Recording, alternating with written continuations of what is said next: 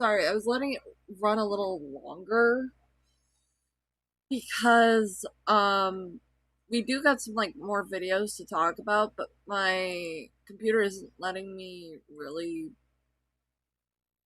go over. It's specifically my browser. It's deciding to think about whether or not I should promote this stream on socials.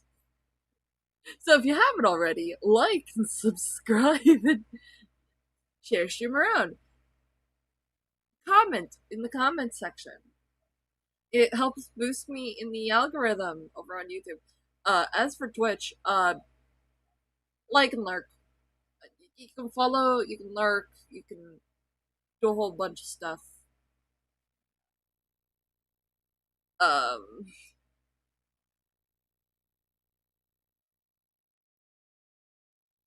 I was really hoping to get a lot more stuff done.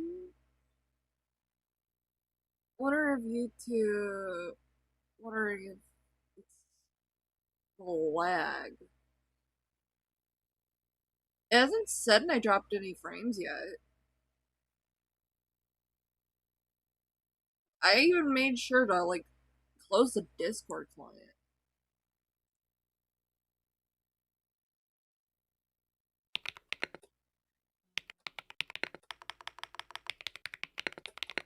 But yeah, I'm trying the yen settings again.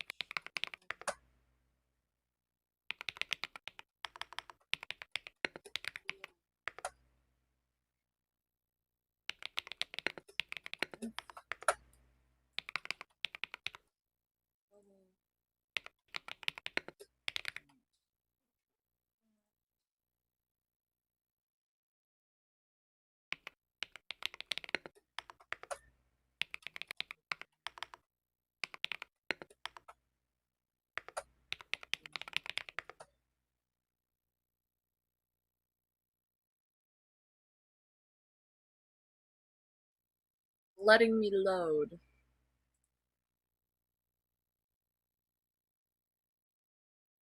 Post.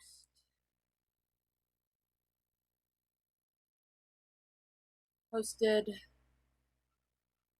Uh, Let me say hello to everybody while I wait for this to load. Hello, Max. Hello, Harper. Hello, Kickin' the Swede. I fell asleep while it was buffering so much yesterday. I'm sorry. Hopefully it doesn't buffer today. But I figured while we do some art that we go over some old commentary videos.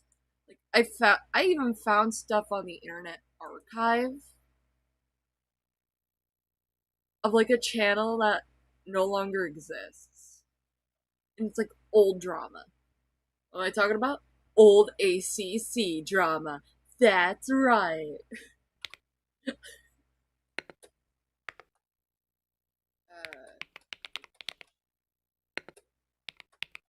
YouTube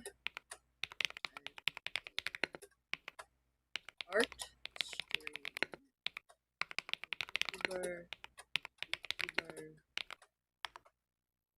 ENVTUBER.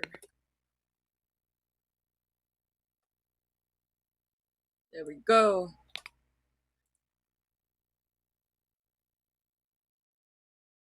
Now we close that tab. I only need like a few tabs up. Copy paste that same thing, but add the tags in again.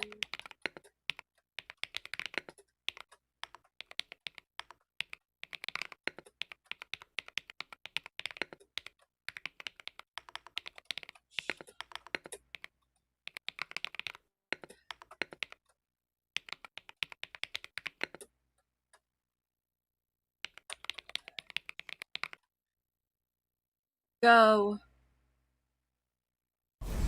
And I have like the videos we're going to be talking about downloaded already. So we're not going to need the YouTube tab today.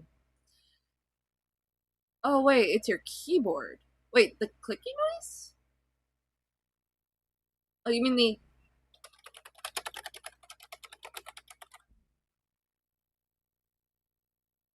Or the little, clicky clicks that I was clearly doing on my browser. It's that Geiger counter. I've never heard my keyboard be compared to a Geiger counter. That is amazing.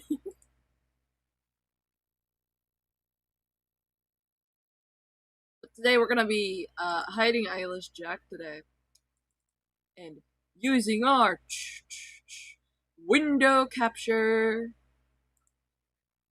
First, we're gonna go over a video that Sai made.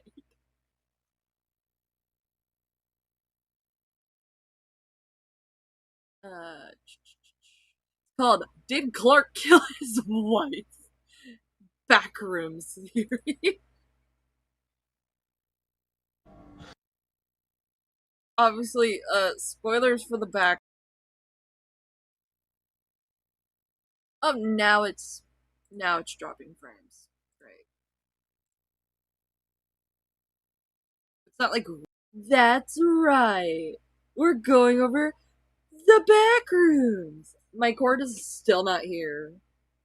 So you're going to be seeing a base that I found that I thought was super cute and I wanted to draw. Very cute, very very adorable little base we're working with.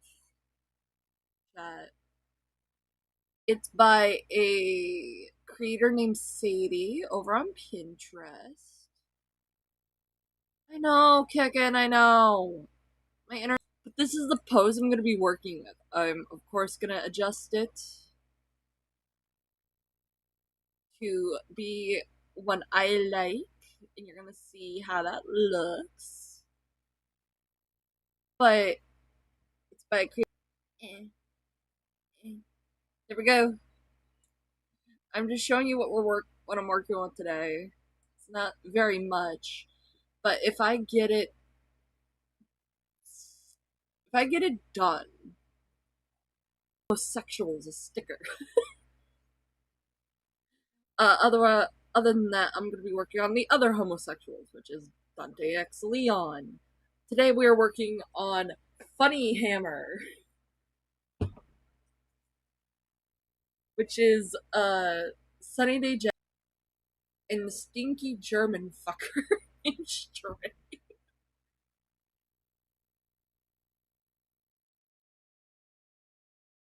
Oh, also, want to point this out.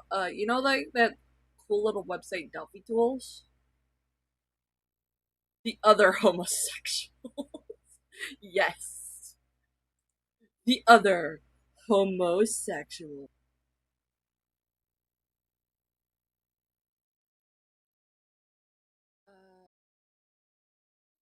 I am, of course, going to be working with the framework of the piece.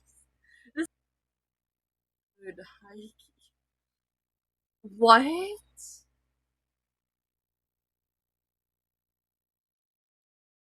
Are you serious? Um, warning, a lot of frames are going to be dropping. Taking some water. I'm here. I'm gay. Hi, Mies.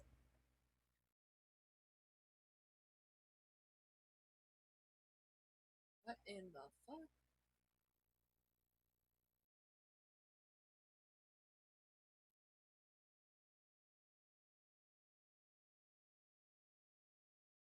These are the frames on with yen settings. These are the frame rate drops with yen setting.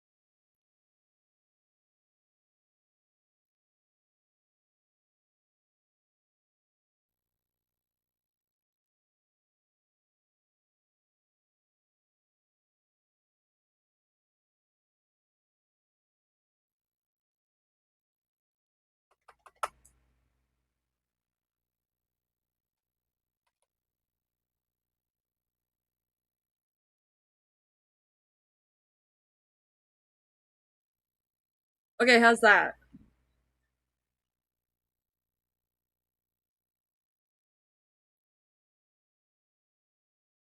I think I fixed it.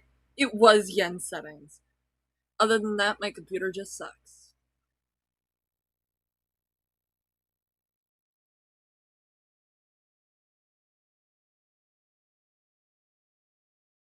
But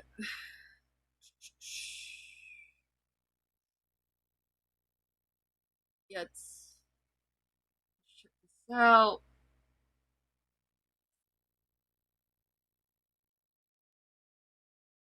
I got temporarily set to the back rooms. I love the wow.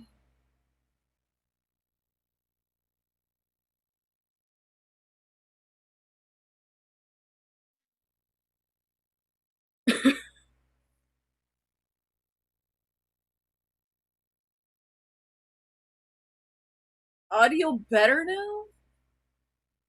I'm guessing it's part of the like quality drop. But like I'm noticing that like with the Discord little client off, I told Yen in her stream that she's evil. Why? Yen had good intentions. Yen was just trying to help. But let's look at this theory.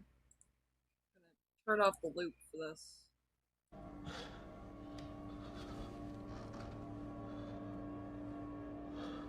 Did Clark kill his wife? Is that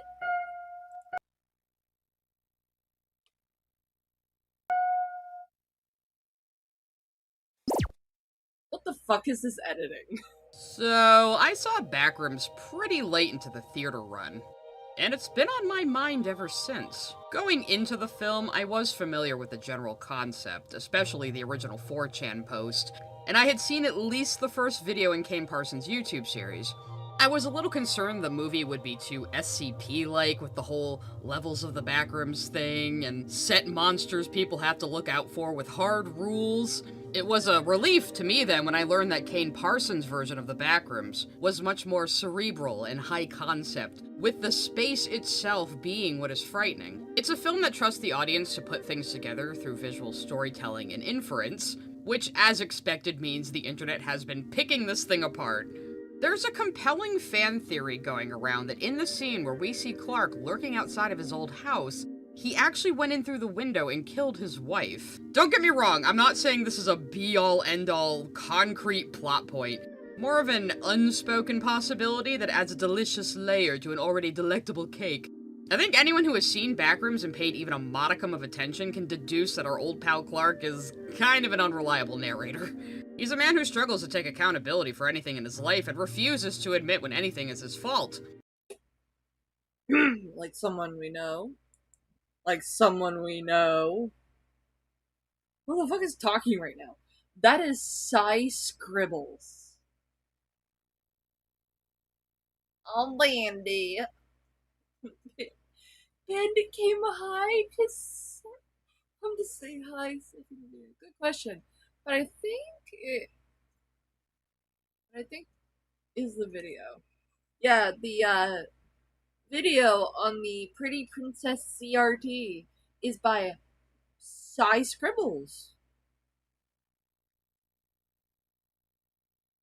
You know, that Psy Scribbles. The hell, the movie itself points that out when Mary finally drops her therapy voice and just calls Clark a whiny dipshit. Based. The roleplay that Clark and Mary do during therapy sessions is presumably based on Clark's side of the story only. Mary has never met his wife. We, the audience, never see his wife in the film outside of a single photograph. So we only have Clark's word to go by. And by now we should know that his word is as cheap as the particle board furniture he sells. Mary seems We also have in the movie it's referred to as a still life, but we have the they sound annoying. She is annoying. Like, painfully annoying. You should have seen Size Size video on the Amazing Digital Circus. You would have had a stroke.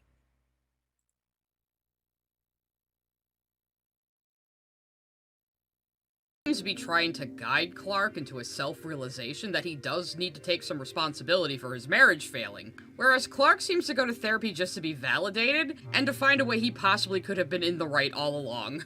We do see glimpses of Clark's narcissistic rage during this roleplay exercise.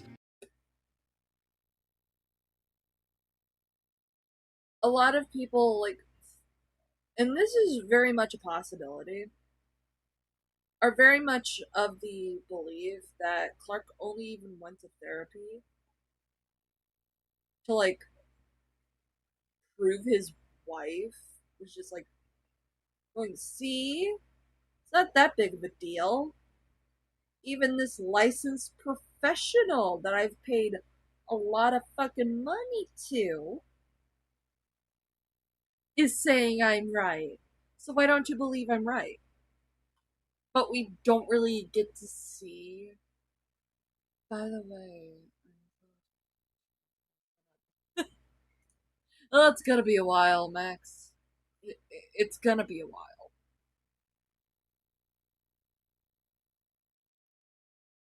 Oh, you can tell it's spring because, oh, my nose hurts. I have seasonal allergies. But I still like receiving flowers, which is, why does Psy sound so Mies? Oh my god. Oh wait, I think they criticized someone I watched. Pink Sona. I don't know if Rod's criticism is right, but I think Psy was being asked on the comments. Yeah, it's Rodica. You're thinking about Rodica. And Psy was a bitch. I mean, she still is, but she still. He insists the final argument before he was kicked out involved him waking up his wife when he came home late and broke a glass. He puts a lot of emphasis on the fact that he just broke a glass. And it's possible that he did, right on his wife's head. During Clark's frantic journey through the backrooms with the camcorder. What most likely happened that Psy isn't considering is, and you see that a lot of this in domestic violence situations. Yeah, there are winks and nudges to domestic violence in this. Is sometimes what most likely happened was that Clark, during an argument with his wife that got him kicked out of the house, was that he threw something at her and missed.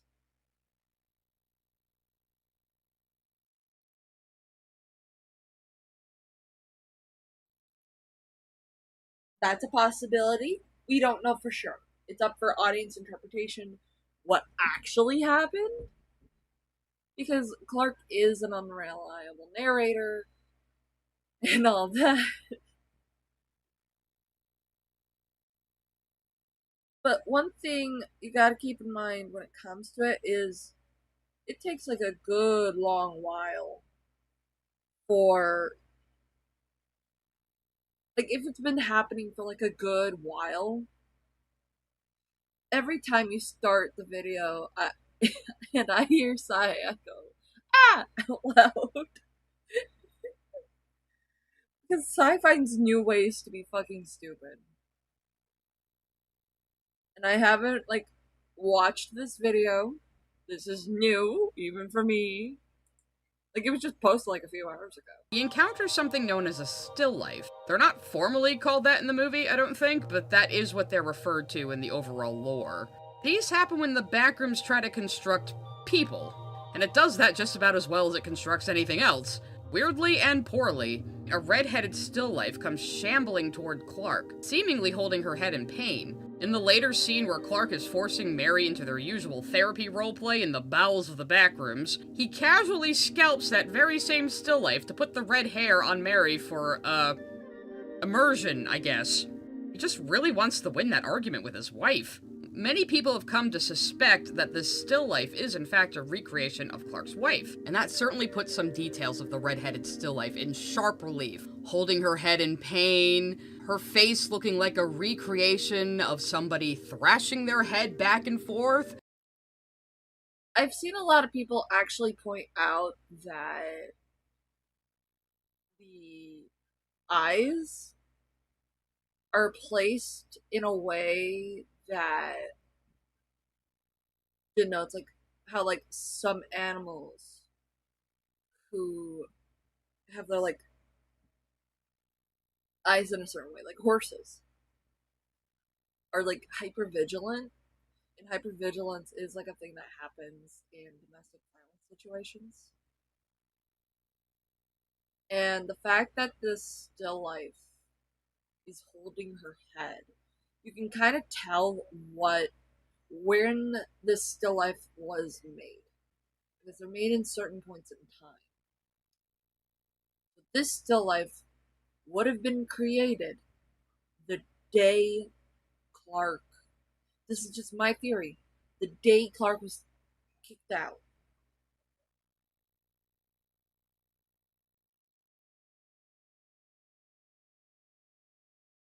Because she's dressed like she's going to leave, holding her head in a certain way.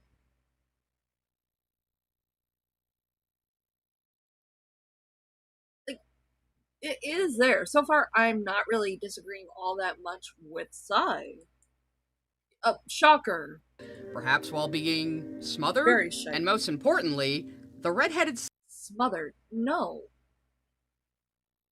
Okay, now I don't agree with you. I do not agree with you, Sai. Because when you're being smothered with something, you can't really move your head around because there's something like against your face. Oh, Sai's voice is terribly weaselly. It is. still life screaming and running in terror from Clark's own still life. By the way, This isn't a still life. No, still lives are like snapshots of people. This is a whole backrooms monster. The fact that the redheaded still life runs away screaming is an indicator of something. Probably actual fear. the only proper name for Clark's still life is Captain Clark, and you can fight me. Clark seems pretty adamant that there can't be any reconciliation, and he can't go back to his home. So if Clark really did do more than just break a glass that night and did something to actually hurt his wife, it would make sense why he feels stuck. He can't admit he did something so blatantly wrong, and now he has willfully suspended himself in this liminality of denial, trying to combat reality itself with a retelling of events that makes him the put-upon victim in it all. And when the alcohol and cognitive dissonance melted together with his rage, he could have done something even more unforgivable to relieve it. Back to that scene of Clark lurking outside of his old house. As he drives and as he parks outside the home, he's listening to a section of Mary's audiobook. Because the window isn't locked. The latch was never broken. Are you ready to step through? So that you can reclaim that which was once yours. And take back control of your life. The whole windows and latches thing is of course part of Mary's therapeutic method that she built out of her own childhood trauma. I don't think it's a coincidence that the filmmakers decided to put Mary's pontification about windows and latches over the scene of Clark staring at the window that assumedly leads to the bedroom where his wife is sleeping. It works here. Hold on. Staring at the window that assumedly leads to the bedroom where his wife is sleeping. It works here. Filmmakers decided to put the whole windows and latches thing is of course part of Mary's therapeutic method that she built out of her own childhood trauma. I don't.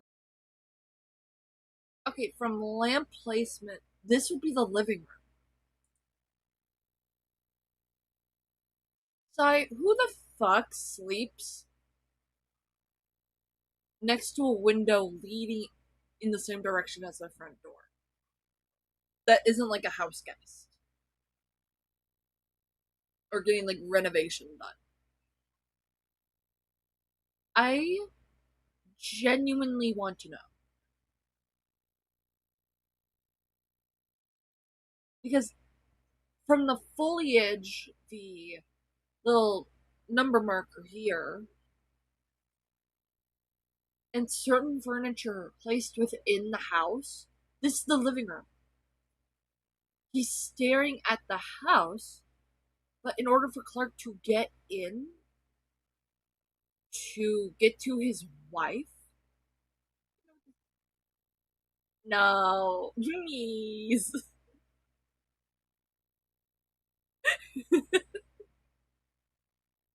But I point this out because a lot of like Midwestern homes are actually like this. In my old home, there was actually a bay window here where this would have been. It was like this like little window that like popped out a little more, but you couldn't get in through that window if you were to go in through a window. You would have to go through the side or the back because there's not a lot of windows to work with. I don't think it's a coincidence that the filmmakers decided to put Mary's pontification about windows and latches over the scene of Clark staring at the window that assumedly leads to the bedroom where his wife is sleeping. It works here on both a literal and metaphorical level. When Clark leaves a message on Mary's answering machine, ominously stating, I opened the window. I won't be coming back. you could take that as him literally opening the window to his old house, killing his wife, and then running away to the back rooms to escape accountability once again. And sure, when next we see Clark in the film after his late-night lurking, he's doodling his architectural designs, being salty at his cowboy-themed furniture rival. But if you watch a lot of true crime and you look at real-life slayings, people are capable of behaving scarily normal after committing murder. At least at first. This film makes the smart choice of tying the concept of the backrooms itself metaphorically and thematically to the psychology of our two main characters. It's not only a great way to introduce general audiences to the concept, but gives the backrooms themselves more weight in the plot for a standalone viewing of the film. All of Clark's behavior after this point works with or without the theory that he killed his wife in mind. No. What I think happened is like before he like went into the back rooms, I think a lot of the disregard towards the lives of his employees would be a stronger indicator of that because a lot of people are like some people have like an initial shock when it comes to, and I'm referring to like fish here because fish are like or like animals that need to be put out of their misery are good indications like of what your body tends to do is it tends to be grossed out at it at like things like that. It's a natural human response. What I think happened based on what Sai is describing, such as the like windows and stuff, is that it didn't like catch because think about it. The redheaded still life is dressed like she either got home from work or is going to work. And a big thing about that is, and y'all can disagree with me, is that maybe he caught his wife by surprise. maybe, just maybe, because we're working around size theory here. Maybe, maybe, Clark did break into the house to kill his wife. He would have jumped her right after she got home from work. Because he's looking at a living room. And when you think about like the redheaded still life's behavior, like in order for this to work,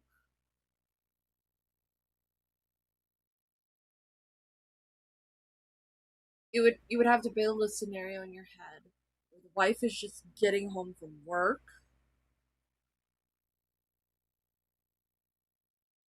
and tired. She's not really expecting her estranged husband there. And is taken by surprise immediately when she sees her husband, right?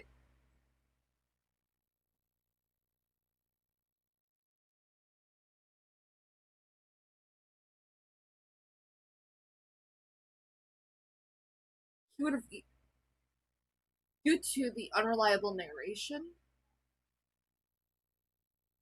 I think Clark at some point did go back to the house. I don't think it's that night though.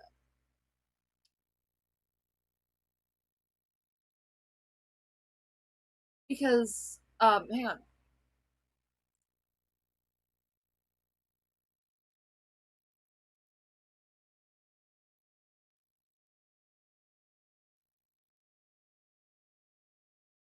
Literal and Right metaphorical here. level. When Clark leaves a message on Mary's answering machine, ominously stating, I opened the window.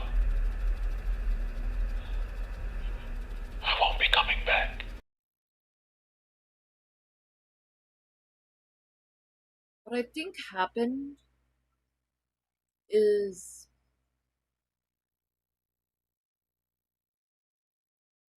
trying to place when this would have been because I've obviously not seen the movie. But I know what happens in it. And I want to be clear about this right now. We can't really rely on Clark to be like an accurate narrator. He's an unreliable narrator. You don't know when this is actually taking place. Because this could easily be like a different point in time.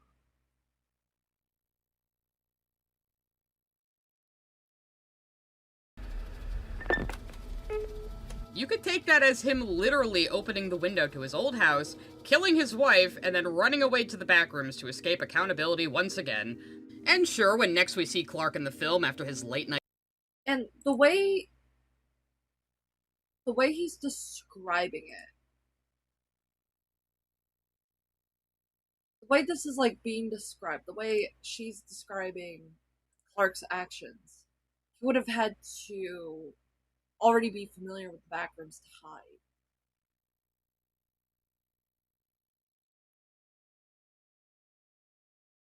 So, if Clark did kill his wife,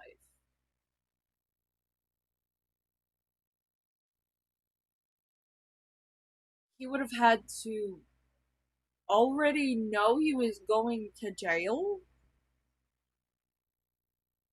That, or he would have had to have hidden her body somewhere. That way it's not like found right away. But he could have taken the employees with him as like a, oh, what is this backrooms thing? Lurking, he's doodling his architectural designs, being salty at his cowboy-themed furniture rival. But if you watch a lot of true crime and you look at real-life slayings, people are capable of behaving scarily normal after committing murder. at least at first. This film makes the smart choice of tying the concept of the backrooms itself metaphorically and thematically to the psychology of our two main characters. It's not only a great way to introduce general audiences to the concept, but gives the backrooms themselves more weight in the plot for a standalone viewing of the film. All of Clark's behavior after this point works with or without the theory that he killed his wife in mind. His erratic behavior when he explains the backrooms to Mary at his final therapy session could easily be explained by, well, the mere discovery itself, and the alcohol withdrawal. But with the idea that he killed his wife the same night he discovered the backrooms in mind, his fidgety behavior comes across not only as desperation, but an expression of guilt, an instinct to run away and hide. Some people find Clark's turn when Mary does finally track him down in the backrooms to be a bit jarring. I don't agree. His state of complete psychosis can be explained by him getting Kat and Bobby killed. Something that was absolutely his fault, and he's a man who can't accept responsibility for things that are absolutely his fault. Not to mention, meeting your distorted shadow dressed like a pirate would probably make most people go a bit crazy. All of that is more than enough to explain the fact that there's a fridge. It's just like, you dumb bitch. mental state he's in when Mary discovers him. But like I said earlier, the theory that he killed his wife is an added layer that only enhances the narrative.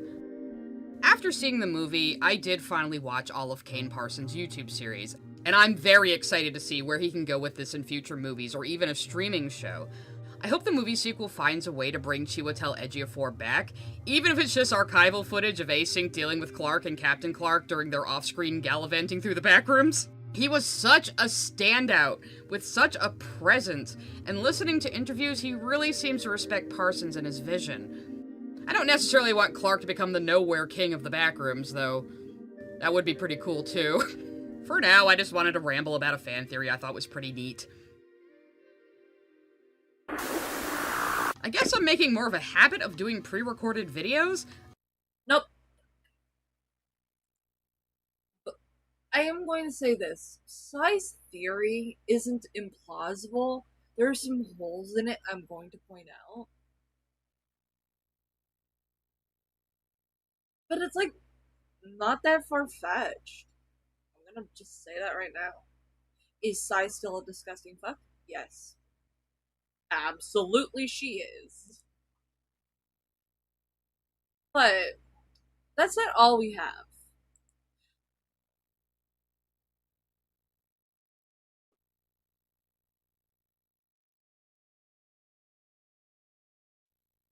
The next one is about a furry called Beta Eta Delota.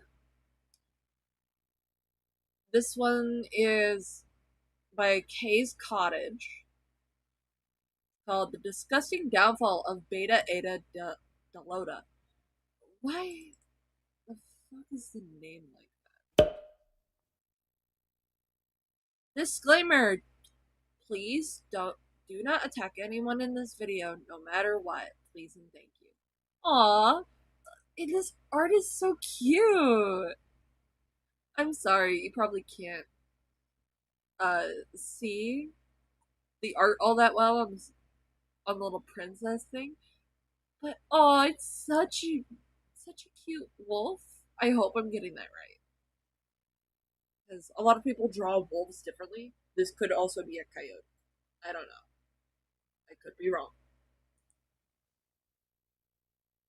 Yo, welcome back to my cottage. Today, sadly, we are talking about someone who I used to really enjoy watching, and now I don't know what to do. Goddamn internet, man, can't let me have anything good. But today we are going to be talking about the YouTuber Beta. I'm sorry, I don't know how to pronounce the rest of your name. This whole situation upsets me a little bit, considering Beta is the same dude who I randomly stumbled upon one day, and because of him, I own a dino mask now, and my character on screen is my fursona.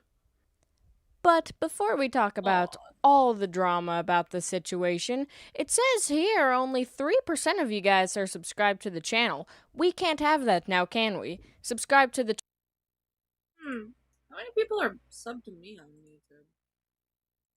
Like, unsubbed.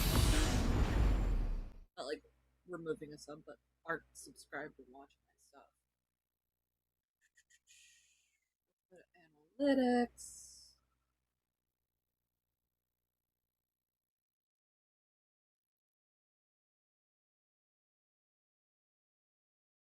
Do do do do do do do do do. Let's see.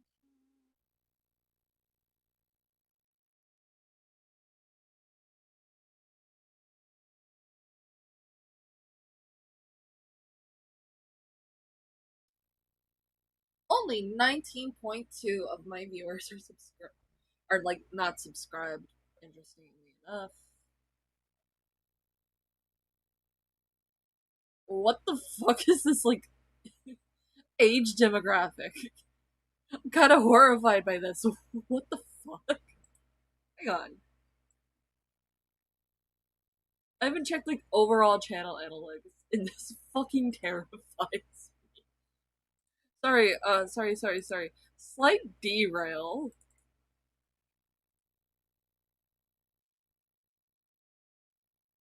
For those who don't know what this is the estimated ages that YouTube will give content creators. Why is there 39.8% of people who watch my content being 13 to 17? Can you guys like not read the hey, my stream is 18 plus? MDNI, MDNF. What the only 9.4% of my audience is 35 to 44 years old. 18.4 is 25 to 30 years old.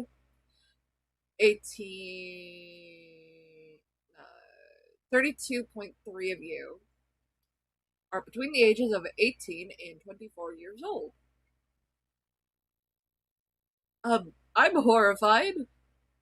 Minors. Yeah, minors. Please leave. Leave. I am an 18 plus content creator.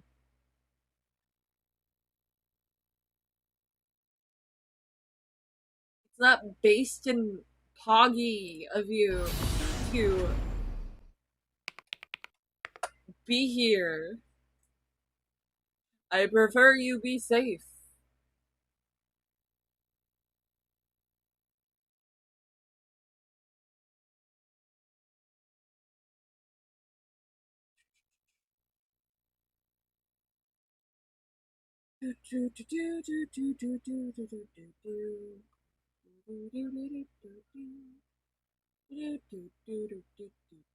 Just making sure everyone's having an okay day.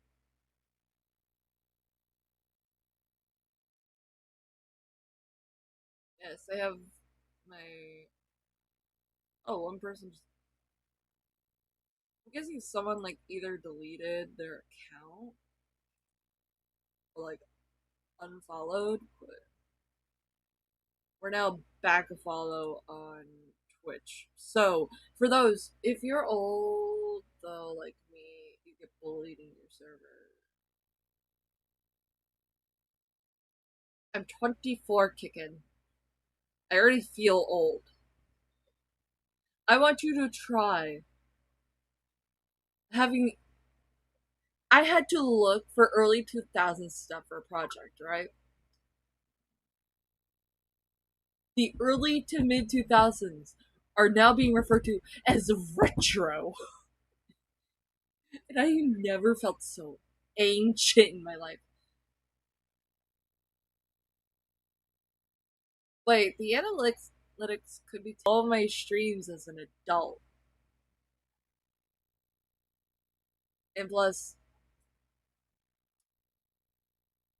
it doesn't really do that. Yeah, you notice that, you know who does not mark his shit appropriately. There's this text right here.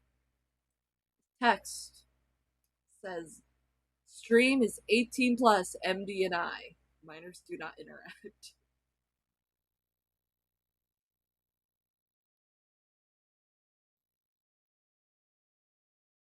I have a ban on-site policy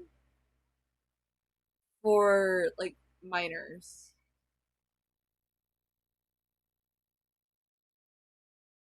So yeah. Channel, please. I need more money for whatever editing me puts on the screen now. Don't know what it is, but Biblically accurate angel. I need to buy it apparently. Can No, you tell you I'm don't. running out of jokes for this bit? So, who is Beta? Beta is probably one of the biggest furry content creators on the platform. Why is he sitting like that? Why is he sitting like that? Why? Why is he sitting like that? Right now. He does videos reviewing furry memes. He plays games, I'm pretty sure, on his other channel. And he talks about drama and situations going around in the community. Dude is pretty loved, and like I just said, he introduced me to this fandom, and I don't know how to feel about that this moment.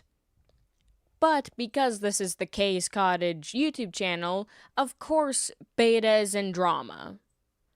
Over the past few weeks, he's been in some drama with another content creator who I'm just gonna call Yellow for now, for his own safety, since he's been getting harassed, doxxed, and I'm pretty sure has been getting death threats, all because of this situation. For context, before I say anything, Beta has an alternative account on Twitter that is fully public. Oh!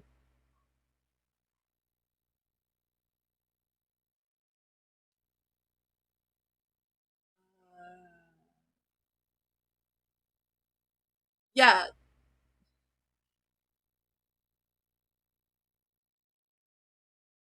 Diaper, inflato, pants, milking. I don't want to find out. And all of this is public information. I found this account super easily. Just a quick Google search and boom, there he is. Beta's alternative Twitter account is basically his, the account you should not show to children. This whole account is him reposting NSFW artwork he's gotten, him promoting his Just for Fans account, which I'm pretty sure is like OnlyFans, but it's a different website. But most importantly, this is the account he uses to post his diaper and inflation stuff. Had no idea what a diaper fetish was this morning, and now I do. Yay. Thanks, Internet. Oh. Now, I'm not going to kink shame at all, but I personally find inflation stuff and diaper stuff pretty weird, specifically diaper stuff. That stuff is like, it makes me a little bit sick, especially since a lot of it has like cartoon characters and stuff, or maybe he's using adult diapers, I don't know. But Yellow made a YouTube short. That's not the same. They compared me to 70-year-olds. You're not 70. You're like, you're like a little bit older than me, but you're not really by a lot. You're not 70, and you shouldn't be compared to 70-year-olds.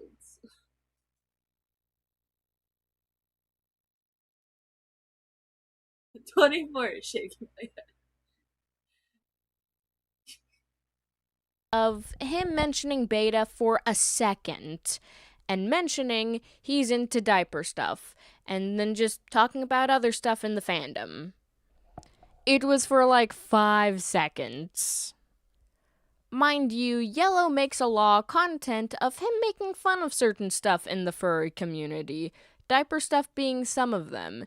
And I don't think he's ever outright said he hates it. I'm pretty sure he's just called it weird and like, that's it. Beta got a little bit upset, and then made a whole rant on Twitter, which is now deleted, I think, but if you guys have an archive of it, please send it to me. I would have to look for that rant. 44, you saw my ID. Yeah. You're a little bit older than me.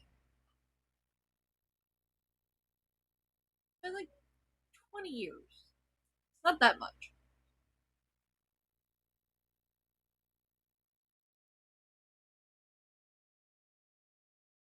Now, someone older than me is actually my mom. It's not like, okay, I consider 90 old, like elderly. Because a lot of people up until 90 are still youthful. They still have that, like, bright energy to them. So I don't consider 44 really all that old. You're still young. I know it's like a odd thing to say, but I know quite a lot of elderly people who are like, you're twice my age. You're twice my age.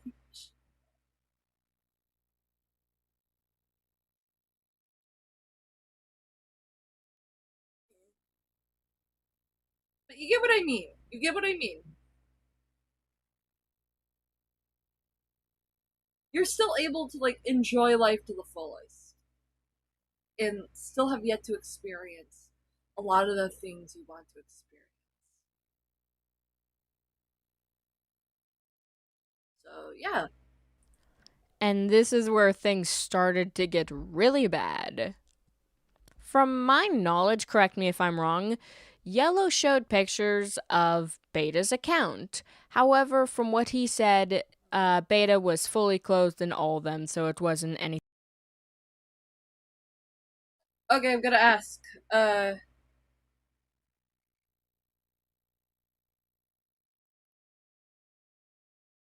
put a 1 there. Let's put a 2 there. Do you want Stray to be Cherry 1 or Cherry 2? Hi, Danny!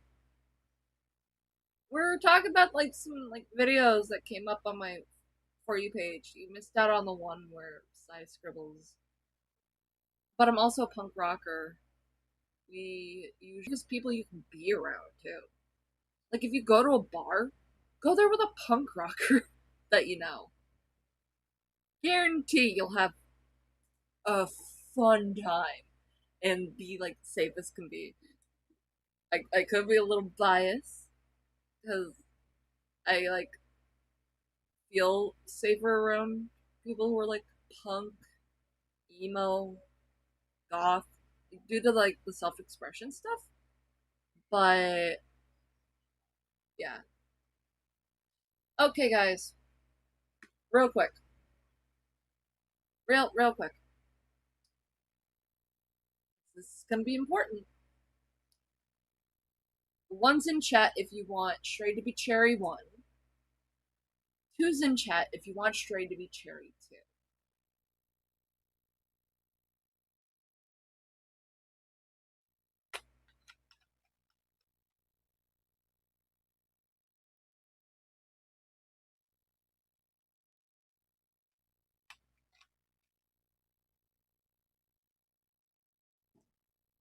Kicken says 1. So far, so good. Anyone else says 1 or 2? And we'll get back to the video. Thing nasty. He didn't get into betas just for fans account. He didn't get through a paywall. He didn't hack this dude. No, it was all from beta's account, the public one, the one I found in less than 3 seconds. And because Beta is such a big creator in the fandom, his fans went after Yellow, who is not a huge content creator. This resulted in Yellow getting death threats, being doxxed, being told to end himself, and even being told that he made up the situation he went through at a FurCon. Yellow made a full response video to this situation, giving his side of things. So, here are some things I would like to talk about from that video. 1. Beta is into cub art. But Kay, what is cub art? Says the normal person in my audience. Well, cub art is basically furry lolly, and lolly is basically, child no-no, if you understand what I'm saying. It's CSAM. Just say CSAM. Just say CSAM. It isn't hard. It's okay to say. Call it what it is. It's CSAM. God damn YouTube, let me say the real word. This is my argument. I have not found any evidence that Beta is into cub art. Yeah, I can understand that some of the pictures he reposts on his alternative account can be considered cub art since it looks like a little... Evil shit. Evil shit. Evil shit. Hang on. Eyeless Jack. It's CPR without the... True, Danny. Eyeless Jack, protect us. Child, it looks like a baby animal. Yeah, that's cub art. That's cub art. That's furry lolly. But from a few arguments I have seen, it resembles more of just like a cartoonish, cute version of baby fur art. I'm not huge on this subject, I don't know much about it, so that's why I have a comment section. Please tell me if you consider this cub art, if you can. Yeah, just flash on screen what you don't know, if art that you don't know for certain is cub art. Fuck you.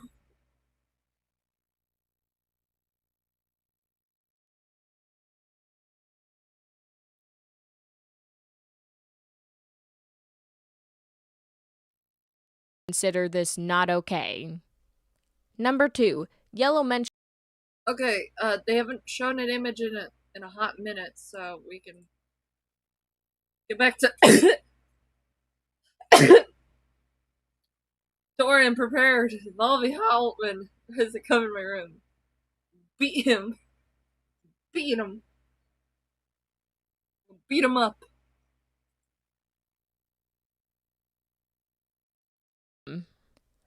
He sees a diaper fur. He says, ew, poopy. Not really putting kids endangered, and plus they're all fully clothed. Again, if I'm wrong, comment in the comments below or DM me on like Instagram or Twitter or something. Number 3, Beta is trying to ban Yellow from certain conventions because he feels unsafe.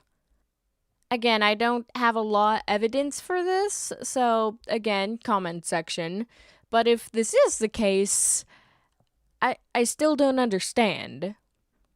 You made a public account that you can easily find. Yellow mentions it, and you feel unsafe because more people know about your public information? No. What Beta is trying to do, and it's pretty fucking obvious what he's trying to do, he's trying to get the guy who called him out for liking diapers, inflation, and cub art. Yeah, he wants to get that guy banned so he can't like tell other people at conventions. It's also a way of like silencing dissent. So it gives like this like message that, oh, don't mess with me. I could get you banned from furry conventions. These really big furry conventions. You better stay on my good side. And it's like nuclear, like a nuclear way of handling criticism, but at the same time, uh, trying to get someone banned from a furry convention because they called you out for liking cub and diaper porn. Again, I may be getting this whole thing mixed up. Again, comment, correct me if I'm wrong. Don't think I mentioned this, but another point Yellow brings up in his response video is that Beta has been sharing his inflation thingamajiggy with his minor audience for a long time now. I can't deny this information, actually. I started watching Beta when I was a minor. Yippee. And I found out Beta had an inflation thing going on by just watching his videos.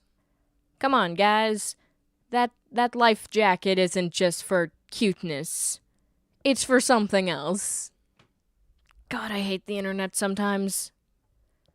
I agree with Yellow on this one. I was a minor when I first started watching Beta, and I'm sure many of you were also minors when you started watching him. And yeah, it's I'm gonna say this right now. It's not exactly like out of the realm of possibility that Beta could have been exposing his specific interests to his audience, which also has minors in it. But I say this because there's this thing I want to point out. Time to break some kneecaps. Hi, Sheen. Oh, I will be saying this. There will be a stream tomorrow, but it's gonna be a lot shorter because Sheeton's also streaming, and it'll be a great redirect to have y'all go to Sheeton right after my stream because he's gonna be playing some video games, and you get what I mean. You get what I mean. By the way, so you know, Sheeton, we're drawing gay people. Talking about videos that I a stumbled little across. weird that his characters, from my knowledge, by the way, are meant to represent inflation stuff with their life jackets. And chances are, if you're a fan of him, you're gonna find this private account anyway. It was pretty easy for me to find it, and I'm sure it's pretty easy for you guys to find it. I'm not Now, looking some it up. of you may think that Beta's in the wrong for crashing out of this little situation, for not actually sitting down and being like, no, this isn't true, or yeah, it's true, and just having a massive crash out over stuff that was already public information and not actually like talking about the situation, and also letting all his fans harass Yellow.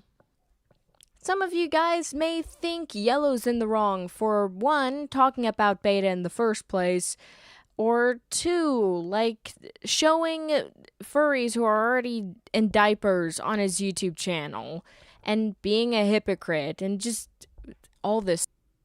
My take, Beta should have been an adult, sat down, talked to his audience, maybe reached out to Yellow, explained everything, and he should have admitted to having a private account, should have opened up and been like, hey, yeah, I'm into Cub, or no, I'm not into Cub.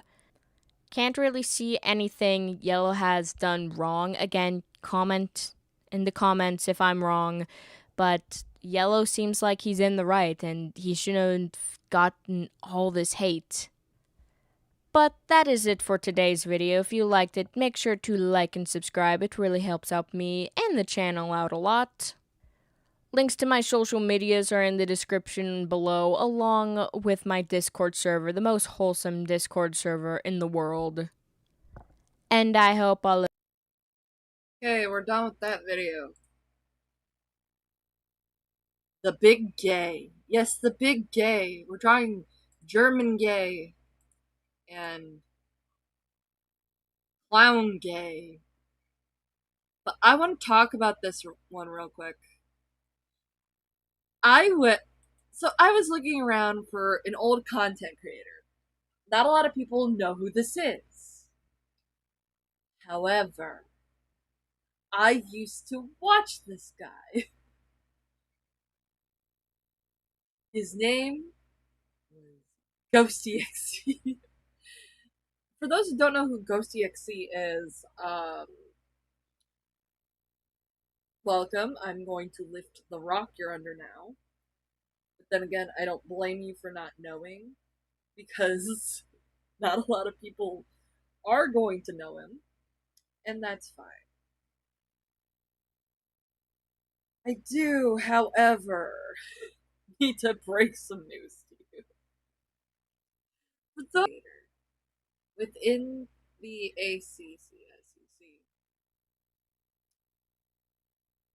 who left because of like things he was doing in the background, like cub art. Yeah, he was making cub art, but I looked him up on the Internet Archive to see if there's like any archive videos, because obviously his channel is gone. Like the one thing that like stayed around. Hang on, I'm still gonna check. The one thing that stayed around is like, I'm gonna look again while I'm talking. It's like a few videos.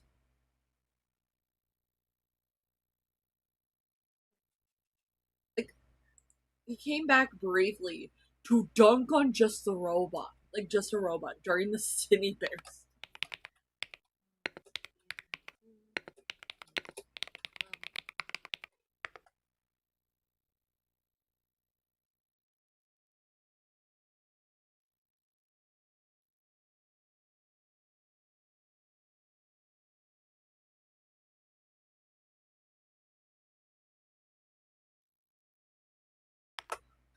He also went by the Holy Majesty.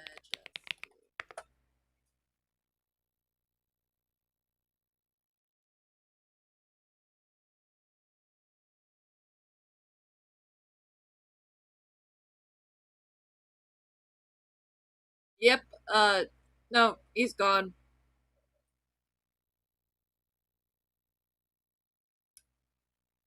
He's just gone. Like, he came back just to shit on just a robot. Oh, if his channel is gone, you can still find it on the side I sent you. I need to do that.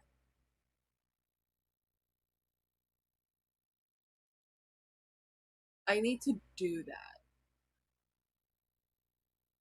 Somehow they have my. Okay, that's weird. But I'm gonna check that later. But one of the things I found on the Internet Archive is called Ghost EXE in Fey Ghost in the case of the real Sonic fangirl. For those who don't know who the real. Wait, did I read that wrong? Yeah. Yeah, I read that wrong. It's the case of the real Silver fangirl. And we're getting into some like old lore, because the DeviantArt ranting community was started by a content creator named Sonic93. And Sonic93 was like one of the first ones, from what I understand. Like one of the founding fathers of art commentary. So if you see art commentary, Blake watched offhandedly at one point. And I'm like, oh, okay.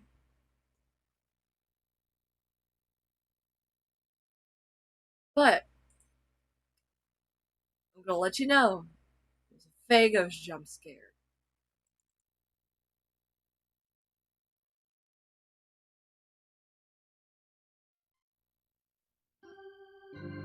Not the fucking funeral music.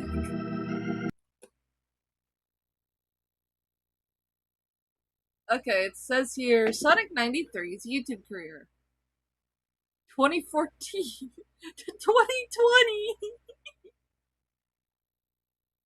Oh, wow.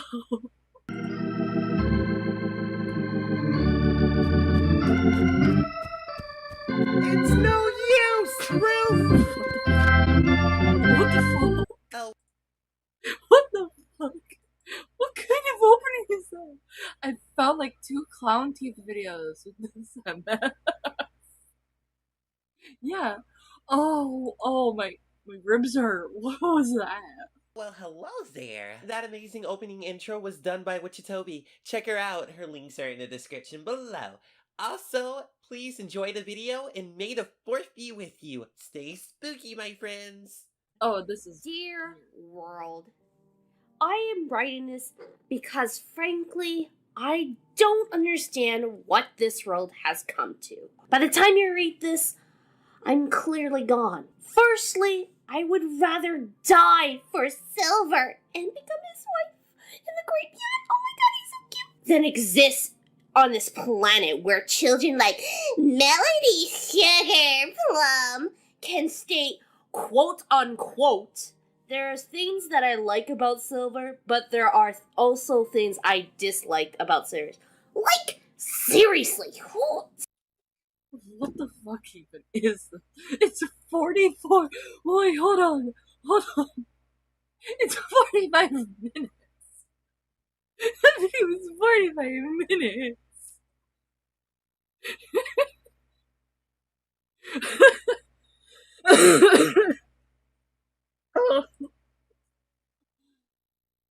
But yeah, apparently Sonic93 was like also a self shipper, like one of those uni shippers. Says that. They say that. Secondly, I just don't understand why people are so mad at me for yelling at a child on the internet. I guess What? people are taking this whole situation way too seriously. I only yelled at 2 minors and an ex-friend didn't understand. Lastly, oh my god, what the fuck is wrong with you? Seriously? Can you not see that I am the victim in all of this? And clearly I'm one being framed. You heard me. Yes, framed. But I won't tell you all who really is at fault. But it's totally not me. In conclusion, I am ending my channel here and now because in the world Sonic93. P.S. Please donate my silver collection to the real fangirls, not those ghetto furries on crack. Not those fakers.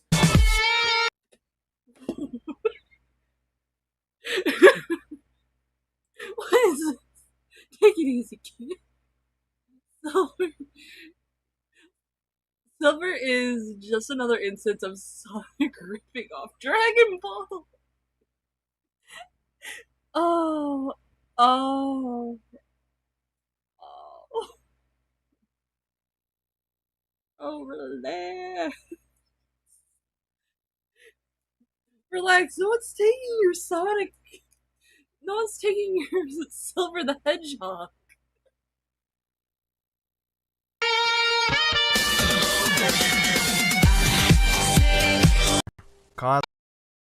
Ew, it's maggot cock. Hang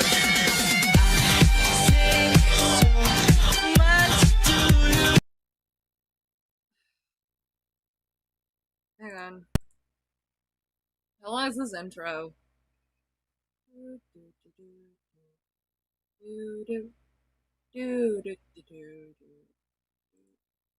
There we go.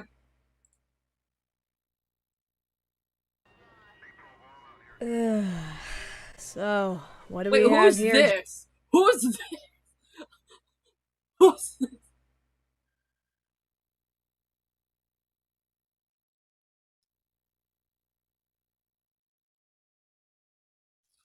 Yay, the classic ACC SCC loud ass intro.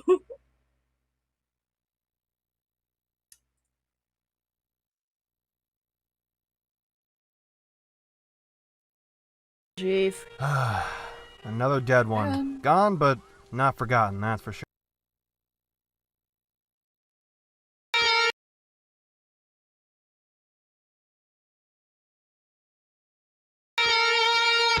Cause of death seems to be a suicide. Yes. Cause of death seems What to be. in the fuck? Hang on. Loud ass intro.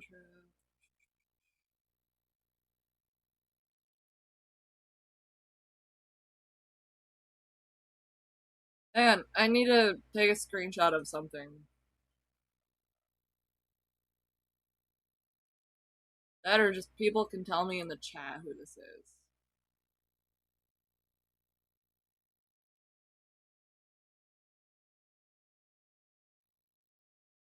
And the classic ACC SCC trope of starting with a side.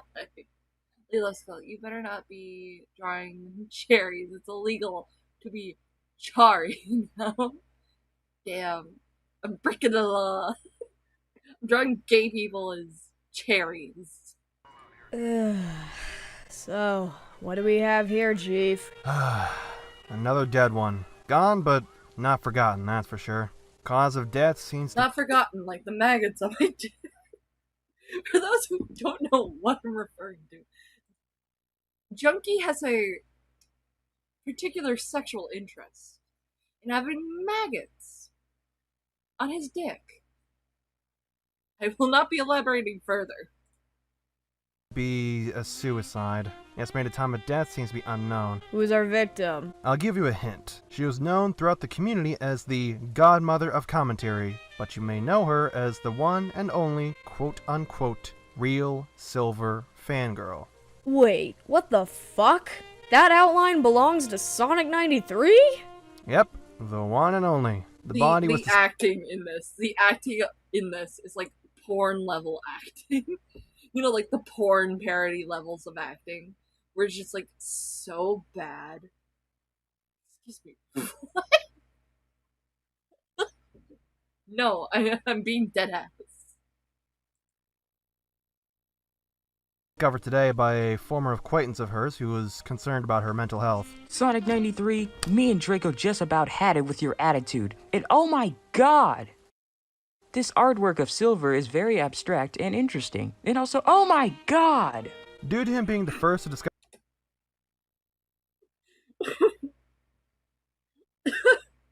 Are they trying to genuinely take the piss out of her leaving the country? Also, if someone did take their life, what Junkie said about it is disrespectful and disgusting. Oh no. The reason that they're calling it a suicide is because Sonic 93 deleted her fucking channel. the body, he's been taken in for questioning, as well as several other individuals who are related to this. Wait, but if he's been taken in for questioning, then who's conducting the interrogation? Isn't that your fucking job? Well, yes, but let's just say we have one of our best detectives holding the interrogation. His methods are a little weird, but he's been known to get results. Besides, he himself had a brief history with covering our victim in an unrelated case. But wait, the only detective to cover Sonic 93 in the past is... Oh god, you don't mean... Alright, Blue Babu Dida, do you really expect me to believe that this painting is considered to be abstract? Clearly, this work of art is considered to be a modern portrayal of Silver and how the media can easily misconstrue his narrative and write him out to be a Trunks clone in a movie if that were to happen. Well, What the fuck even is this? Can we just please? My bad, game. Yeah. I mean, calling it a suicide is far-fetched because a lot of these fuckers would go on to either abandon their channel or just delete their channel.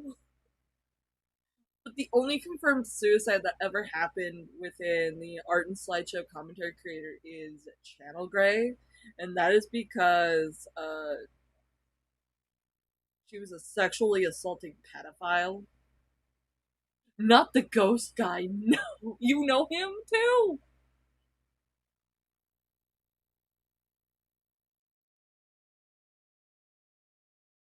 God, I interacted with the ghost dude when I was small.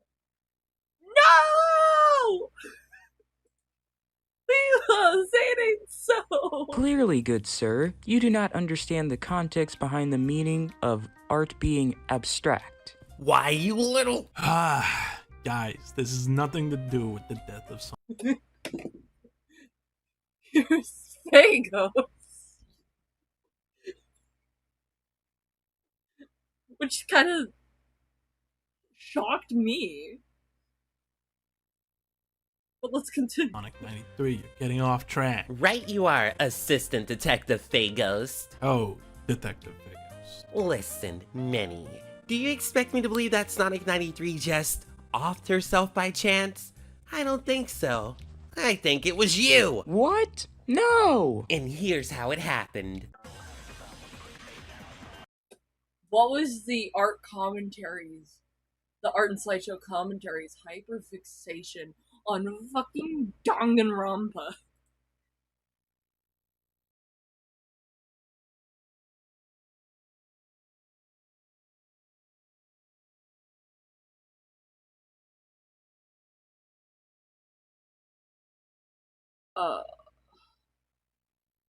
I was in high school watching Ponder's Rock. Like, I saw one or two videos from Ghosty, and I'm like, oh, neat. I interacted with Scoozle. Ignored me after I showed her fan art. That's probably for the best, considering what would go on to happen. Feeling betrayed by Sonic 93 after yelling at you in a Discord call, you decided enough was enough. You were gonna have a little heart-to-heart with her by aiming straight for her heart. That's right, Minnie. You decided that the best way to get Sonic 93 to remove her channel was by offing her favorite Silver plushie. Seeing this, Sonic 93 was devastated, and then she decided to remove her channel for good.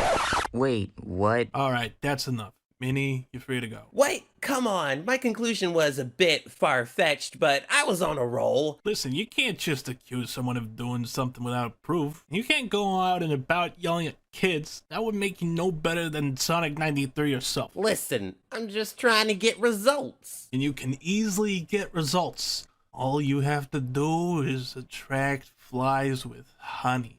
Flies with... Just like how I was gonna make a joke in regards to what Fagos would go on to do.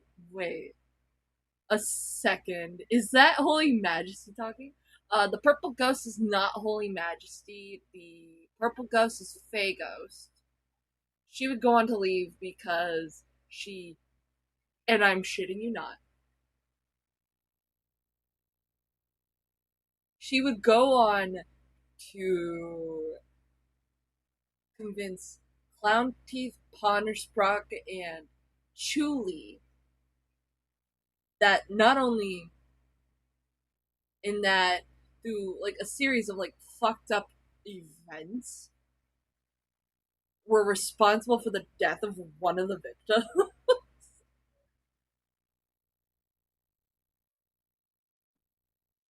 But like also knew about Spocter Tech having CSAM material,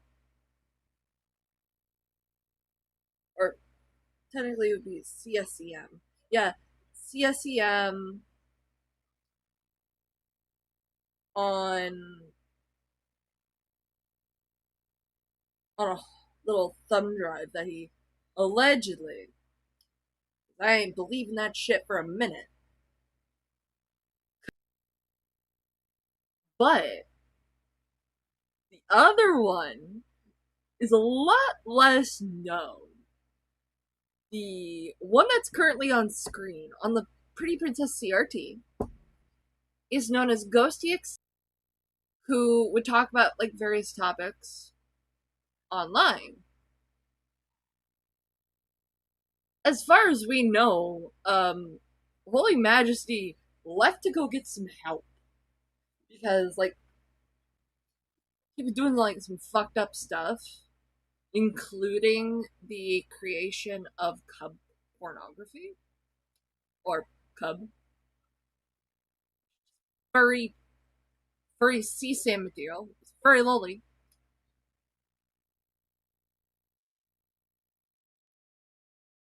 He left to go get therapy. As far as we know, he is now married and working with his husband in a food truck. Just note that if I see it makes me a little anxious to go to food trucks anymore after knowing that, because you don't know if you're gonna get like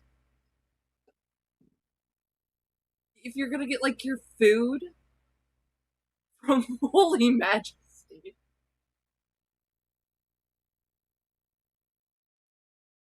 Oh, Holy Majesty just sounds like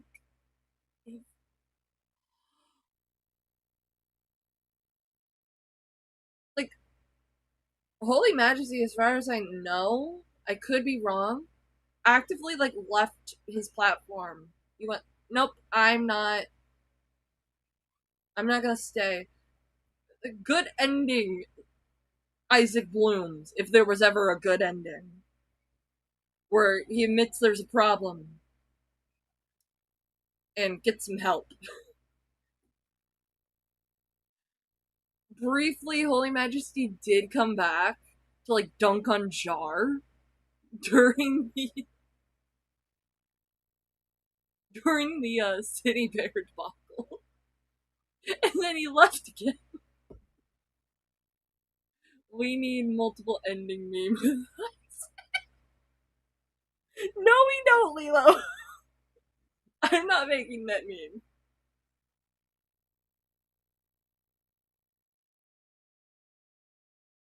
By the way, welcome the real Cushion Chef Monkey Show. And welcome El Coconut Crab to the stream. I hope you all are having a great time. Take another look at the case files before we go out about interrogating more people. Whatever you say, Assistant Detective Fagos. Co-detective. Here we are in the future. Here we are in the future, and it's wrong. But seriously, how did we get here? On this amazing bumpy ride that was the Sonic 93 drama. Yeah, that's right, everybody. The cancellation trial for Sonic 93 is officially over. You can all go home. What even is this? Whose art is this? Why isn't he Gluskin here? Hang on, I'm gonna see if I can name everyone. Clown Teeth.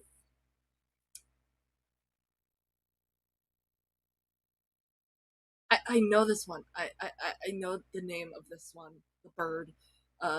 Boxafox? Just a robot. Wait, is this... Hold on, whose art is this? Hang on, I'm actively... No. There's no shot that this is what I think it is. Is this like... Ghosty XC? Fagos? I don't remember who this is. Who made this art? It's Dave's. It's always Dave. Alright, I finished. Good job on finishing on the animatic Lilo Skull. Oh, I'm so happy for you. I'm so proud of you. Yay! If you want, you could just call me Postman Pat. Okay, I'll just call you Postman Pat. I just read names. Wait, is this Streamline Workshop's art? Or is this someone else? It took me a hot minute to realize who this is. It took me a hot minute to realize who this is right at the front, crying.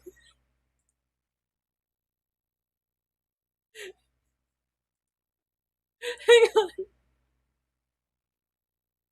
By the way, El Coconut Crab says, sorry, homie, but I'm stealing your silver Sonic plushie. Whee!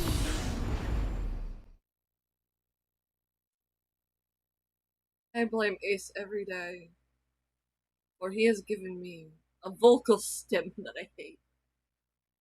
Oh, I hate what's now on my For You page. So I'm just gonna go,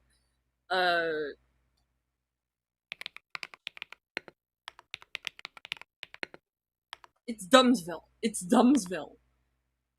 Yeah, I'm correct. It is Dumbsville.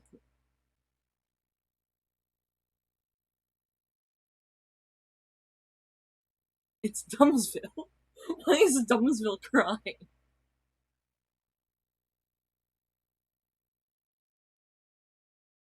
I don't know who this is. I don't know why Eddie Gluskin is here. But here's Sonic 93.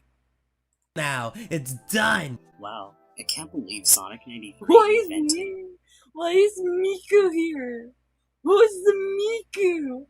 Dumbsville is a guy who uses Lego Obi-Wan Kenobi. He's now listed on YouTube as a musical artist. Don't pull it up. Yeah, he does like reviews.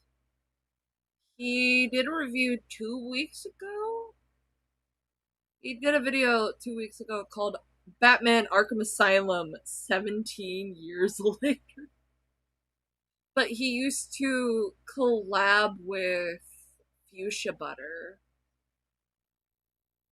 And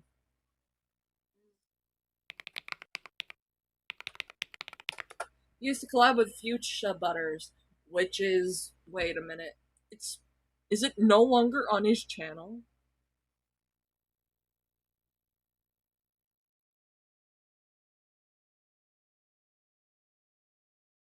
Is it no longer on his channel?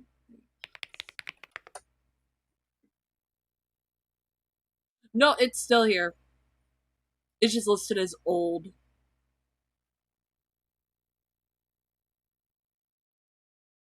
And I misspelled Fuchsia's name.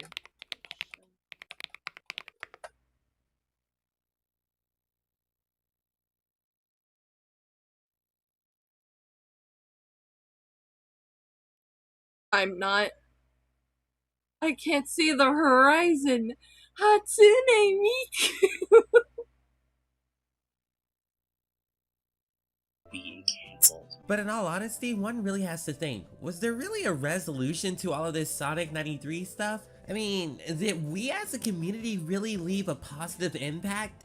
And really, what's next for Ruth? But before we answer any of those questions, I think it's time that we need to recap the Sonic 93 drama one final time. At least for those of you who are literally new to this drama, or for those of you who just want to get to the zesty bits of all of this. Recap time! Sonic 93, or Ruth as she was known, was a YouTuber who was mostly known for doing rants about the Sonic the Hedgehog game series, Teenage Mutant Ninja Turtles, and a various for her collaborative series on a DeviantArt user known as Akai Dahlia. This video rant series would go on to inspire many people at the time to become part of what is now known today as the DeviantArt ranting / commentary community. When you think about it, We will blame Ruth for being the root of all evil. My dumbass remembering Sonic 93 harassing a OC creator. Unless I'm misremembering. I don't know who Akai Dahlia is. Sonic 93 is technically one of the first few ranters out there to do this whole shtick. Wow, I can't believe Sonic 93 invented DeviantArt ranting. At the time, not many people out there did videos like this. This was when ranting was fresh, and a lot of people really didn't do it. Sure, at this time, you would have people who would have some issues with the website DeviantArt and would complain about it, but making a video about a certain individual on the website was something rare to see. From then on, Sonic 93 and Amy-chan, her co-host in the Akai Dahlia rant series, would go on to make several more videos. I would need to find that rant series. I need to find those videos now. Like, what the fuck? I think they made like 7 videos. Lilo, tell me you're pulling my leg here. Tell me you're pissing like on my shoes and telling me that it's just like yellow water. They're re-uploaded. Hang on. I gotta find this now. Kai Dahlia rant.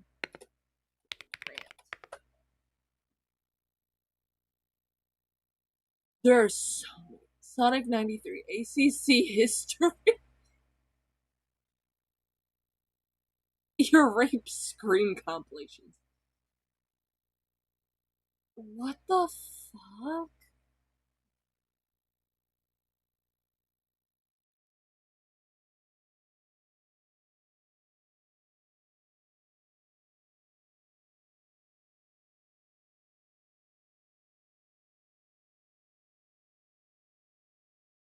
Oh, so that's how Eddie Gluskin comes into play.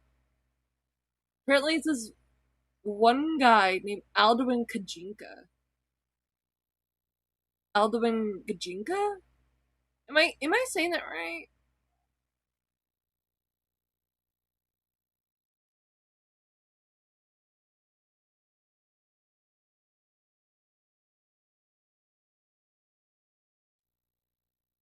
What the fuck?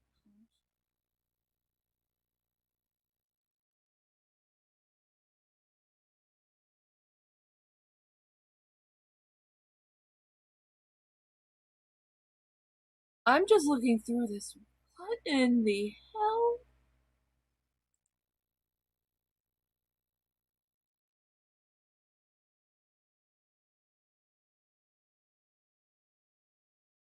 Oh my god.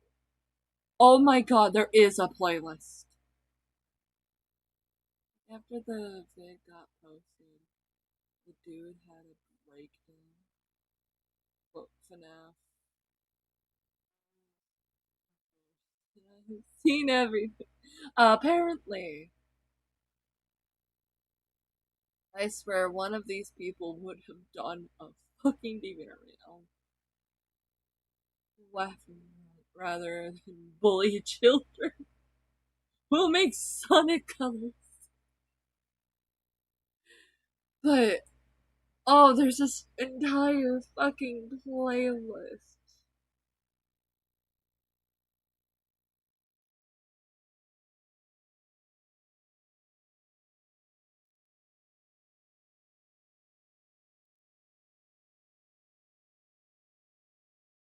Apparently, a lot of people really did not like Akai Dahlia. The point people are ranting about Akai Dahlia.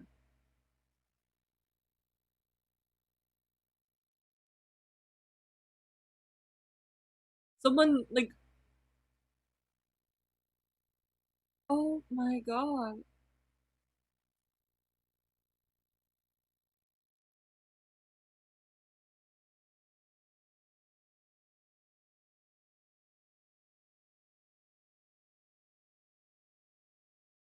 Why did they hate this girl?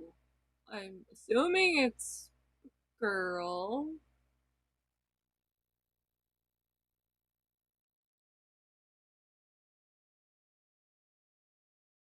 videos to which they gained notoriety from. One of the most notable videos to draw traction to Sonic 93. Great losing their mind over the playlist. Oh my god. There's even videos from like a year ago in that playlist. Hang on. Are people still going? What was this playlist made? It does not say. There are 3 videos unavailable. This is almost a decade of content.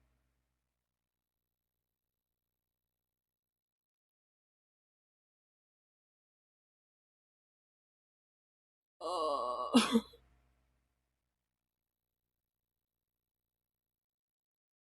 93's channel was her videos regarding Yoshi Wii 1. They This was a hated the very OC, high point for that's Sonic all. 93's channel. Lilo, tell me the deep lore about Akai Dahlia. What about her OC? Which is just so bad that an entire community just banded against her. It can't be just the OC. Can't be. Please, don't say it so.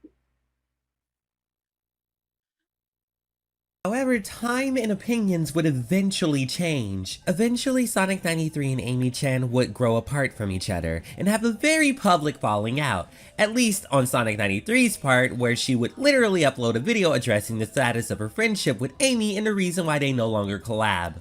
This would all lead up to Phase 1 of the Sonic 93 drama. Alright, so this is a song that many of you know, but for those of you who don't know, let me teach you the dance moves. One day out of the blue, Sonic 93 uploaded a video titled Sonic 93 is not amused with the Silver fanbase. This video was very debunkable. This video had a lot of hiccups and issues. This video had several statements that turned out to be very contradicting. People saw this and responded to it as they do. And by people, I mean DeviantArt commentators. Because this is how we boo. When you state something that's very debunkable and hypocritical, we're gonna call you out on it and attempt to give you constructive criticism. Two of the most notable YouTubers to have done this were Just a Robot and Aldwin Gajinka. Oh.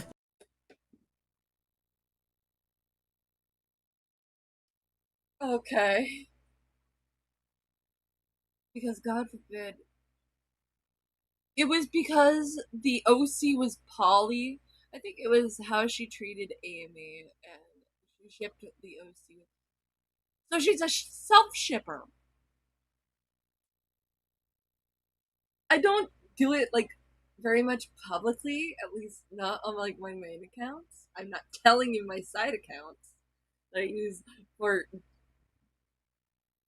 gay shipping. But I sometimes do like, because I tried to like do it like publicly at one point, and I'm like, no, I can't really get into it like that. So, like, I do self ship, but like, poly self ships aren't like a new thing. They've been around for a while, and I'm sorry, they would have harassed me the same way because I sometimes do like poly Yumi ships or self ships.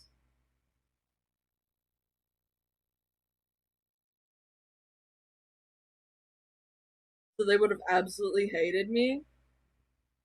Also, the creator was kind of a dick at times. Yeah, that just. So was Sonic 93! I'm sorry, a lot of it is like gatekeepy bullshit from like the Sonic community about like. They literally complained about the poly baby saying it could not work because 2 guys doing stuff with you would make a. Yes, it would. There's like. I'm gonna blow your mind. I'm gonna blow a lot of people's minds with this.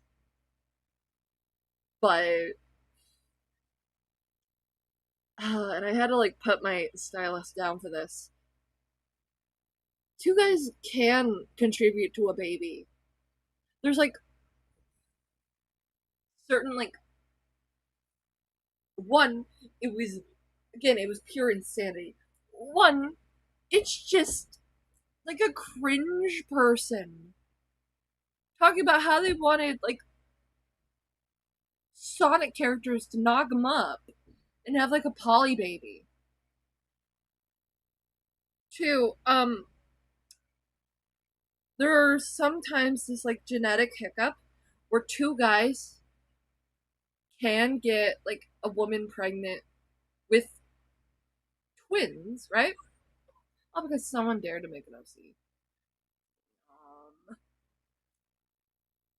Like it's insane.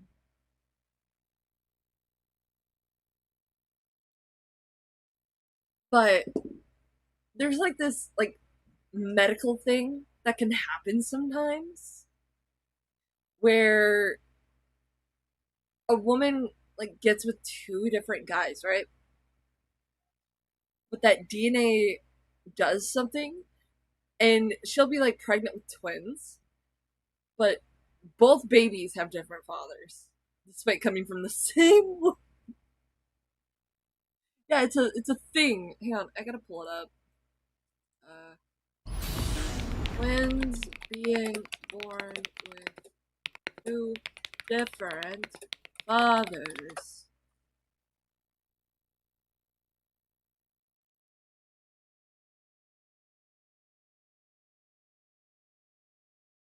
Super fecund, super fecund, bleh, super fecundation is the fertilization of two or more ova from the same menstrual cycle by sperm from the same or two different males, whether through separate acts of intercourse or during a single sexual encounter with multiple males. This can result in twin babies that have different biological fathers. Can it happen with singular babies? Yeah, apparently it can happen with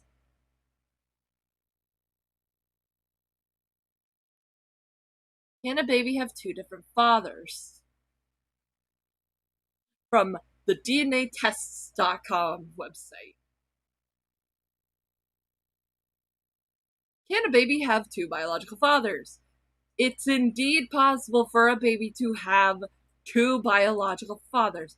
This can happen through a process known as bipaternalism or heteropaternal superfecundation. Sorry, I'm not good with words sometimes. This occurs when a woman releases two eggs in one menstrual cycle and has sexual intercourse with two different men, leading to twins who share the same mother but have different fathers. It is possible. Like a medical possibility for a baby to be born with two dads and one mom.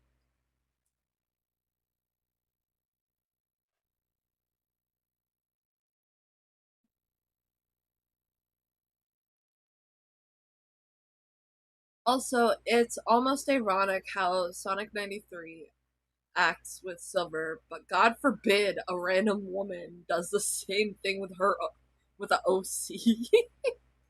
True. Is everything sounding familiar now? Oh, you're all waltzing so well. Now, Let's conga! Sonic 93 gets called out by Just the Robot and Alvin Gajinka and several other individuals within the DeviantArt commentary community. Sonic 93 takes down the video and issues an apology video and decides to move on from all of this drama and grow as a person. Because like all YouTubers, Sonic 93 deserves a fair chance to grow as an individual. Because at the end of the day, doesn't she deserve to have a little change? Oh wait, Sonic 93 took down that video? Well, this is awkward. Wow. I can't believe Sonic 93 invented going back on an apology. Ugh, she's so powerful. Her fucking mind. Oh, she uploaded a new video covering Melody Sugarplum again and stating that everyone was taking the drama out of context and that she was wrongfully accused. So that was the end of phase 1 and now we're going into phase 2 of the Sonic 93 drama. And now, a tale of two YouTubers, one starting off with a following of easily manipulated minors, one starting off with a whole lot less. Their love for YouTubing seemingly infinite. Sonic 93, no, I don't want to collab with you anymore. Then why don't you just leave? Bam, slam, doors shutting everywhere. Friendships being torn apart at the seams. Well, at least she can still collab with Dumbsbill. I'm going to backstab him in the future. Oh, hi, we're the White Knights, and we want to be best friends with you. We'll defend you no matter what. Sonic 93's channel's gotta blow. She uploaded a new video and it has too many dislikes. Oh, run! Gayness pulses through my veins. I'm alive. Commentary for one. Commentary for one. Commentary for one. How dare you make a video on me? Stonewall. Stonewall. My brain. Only inactive true friendship can save Sonic 93.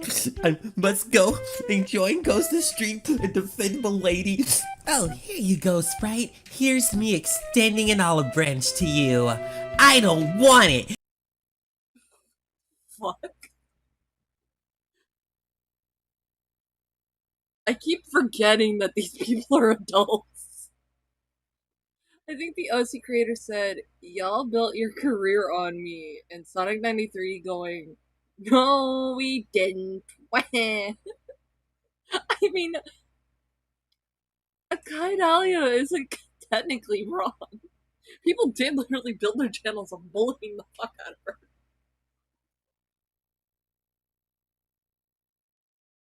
Guess what? I'm the bad guy! And Dumbsbill feels betrayed forever. And then he doesn't because he learns a valuable lesson that people sometimes aren't who you think they are. Oh, and Sonic 93 decides to delete her channel out of the blue. What does any of this have to do with you interrogating me? Oh, where were you on the night of March 19, 2020? I don't know, probably stealing your man, you floating snot rag. I'm not playing these games. I know it was you who ended Sonic 93's channel. And I know you're a Casper ripoff.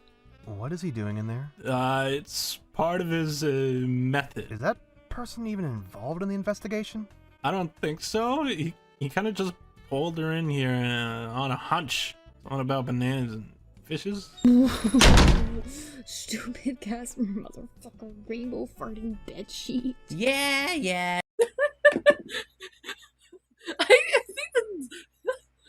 think what? Rainbow farting bedsheet. Who wrote your script, girl? That's just awful.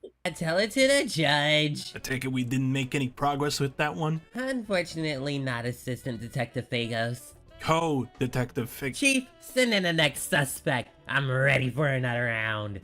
You got it. Hey, Fairball, I have one question and one question only. Was it you that ended her channel? I don't know who or what you're talking about. Don't play coy with me. You can't break me. Why are we being tortured? Who's White Coyote? Who's the bleached Coyote Lovely?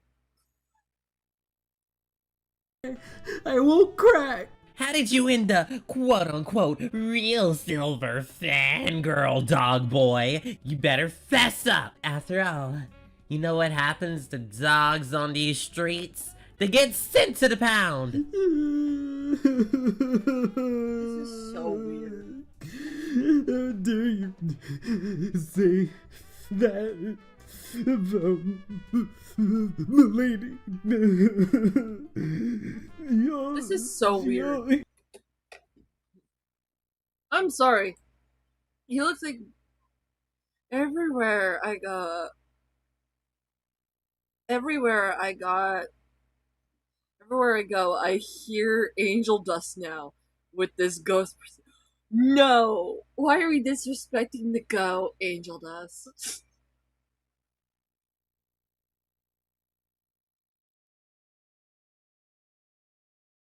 Like, they were so mad about her saying it too, and it's like, girl, what?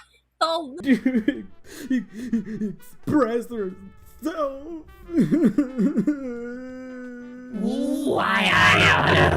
Ghosty, calm down. Remember what I said. Flies with honey. Hey, pal, listen. All we want to know is the whereabouts of Sonic 93, and if you had any recent interactions with her, okay? Can you do that for me? Oh, I don't talk to her anymore. Wait! Yeah, this time I'm actually trying to change for the better, and to do that I decided to distance myself from both Sonic 93 and the content that she's making. I know a lot of people may not believe me when I say this, especially due to my previous actions, but I really am trying this time. She flies with honey. You can't go around and start screaming at people. Perhaps I can be of assistance? Wait, who said that? Why, I did. oh my gosh. It's the bird. It's the bird. The video's acting is killing me. Not gonna lie. Gray, please no more. No, no. I'm learning. Also, I need something in the back. It's kind of like some people will have Subway Surfers on in the background while I'm doing like another thing. It's my it's the tism. It's the burb. The burb. Hang on. I think there was like a video.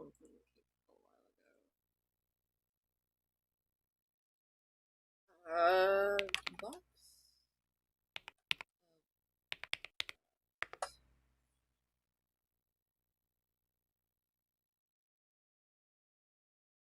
Huh, the channel's gone.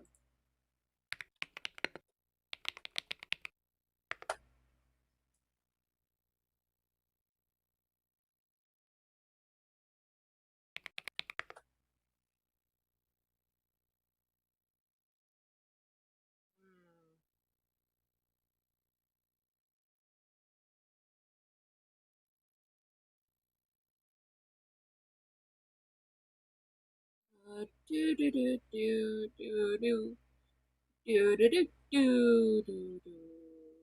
Where do I hear this?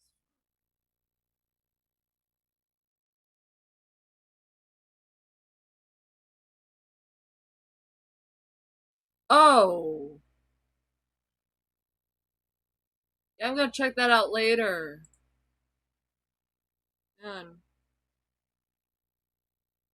We all have different.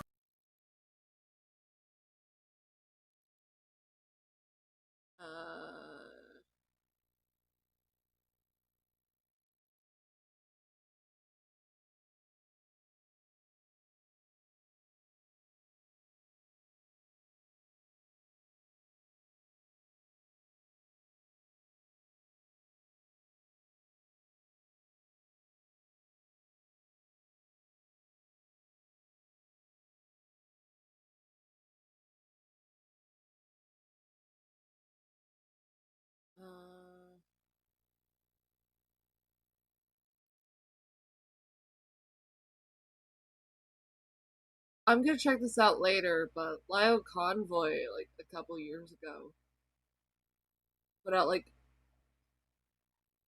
how long is this?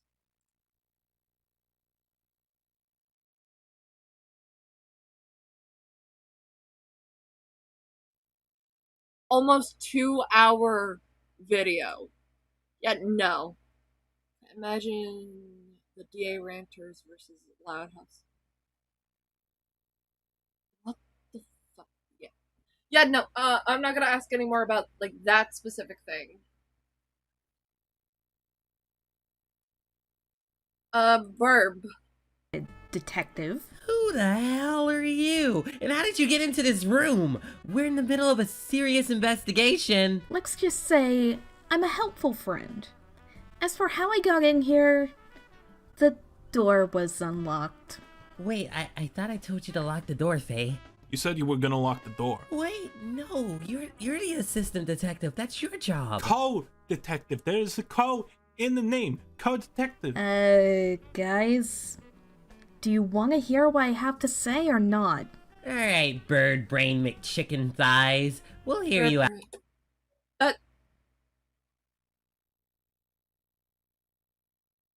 What even is that? We're brain McChicken. Who wrote your script? I have a problem with them now. Out, but just remember who's calling the shots here. The cops? No, us! Alright, whatever, you couple of Caspers. As I thought from the beginning, the relationship between Sonic 93 and Sprite was extremely toxic and one-sided. After a video by Spoctor, Sonic 93 tried to get Sprite riled up and angry, even though Sprite was willing to take the criticism given to him. As with any toxic friendship, no matter how much we push, they need to take off their own rose-colored lenses. We could have told him time and time again to cut ties with her because of the warning signs we had seen, but we ourselves only know those signs because we've been through it before and had to learn on our own. As sad as that may be, that's what had to happen with Sprite. I've spoken with Sprite directly, and he does in fact want to move on and continue with his life. After Sonic 93 belittled him for suggesting she opened up to people, and even more evidence started piling up against her, Sprite had enough and blocked her. He started to realize it wasn't going to end with his influence, so he pulled away for his best interest. Nowadays, Sprite is much happier. He's starting to improve his art.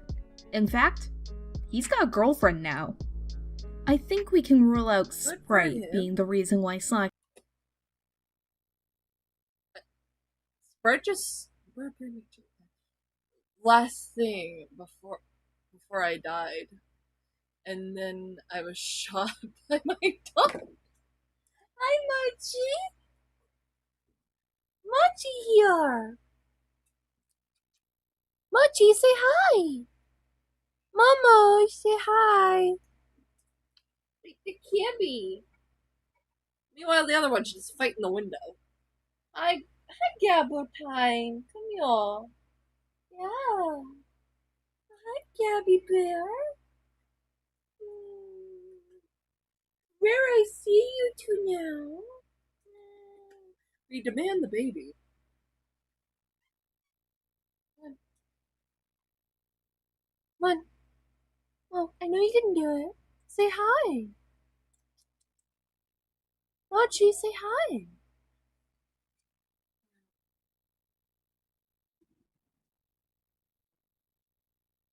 Mochi, say hi. I gotta get the mic close.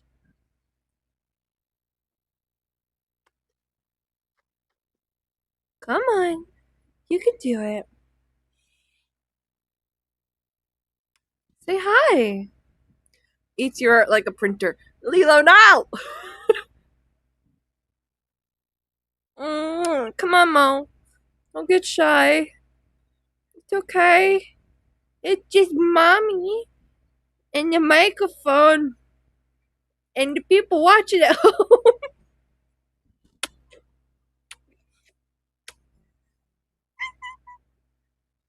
Did it catch that? Did it catch it? Ah, crap. I'm so sorry. Did everybody hear her little squeak? Yeah, she's my squeaker. But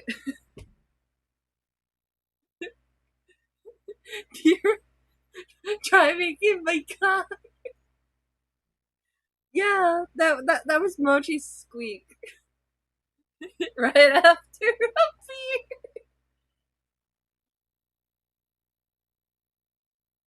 93's channel is dead. He's turning over a new leaf, and he seems to be on the right path. I can only hope that now he'll see the warning signs before he gets in too deep.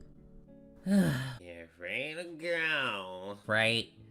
Thank you, Detective. Now, if you don't mind, I have more pressing matters to attend to. I'll see you all on the flip side. What? Are you okay? What? I feel like we're getting nowhere with this case. So we're not gonna question how she just vanished? It's almost like we're questioning the wrong people. She literally vanished into a corner of the room. I thought only we could do. Chief, send in the next person. Huh? Where are you on the night of Sonic 93's channel death? I was getting ice cream with my dog. Playing Splatoon? Getting my piss sucked. Don't ask questions you don't want answers to. Would you quit calling me broom lady? Yo, I'm just a kid, man. I don't even know what I'm doing here. It's no use! Wait, what?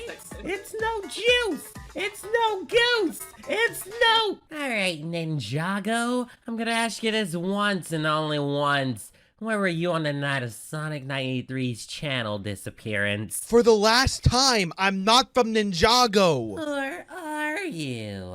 But that's not the point, Playmobil boy. Racist! Look, I don't got time to play these games, Block Boy. Now, we can do this the easy way, or we can do this the hard way. Your choice. Okay, fine, I'll talk. Jeez, it's like a Nostalgia Critic crossover in here. What up, y'all? It's your boy Dumsy, Dumsville out here. What is up? Thanks to my boy Ghosty for allowing me to speak in this video. I have a bit to say, and hopefully I can give out some final thoughts. It's like the Avengers assembling. If the Avengers were just... Why is a child there? I don't know. Hey, that bum be shaped like a deer. DUI, but how about you die me as a Ninjago fan, dying inside from the comet. Same. I was also a Ninjago fan. And not repeat too much of what I said in my own video. Sonic 93 drama, her deleting her channel, what I learned, etc. So firstly, for those who haven't seen my Let's Talk About Sonic 93 video, I was obviously very emotionally distraught by it. You could tell, for those who watched the video, I was not in a good place when I recorded it. So obviously, right there, it really affected me in the negative sense, where someone who I looked up to and really cared about just didn't really care about me at all. But, you know, I've also been learning that in these situations, if I keep saying to myself, oh, I feel bad that this happened, I wish this went differently, I'm so hurt by it, I'm never going to be able to learn from it. I'm never going to be able to realize, hey, what can I do better? And what did I gain from it, you know? So at this point, I kind of had my my opportunity to be sad about it, my opportunity to kind of be more emotional about it. But now that it's happened, I'm looking back on it, and I really feel like I learned a lot, and it was actually kind of something that I think in the future I'll probably be benefited by. And by that, I mean, I learned a lot from it. I learned a lot about friendships. I learned a lot about YouTube drama, what I should and shouldn't do. A lot of things I learned from this drama. And while the pain of someone who you look up to betraying you and making a video on you and all that, while that'll probably affect me negatively for years to come, and I obviously won't look back on it fondly or anything, I think that a lot of the things I learned from this... Also, Sonic 93...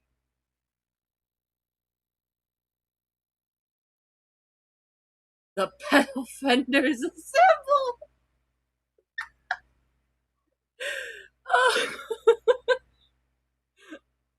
Dumbsville we don't know that much about. But the fact that, like, a lot of other people were just freaks is just odd. Also, Sonic 93 herself is a minor from shipped. Wait, she shipped herself with Raphael? one, hypocrite. Two, that's kind of fucking weird. Like, was it one of those like platonic family ships, where she's like, yeah, I really like you, but like as a brother, not in the weird incesty way though. Or was it like a romantic relationship? Yeah, she had drawn a pic. Also, autocorrect. Can you not? I'm really happy I learned and I had the opportunity to really learn from this. And one of the big things I learned, and in my opinion the biggest, is who your real friends are. You know, who is and isn't someone you should be around. I think that one of the hardest things is determining who is and isn't your real friend. And one thing I've learned is that if you are becoming someone else, or if someone is forcing you to become someone else for their own personal sake, and they're not letting you be yourself, you shouldn't be around that person. You shouldn't fuck with them. If they're not fucking with who you are, then you shouldn't fuck with them. I've learned this from one or two friendships in the past that were happening close to the same time that the whole Ruth thing was, I guess, beginning to happen. And by that I mean way back when I made that first video on her. That was really eerily close to what was happening between me and Ruth. As well as other people Ruth was controlling, you know? These were people who, no matter what I did, you know, no matter what I was doing, if I did one thing, and this wasn't even like a bad thing, it was more like just me, just for example, being an introvert and not wanting to hang out. If I did that, they get mad at me, you know? And it's just, it's ridiculous. And that would happen between other people and Ruth, you know? To me, if someone is doing that and they're not allowing you to have your own space, not allowing you to be your own person, and are forcing you to hang out with them or something, and or fit to their expectations. Yeah, that's a controlling person. The person he's describing. No, Raph was. That's weird. That's fucking weird. Why are you making the sad face? Why are you making the sad face, Cookin'? When you don't meet that expectation, you are essentially cut out of their lives. That's toxic to me. That is definitely toxic. No. That is toxic. Let's not mince words. That is toxic.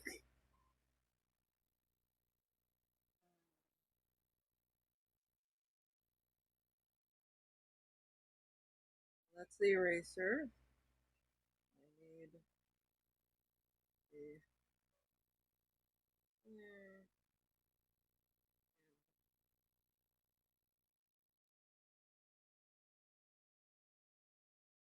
here. That is somebody you shouldn't be around. That is somebody you should cut off almost immediately. And it's hard to cut that off because when you are in a friendship, I don't know about you guys, but I really value that. It is really hard to cut that person off, but I think it's better if you do sooner than later, because if you don't, you're going to just be controlled by them more and more and more until eventually everything crashes, you know. And it's also like an abusive thing to do to someone. Ugh, it might be lost me. Was it a sneeze or a cough? It was a sneeze, but I'm ready for war.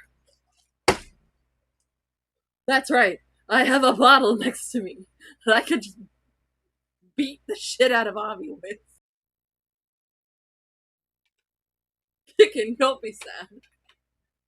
Be happy, because Avi's gonna have shit beaten out of him if he enters my home. I also have, like, access to hairspray and a lighter. So don't worry. In the end, as painful and as anxiety-ridden as this whole drama was, I'm glad I learned about that. I'm really glad I got to learn about that and apply that to the to my own future. So while it has affected me negatively, I think it also impacted me positively to where I can learn from it, and hopefully you guys learn from that too. Learn from the things I went through, and that's my advice to you guys. If someone is controlling you, if someone is forcing you to be someone else, don't be the person they want you to be. Be your own person.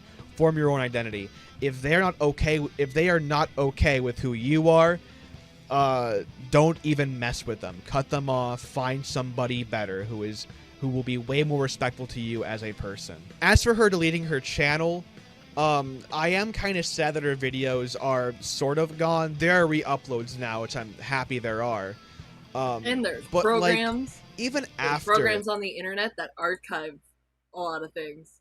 Check her wiki though. There's some screenshots. There is.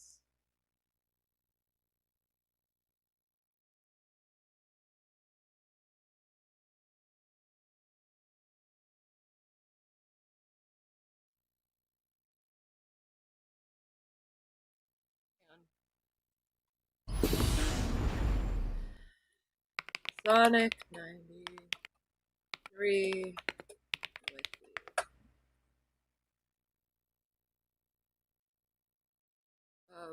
Wikitubia.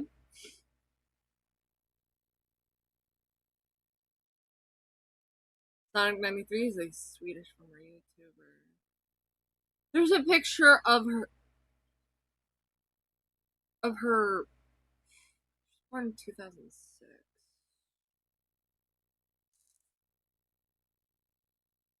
So that would be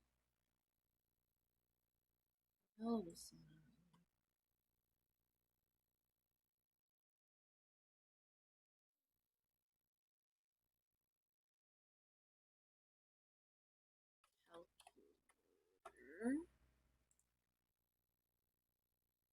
I'm just gonna calculate something real quick.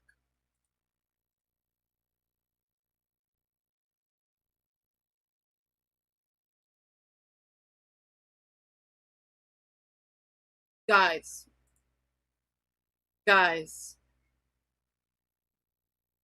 She was 14.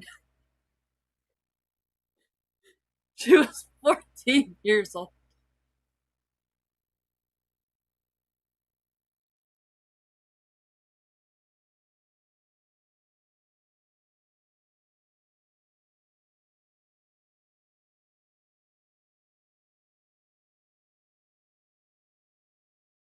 Okay, pictures.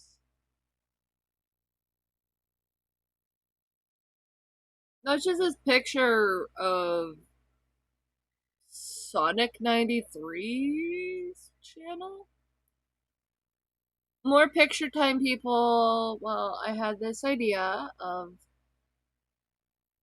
one of the. Yeah, it's like a mini silver plushie. She was 14.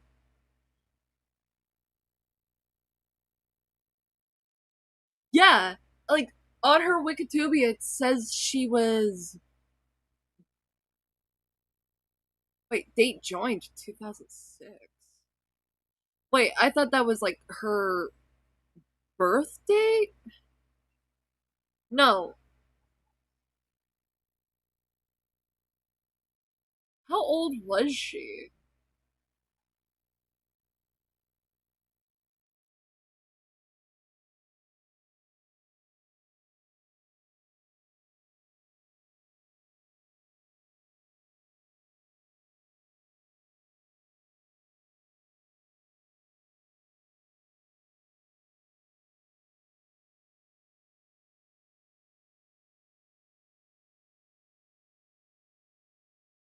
Yeah, no.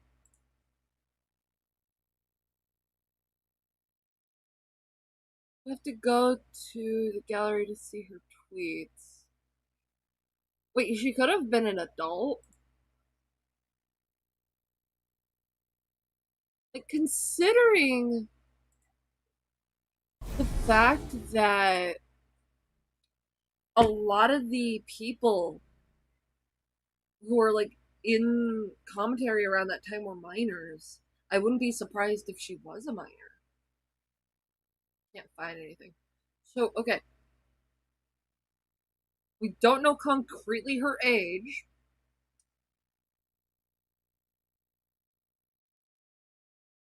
By the way, I did not see that Raphael picture in the Wikitubia gallery. All the shit my between bad, me my and bad. her, Saying she was 14. even after her videos aging, because they really did not age too well at all. They're kind of dog shit now. And even after the fact that I'm currently on good terms with Jane, even after all this time, those old videos really kind of, I have a fond memory of them. They influenced my own content. I looked at them specifically when thinking about, okay, what can I do differently? What can I improve on, you know? I looked at them to think about, hey, what can I do better and worse? So it is bittersweet that those old videos are just relegated to mirrors and re-uploads. But at the same time, I'm kind of glad that she can't really hurt anyone anymore. She did take the coward's way out. There are a numerous amount of ways she could have handled this better from the beginning. But at this point, I don't think at the point when she deleted it, there was really no other way for her to, I guess, fix the drama. Because if she were to apologize after her video on Alduin and I, people would have still said, you're bullshitting. You know, boy who cried wolf situation. But, you know, I'm just glad that she can't really hurt anyone anymore. And hopefully she takes this time to improve herself. Part of me hopes she doesn't come back because of all the things she's said and done. But obviously, the positive part of me, in an ideal future, I hope that she finds a way to, I guess, redeem herself on her own terms. But even if she does, even if she says she's changed and if she's truly sorry about everything, it'll be a massive uphill battle for her to gain all of our trust back at this point. Because really, she broke everyone's trust. Nobody is really willing to give her another chance because people have already given her a second chance a year ago. And at this point, it's just best to say good riddance and goodbye. Thanks to Ghosty for letting me on here. I hope that all made sense. And I hope you all have a wonderful day. Stay safe. Wash your hands. Dunsville, you're free to go. Ghosty, we've been at it. Oh wait, I'm not old in this. Ghosty, we've been at this for 3 months. At this point, no one really cares about Sonic 93 or channel ending. They're all talking about Corona and mukbang drama. Au contraire, fake ghost. I did it. Did what? I cracked the case. Say what? You've been looking at this too hard, Faye. What? Looking over the facts, interviewing people over and over, when the fact was we're not looking at the big picture. The person behind Sonic 93's demise is the very first person on the scene of the crime. Or should I say, persons. We already interviewed many. Oh, dear sweet porcelain Fagos. Not many, but junky and harsh. What? They're stupid. They have zero involvement in this. They're the police force, for crying out loud. Ghost, I think you're taking this whole detective roleplay a little too seriously. Dude. Just like the roleplay with those maggots. But yeah, the reason said and her tweets were interesting.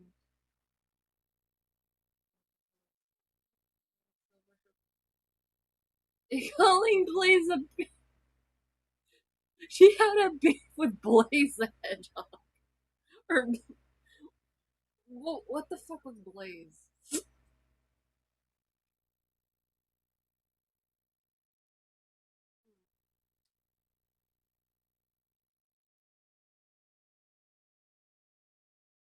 Hi Mason. We're looking at this old video.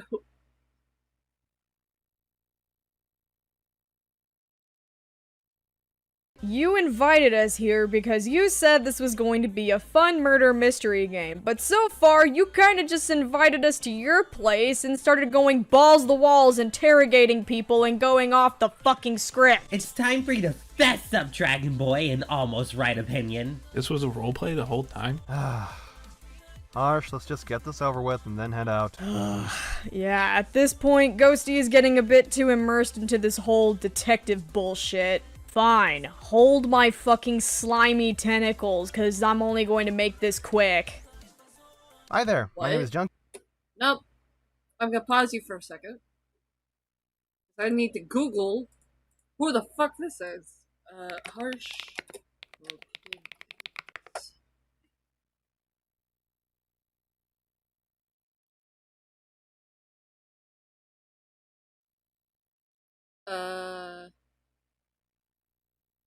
Oh!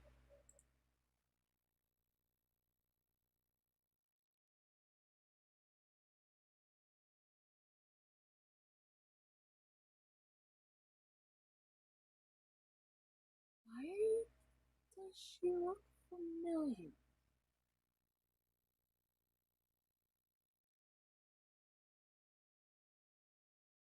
Why the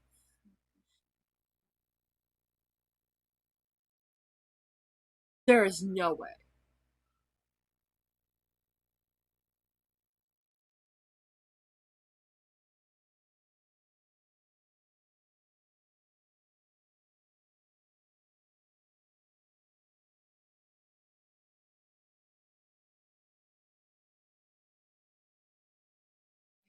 I think I know who this is.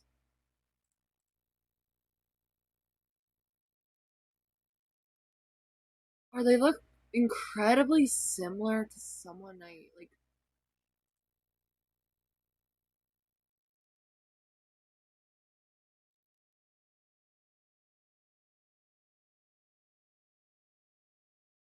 Hang on.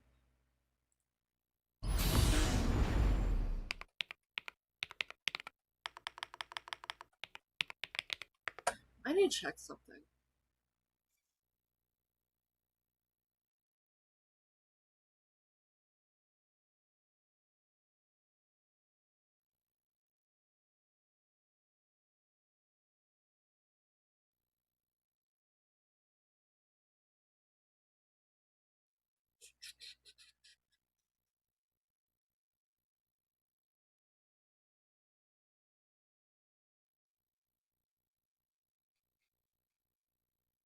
Thanks.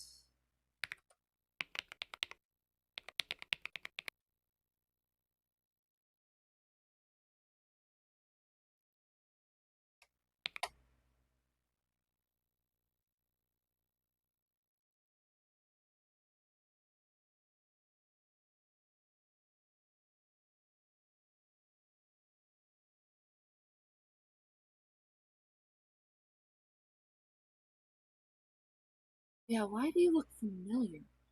There's no way you could be this person. There's no way.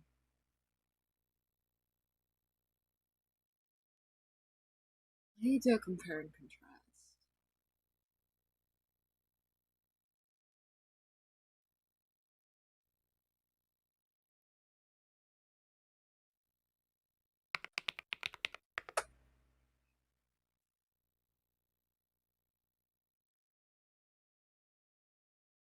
There is no way. There is no way. Where is one of your souls?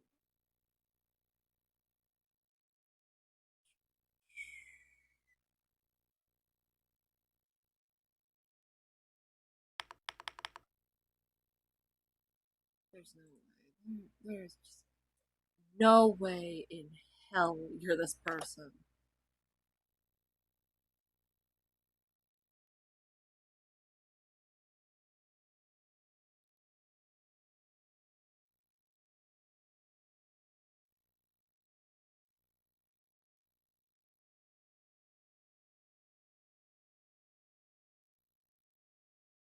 Let me see what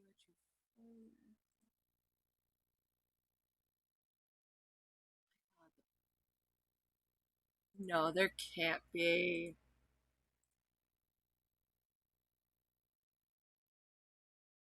No, no. I think this is the same person. I'm not gonna say where they are. I'm pretty sure that they want nothing to do with this. And I don't blame them. Oh, holy shit. That kind of threw me for a loop. I'm like, why does this person look familiar?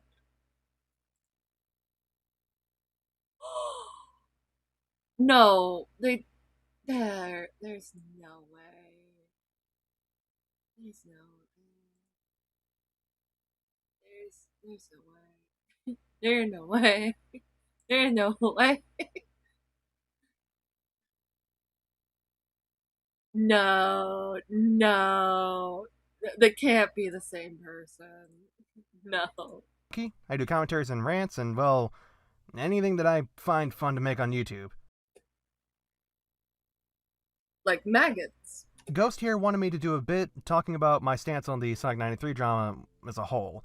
And quite honestly, I was just confused with how she responded to it all. In my upcoming video that I'm making about her, I point out how we were all really confused and how she just kept adding more fuel to the fire. How it just made it worse for her in the end, and yet she just blamed other people for her wrongdoings. Not to mention the amount of times she'd just try and attempt to throw Amy Chan under the bus throughout everything. It just never made sense why she just pulled a stunt and expect people to not call them out. I honestly don't have much to say other than just, what the fuck, Ruth? Hey, what's up, you fucking degenerates? It's me, Harsh Opinions, that one bitch who literally made a fucking.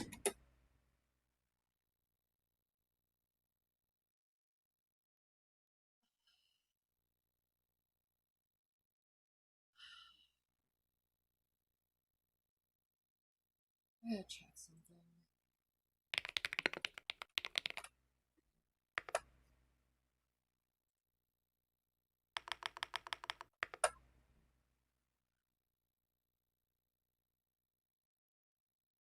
What I'm going to do is I'm going to mute my desktop audio.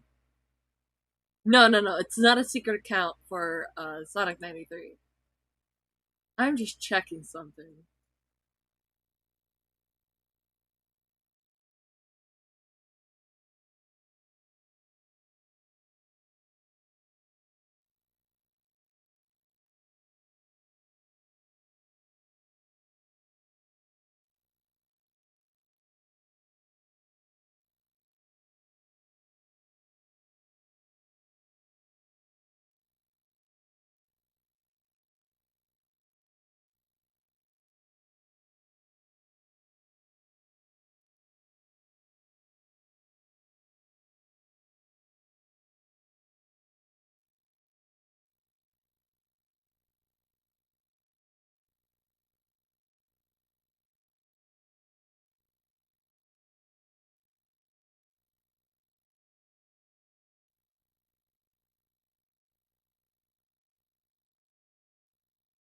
I think this is the same person.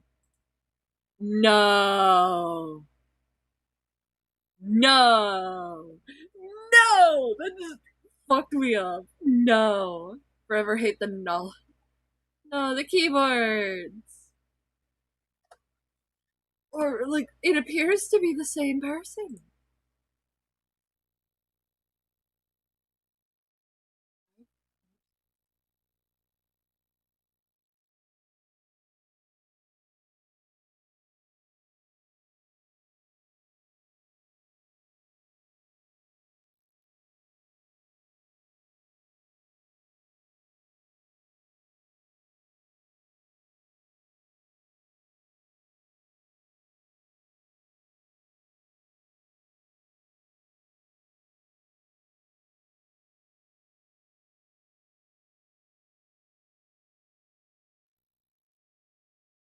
I'm looking at stuff.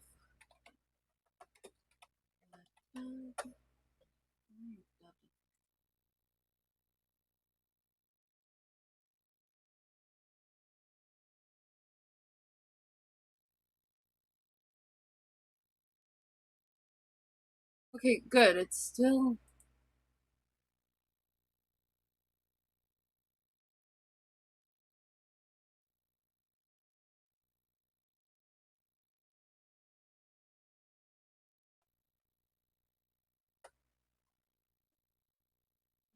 There's no way.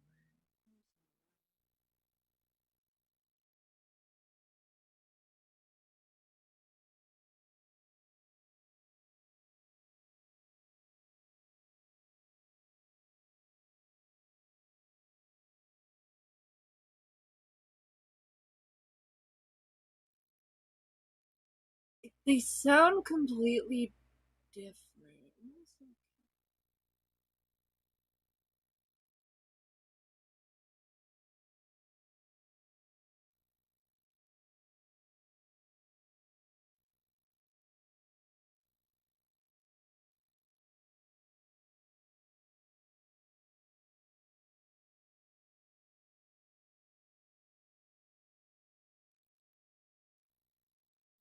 Okay, I can't seem to get a good one of, like, their normal speaking voice. But yeah, that's kind of fucking scary.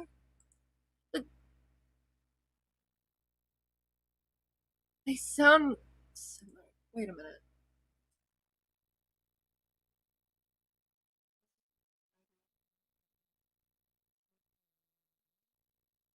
What is the...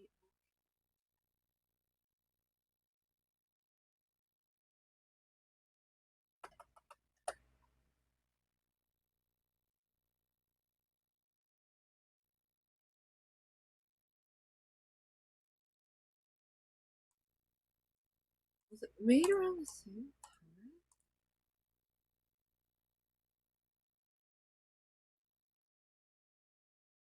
This video.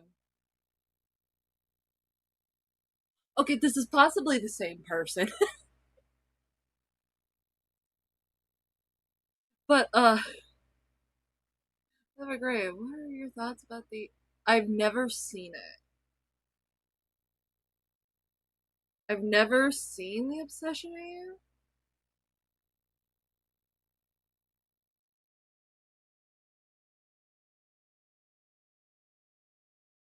Like, at all. But it's... I think it's safe. Wait a minute. I think this is the same person. I'm not gonna say, like, if it is the same person or not. Just take my word for it that I think I know where they went. Commentary about Seto Kaiba, and I'm here to give a bit of my perspective of this whole drama. Now, I'm not really going to comment much about this for the sake of time and because I just want to move on from this whole thing. Honestly, I didn't think that this drama would turn out the way it did, and it just continues to be a question on my mind about making my commentary on her apology video and if it was the right thing to do. I made the video because originally there were just some things about her apology that didn't really seem right. One of which was the fact that she didn't seem to understand what exactly she was apologizing for, and she didn't really understand what she did wrong. And at the time, I was pretty much starting out with my channel and didn't really think that my video was going to cause some major impact on the situation. I was pretty much a really tiny channel that just wanted to say my 2 cents and expected to be ignored altogether. Looking back at that video and what's happening currently, it's kind of obvious now that, yeah, Sonic93 didn't really understand what she did wrong. And the reason why I say that is because she went ahead and reignited this drama for the sake of closure when there was no reason for this drama to be brought up again.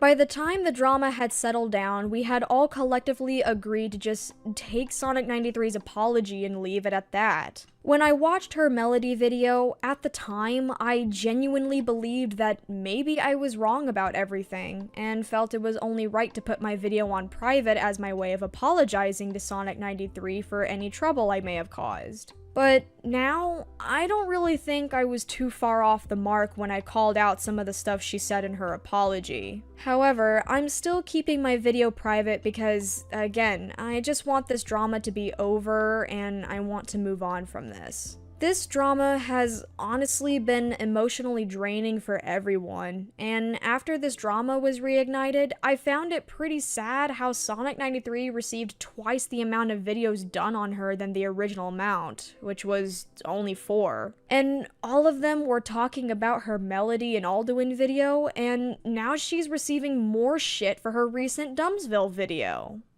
Oh. Hang on. I got messages, so this is going to be a little longer when I unpause it. There isn't really much else to say, but if there's one thing I'd like to say to Sonic93, it would be this. Sonic93, there were multiple people who tried to help you, who tried to get your perspective on the matter, and yet you refused help from any of them. The fact that you are aware that you started this, despite constantly blaming Alduin and Dumbsville as being the reasons for why this whole ordeal even happened, is just really upsetting. Especially since I'm seeing you push that narrative despite you clearly knowing that isn't true. What upsets me even more is the fact that you seem to only acknowledge people who solely agree with you and not take any actual criticism from anyone else outside that bubble. What I find to be the most upsetting part in all of this is the fact that all of this was over a fictional hedgehog. You know, an imaginary concept that is just scribbles and lines on paper. You push everyone who ever looked up to you or even remotely cared about you away because you were offended over people talking about a fictional character. And the fact that you are not aware of how stupid this is just makes me angrier. Now, listen, I know that Melody wasn't entirely right in this situation. In fact, there's a part of me that agrees with you that, yeah, if you have more negative things to say about a character than any positives, then it is a bit of a stretch to be called a fan at that point. However, no matter how you look at this, Melody is still a fan, and there's a huge difference between putting up opinions to start a discussion and straight up belittling others and shoving your ideals of what a fangirl is down someone's throat just because they said things you didn't like about your favorite character.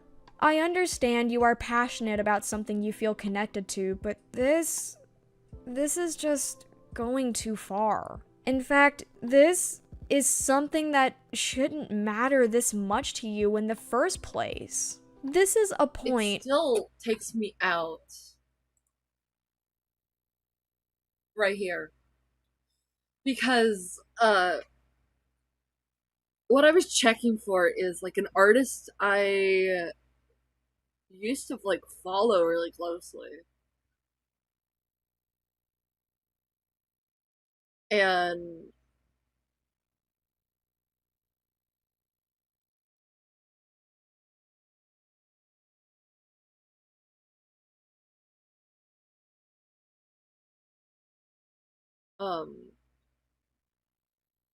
like, really closely. Like, to the point I have, like, some of their old art as references.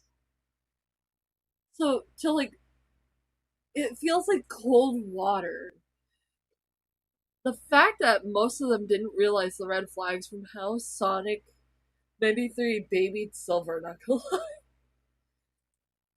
Yeah, that's where it's time for you to stop and ask yourself whether or not you are just obsessing to the point where it's becoming incredibly unhealthy and concerning. With all that's been happening with you as of recently, it's sounding to me like you are putting a fictional character above real people who want to be your friend, who want to help you, or are just all around wanting to listen to all sides of the story. Sonic93, I genuinely want you to succeed. And the best way to do that is to actually start listening to people and understand why they feel this way. If you want people to listen to you and understand why you feel a certain way, then you are going to have to open your mind to the possibility that they might feel the same way you do in this situation. It takes two to tango, hun, especially when it comes to emotionally connecting with other people. You making videos that are meant for venting purposes and trying to defend yourself of the drama isn't going to help you achieve that.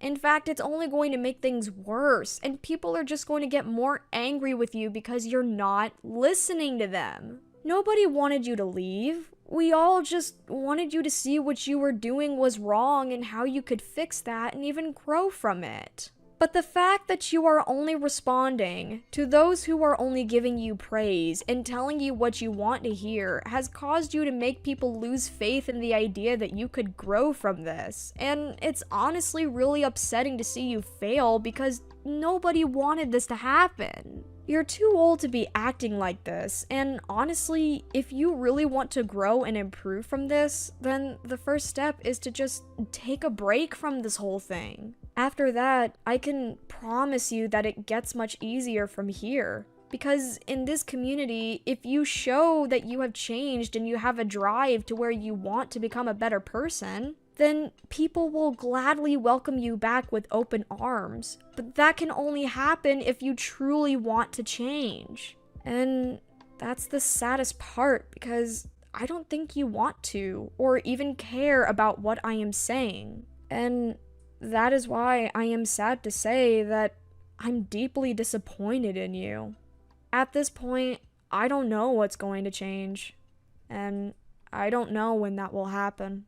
I give up. Why, Ghosty? Why? Why do you give up? Why? Come on, why do you give up? I assumed that I was heading in the right direction, but I really don't know anymore.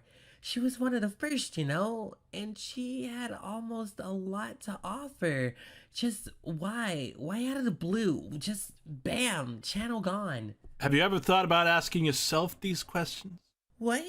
I mean, you're a content creator, right? Have you ever thought about asking yourself these questions? I never thought about it like that. So, Ghost EXE, where were you on the night of the Sonic 93's channel disappearance? The Sonic 93 drama has to be one of the strangest yet interesting dramas to ever grace the DeviantArt ranting / commentary community. I think what makes the Sonic 93 drama the way it is how it was resolved. Sonic 93 herself didn't really accept any of the constructive criticism thrown her way. She didn't issue an apology or a statement acknowledging her mistakes in her videos. Heck, she didn't even make a video addressing any of it. This is kind of something that is rare within our little section of YouTube. In fact, we haven't seen somebody yeet like this since the whole Stories and Pentagram debacle. However, one has to take into account that both of these users tried to accuse Lizardman of being a pedophile, and having their evidence and statements being debunked by Octomama and Pizza Guy vanished into the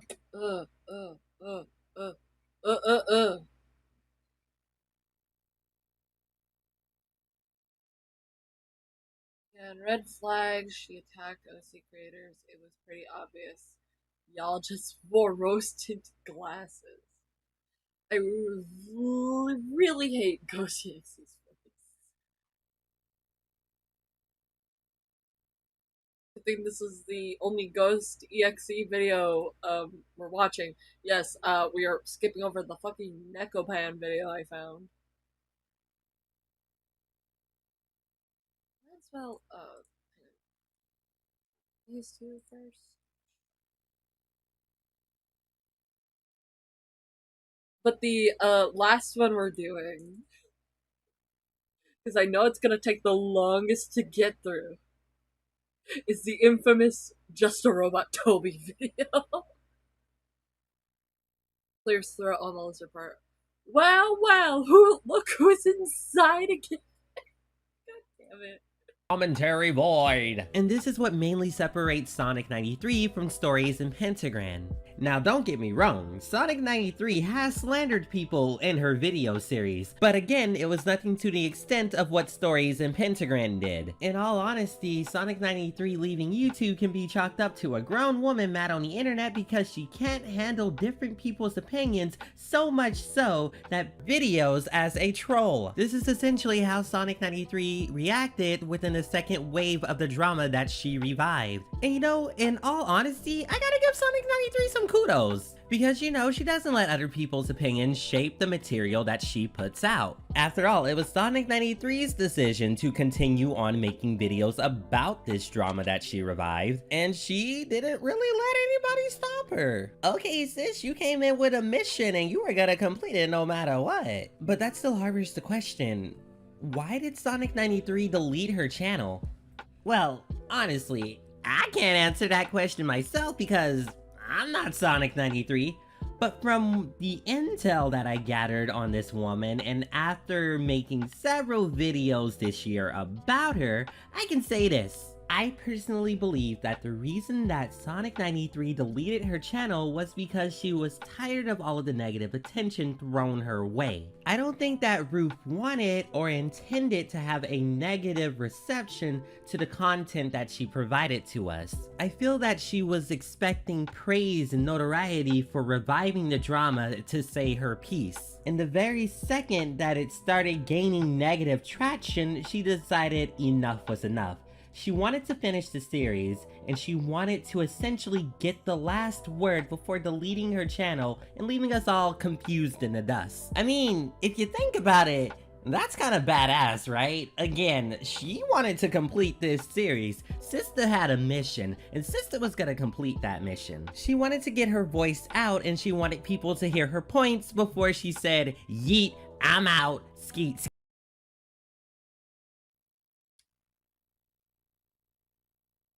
The beast of the of the East. Me, who has no idea who Toby is. Also, some lighter notes for Sanity. Oh, that's a rewrite version because screw Ken Benders. I've heard horror stories about the man. I've seen some of his art, unfortunately, and oh my god, you can't. What? I am the beast of the East. Tree cracked butter bread.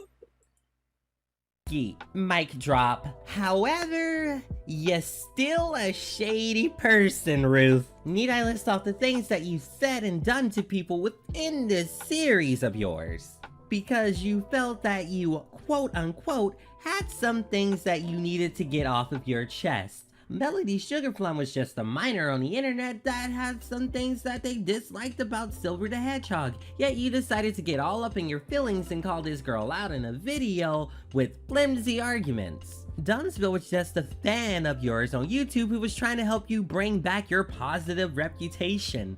And yet you decided to backstab him and call him out on a video that he made on you before he extended an olive branch to you and praised your content afterwards. Both Minnie and Draco were both people who white knighted for you, yet you literally went off on them for no good valid reason. And let's not forget about Amy Chan, who literally had nothing to do with this entire series, yet you felt the need to throw her under the bus because she wasn't there for you to white knight for ya. Yes, Amy Chan, you need to stop living your life to live for Sonic 93. Man, it's really kind of sad when you think about the fact that Sonic 93 is kind of alone at this point. Like, she literally pushed away all of the people who white knighted for her. Well, except for Dan Stein, but we don't talk about garbage here. But yeah, she pushed away all of the people who white knighted for her, and even close people within her friend group. You know stuff is real when Super Sprite 65 allegedly doesn't mess with her anymore. And it's not like she really has any fans left because, well, her channel's gone. And I think the only way anyone can really reach out to her is if they have her Discord information. But even that may be difficult to do due to her time zone.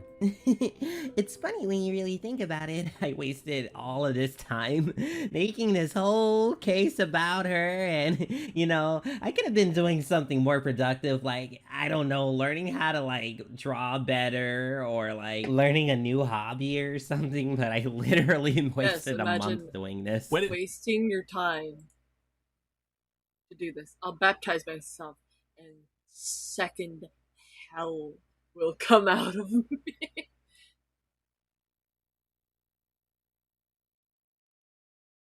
What the fuck?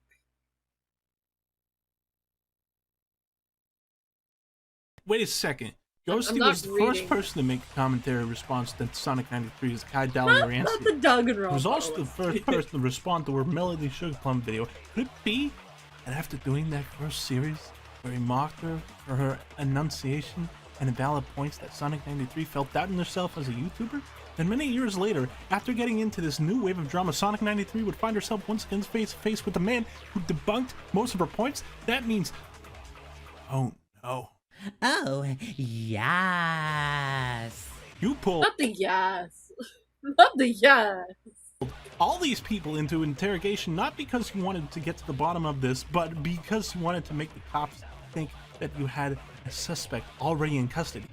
That's why we've been in here for nearly 4 months, because you don't have a case. You're merely just buying time, so when everyone has their guard down, you can cover your tracks. Sonic 93 wasn't the one at fault for her ending her own channel. It was you. Ghost EXE. Oh, wait. It's my fault? Oh, well, I don't know what to say. Take him away, boys. Make sure he gets put in the vacuum cleaner. Ghosts are very good at phasing through stuff, but vacuum cleaners, they are our #1 weakness. Wow, Detective Ghost, you're really good at this detective thing. I really underestimated you all of these Why does this feel weird now? years. I was the last person I suspected, but I was looking for me the whole time. It's the perfect crime. Yeah. Tell that shit to the fucking judge, you fucking sperm cell looking ass. Thank you, Detective. As for you, former Detective Ghost DXE, you're not going to be haunting anyone for a long, long time.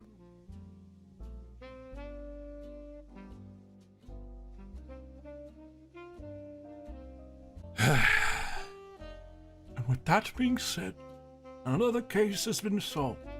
Who would have thought that the main character in all of this would have turned out to be the bad guy all along?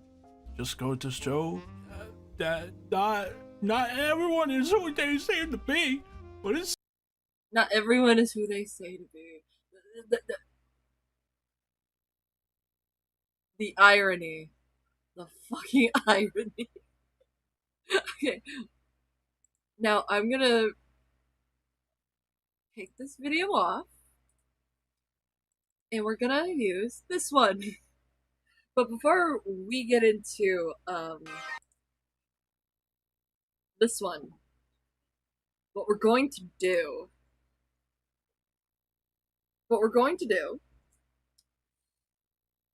is we're gonna go on BRB. I'm gonna grab myself something to eat, do things I need to do, and I will see you in a few moments.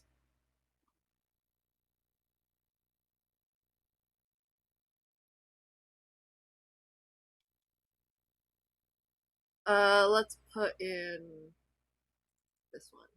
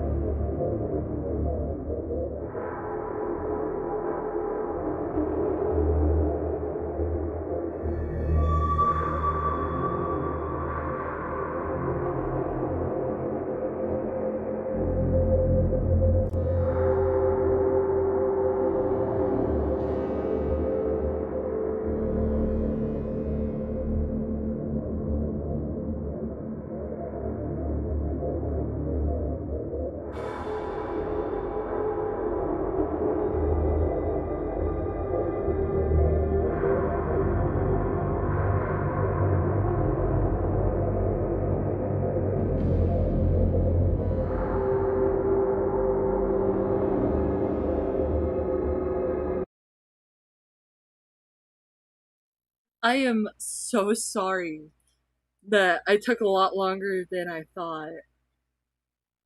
Um, I was making some food for myself and like figuring out the trash, and then I had to dig through the freezer for some ground beef.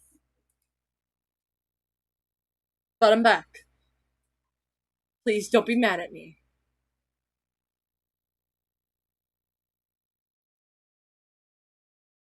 Please don't be mad at me. How about this? How about this? Instead of you being mad at me, I give Gabby treats. Okay? I'm gonna give Gabberstein treats. Gabby! Gabby mamas! You want a treat? I left people here for longer than 10 minutes. Let me get this jar video paused. There we go. How dare you? The song? Yes, I'm gonna do the treat song. I know! You ready for the treats? Yeah? Let me get a couple treats in my hands, and it's time to give the kiddies a very special treat. It's time to give the kiddies a treat on the Abyssal Gray stream tonight. Here you go, Gabberstein. You get double tweets. Yeah, you get double tweets.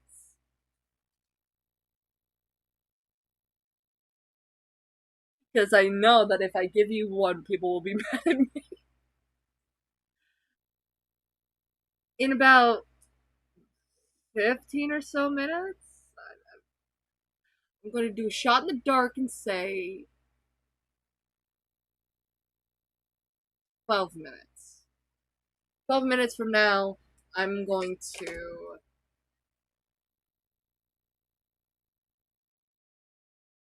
let me put on a timer at least.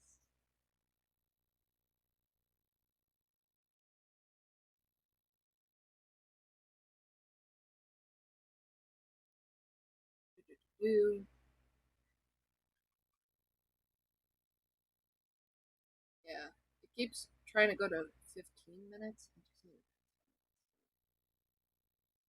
Okay. This is an old video that I actually saw when it came out. It was garbage.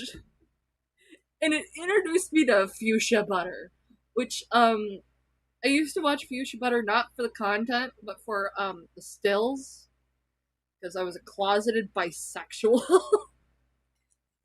who got very distracted by the stills. And I would just like rewind the video still. I was like, oh, I was in high school. I'm like, if I don't, like, I was like very closeted and in denial about my bisexuality.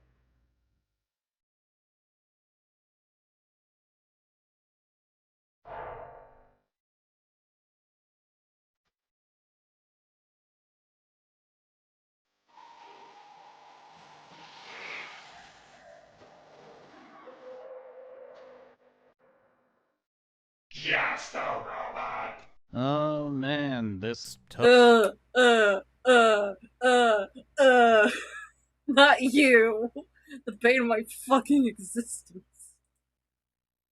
Toby drama is just too much. I ought to stay out of this and talk about something else. Today's special guest is the only robot that is in the commentary community. Oh no. He have stopped fights on Discord about Dragon Ball.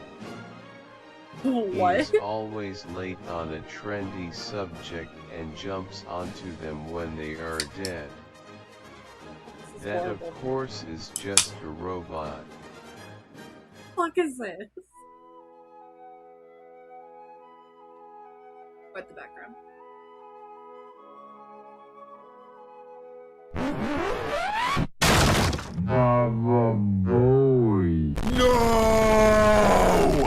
I'm not letting you quit on Harsh and Nani.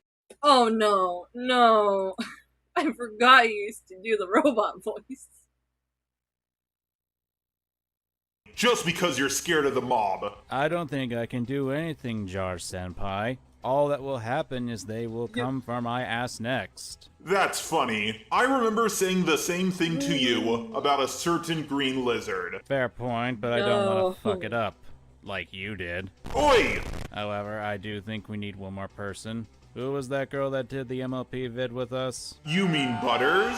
I already hit her up to jump in. Just okay, before you see it,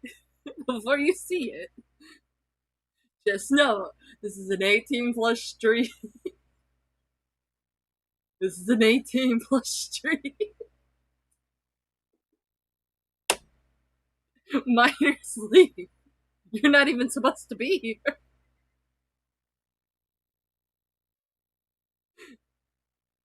Long barrel in the mouth, please. Oh wait, you're gonna be really yearning for Bubba.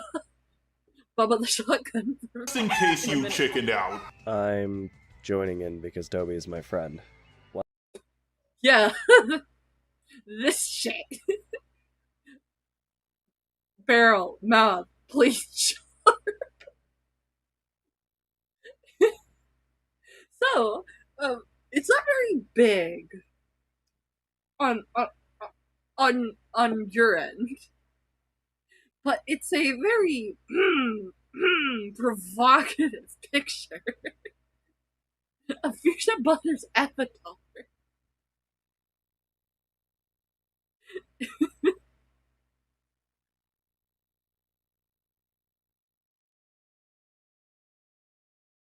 Oh my god. There was a problem with me. There was a problem with me back then. Why are you guys doing any of this? Because Why can you see? Okay, I know you can't see it on, like, my end. Or, like, on your end. But why? She's got, like, the back of her ass out.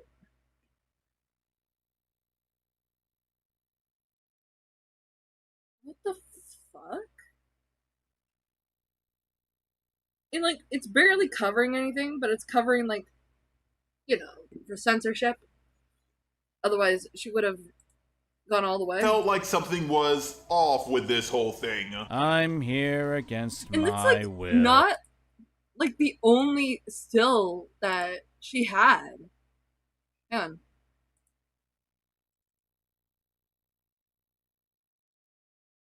She was giving signs way back then. Yeah, and just everyone didn't clock it.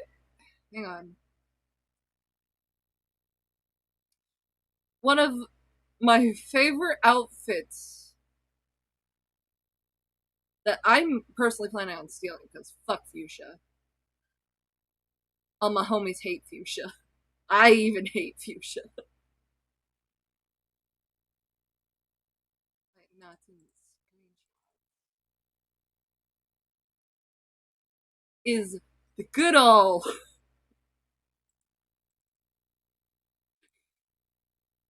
is the patriotic bikini.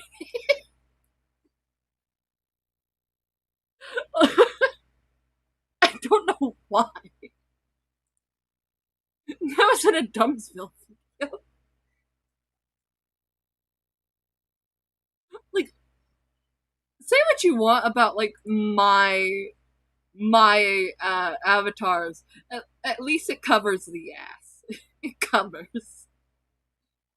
Cleavage is not, like, a bad thing. Like, here. It's, like, barely covering, but it's still covering.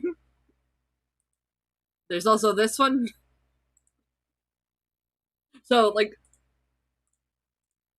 yeah. Why do freaks get good art? Because they get money. They make money. Oh, hooray! Is this even worth making a video about? Oh wait! Oh, this gets so much worse. There's spooky music in the background. I think this was a Halloween release. Was it? Get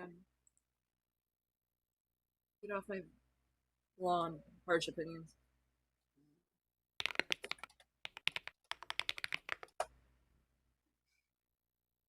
I need to look up the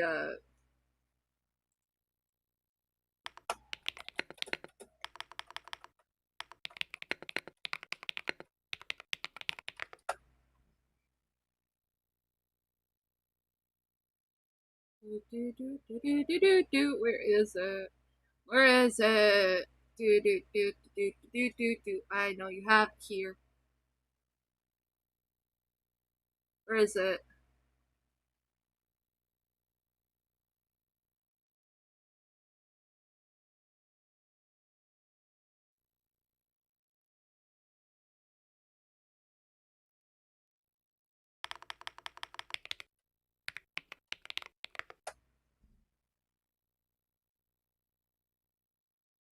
Here it is. No, it's so much worse. Hang on. What?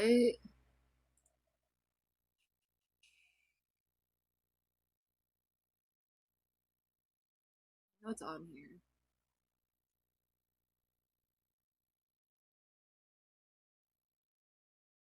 And Toby, and to be And original upload date November 4th, 2020.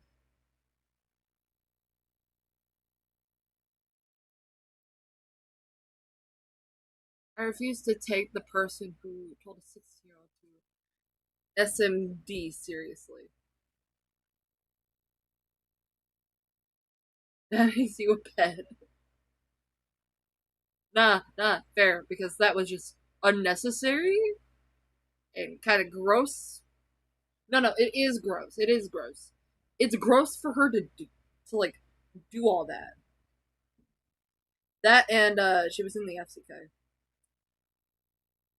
Anyone genuinely wondering. But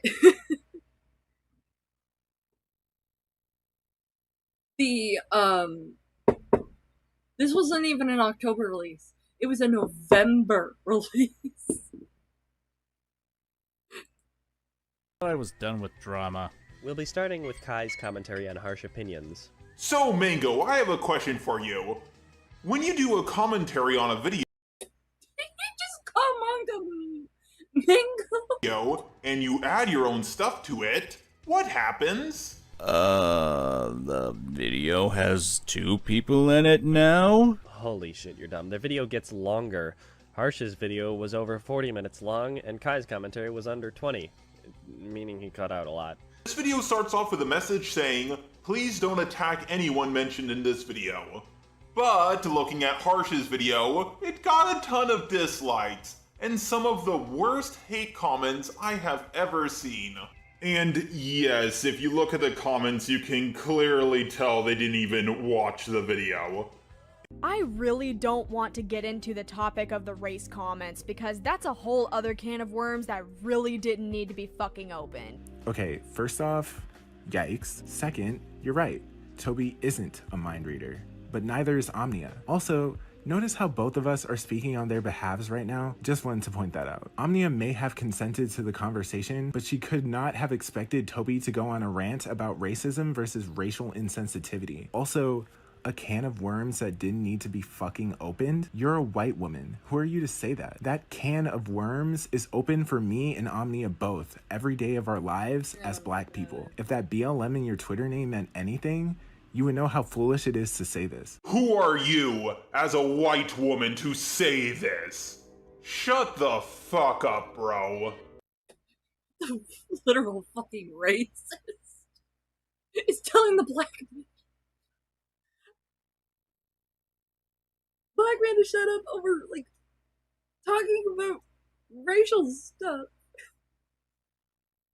Oh, I need to... That is actually racist. A black man can say what he wants, just like a white girl. Also, she isn't white, she's mixed. She even said, I don't want to get into the topic of the race comments. So as a quote-unquote white woman, she doesn't want to get into it. You can never appease these victim cults. You get into something, they're offended. You don't want to get into something, they're still offended. People in Harsh's comments are attacking her for the can of worms comment, demanding that she apologizes to Kai. They're acting like it's the worst thing to say to a black person. Who are you as a man to tell a woman what she can and cannot say? See, I can do it too. So let's get this out of the gate. I didn't know who Toby was before this whole debacle went down. I'm probably sure I'm gonna get chewed out or be told that I'm some kind of boomer for sticking my nose in this situation. But guess what? When a good number of videos are put out on the net, it makes it public game. That's kind of the point. When someone makes a video online, you're allowed to have an opinion on the situation. Just because people keep saying, oh, you cannot enter this because it doesn't concern you, the fact that you made it public makes it fair game to talk about. That's something that people seem to not understand. Should we not have talked about things when Slazo got accused of bad things with his girlfriend? Should we not have talked about Spoctor when he got accused? Note that my examples are only used to say that we are allowed to talk about these sorts of issues. Sorry, I am getting ahead of myself. Before we begin, I'm going to say this. Opinions expressed by Manga and Jar about Toby do not reflect No, my no, no, own. no, no, not Fuchsia, not Fuchsia. Kai and Omnia are black. And apparently Toby is mixed race?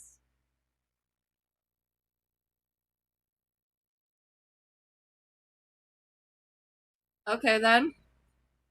That doesn't change the fact that what she said could be racist.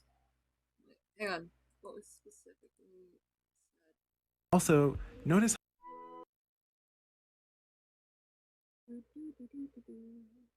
Gets longer.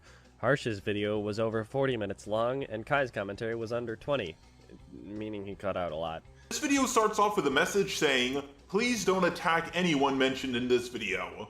But looking at Harsh's video, it got a ton of dislikes, and some of the worst hate comments I have ever seen. And yes, if you look at the comments, you can clearly tell they didn't even watch the video.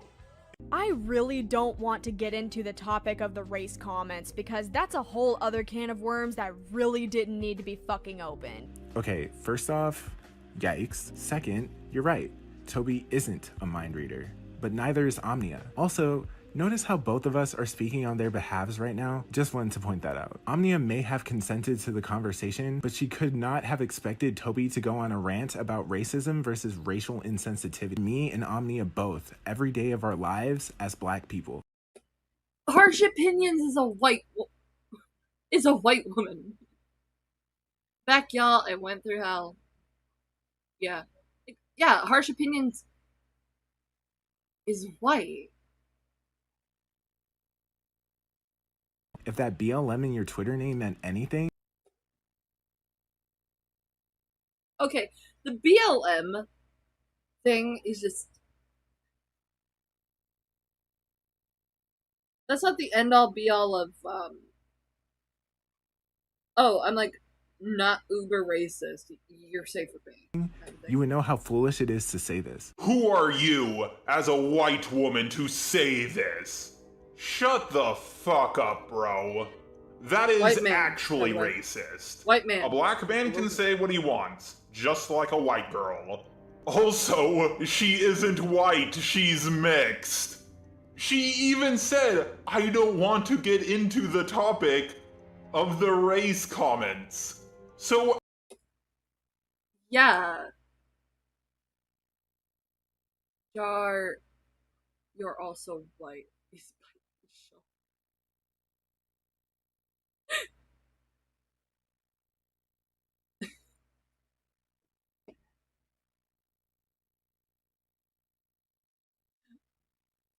No, I've seen like a picture of Jar. And I've like heard a lot about Jar. I've seen Jar's face. Jar's not biracial. He pretended to be a black man. want to go back to what I never did. I think it would have made this, like, less painful. As a quote-unquote white woman, she doesn't want to get into it. You can never appease these victim cults. You get into something, they're offended. You don't want to get into something, they're still offended.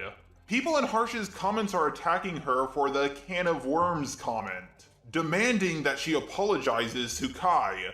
They're acting like it's the worst thing to say to a black person. Who are you as a man to tell a woman what she can and cannot say? See, I can do it too. So let's get this out of the gate. Jar's points are dog shit, first of all. It's not racist to not want to get into something, but you have to acknowledge they exist. There's also the fact that, there's also the fact that not a lot of, you can say it's wrong. Yeah. Apparently I have an Among Us brush. Sorry, I'm exploring.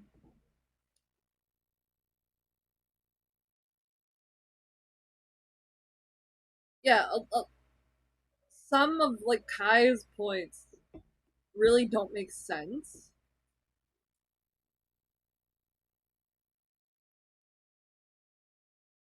Because, like, Harsh Opinions is like, I don't actually want to talk about the racial comments.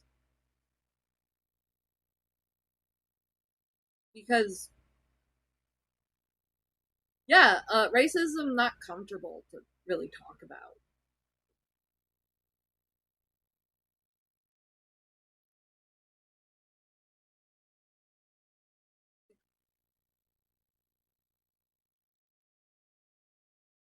I get what Harsh was saying. Again, I haven't seen Harsh's video. I haven't seen Kai's video. Or Zay. I don't care what they're calling themselves. But I just pointed out because, really? This point? You're starting with this point. Didn't know who Toby was before this whole debacle went down. I'm probably sure I'm gonna get chewed out or be Oh. I thought you were, like, saying Jar was biracial. I'm sorry, Layla Skull. If y'all are curious, I'm white passing, unfortunately. My grandpa was Cherokee and my grandma was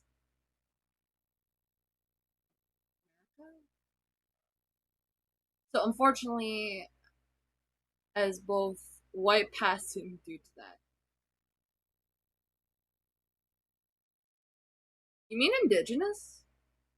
Because, I'm 1/4 indigenous. But I don't know a lot of my heritage.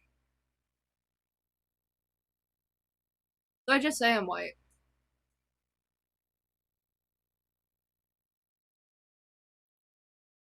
told that I'm some kind of boomer for sticking my nose in this situation. But guess what? When a good number of videos are put out on the net, it makes it public game. That's kind of the point. When someone makes a video online, you're allowed to have an opinion on the situation. Just because people keep saying, oh, you cannot enter this because it doesn't concern you, the fact that you made it public makes it fair game to talk about. That's something that people seem to not understand. Should we not have talked about things when Slazo got accused of bad things with his girlfriend? Should we not have talked about Spoctor when he got accused? Note that my examples are all— I hate how the Spoctor situation ended up being this, like, case study. Case study is probably not even the right word. Became this thing people would bring up as, like, an example of being falsely accused. Yeah, he was accused falsely of, like, being weird to, like, stories and being a, like, predator. But, like, Stories and Pentagrin had evidence in the form of direct contact with the minor that Spectre had CSEM on. Right there. Just chose to keep that in the dark. Ponder would later also have this information and say nothing. Only used to say that we are allowed to talk about these sorts of issues. Sorry, I am getting ahead of myself. Before we begin, I'm going to say this. Opinions expressed by Manga and Jar about No. skeptical about Defending Toby in this, nor do I think she was smart in this entire situation.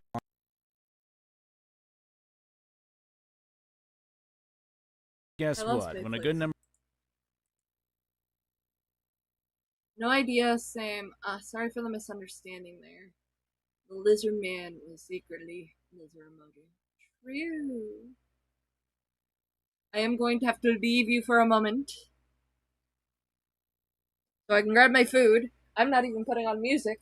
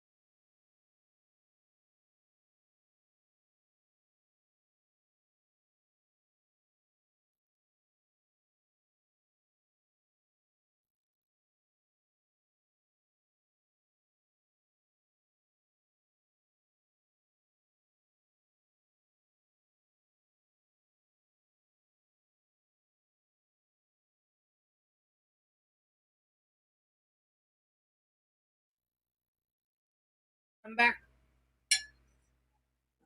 I have roasted potatoes. It seems that Ponder. No.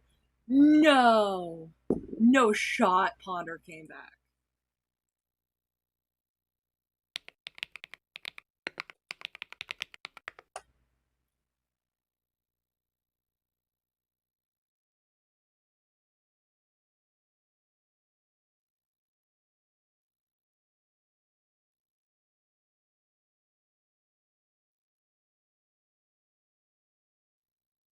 She didn't. Doesn't seem like she did.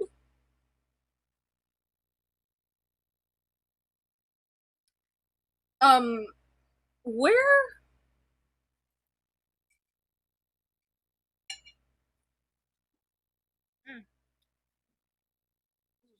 Fire potatoes. I am a wizard.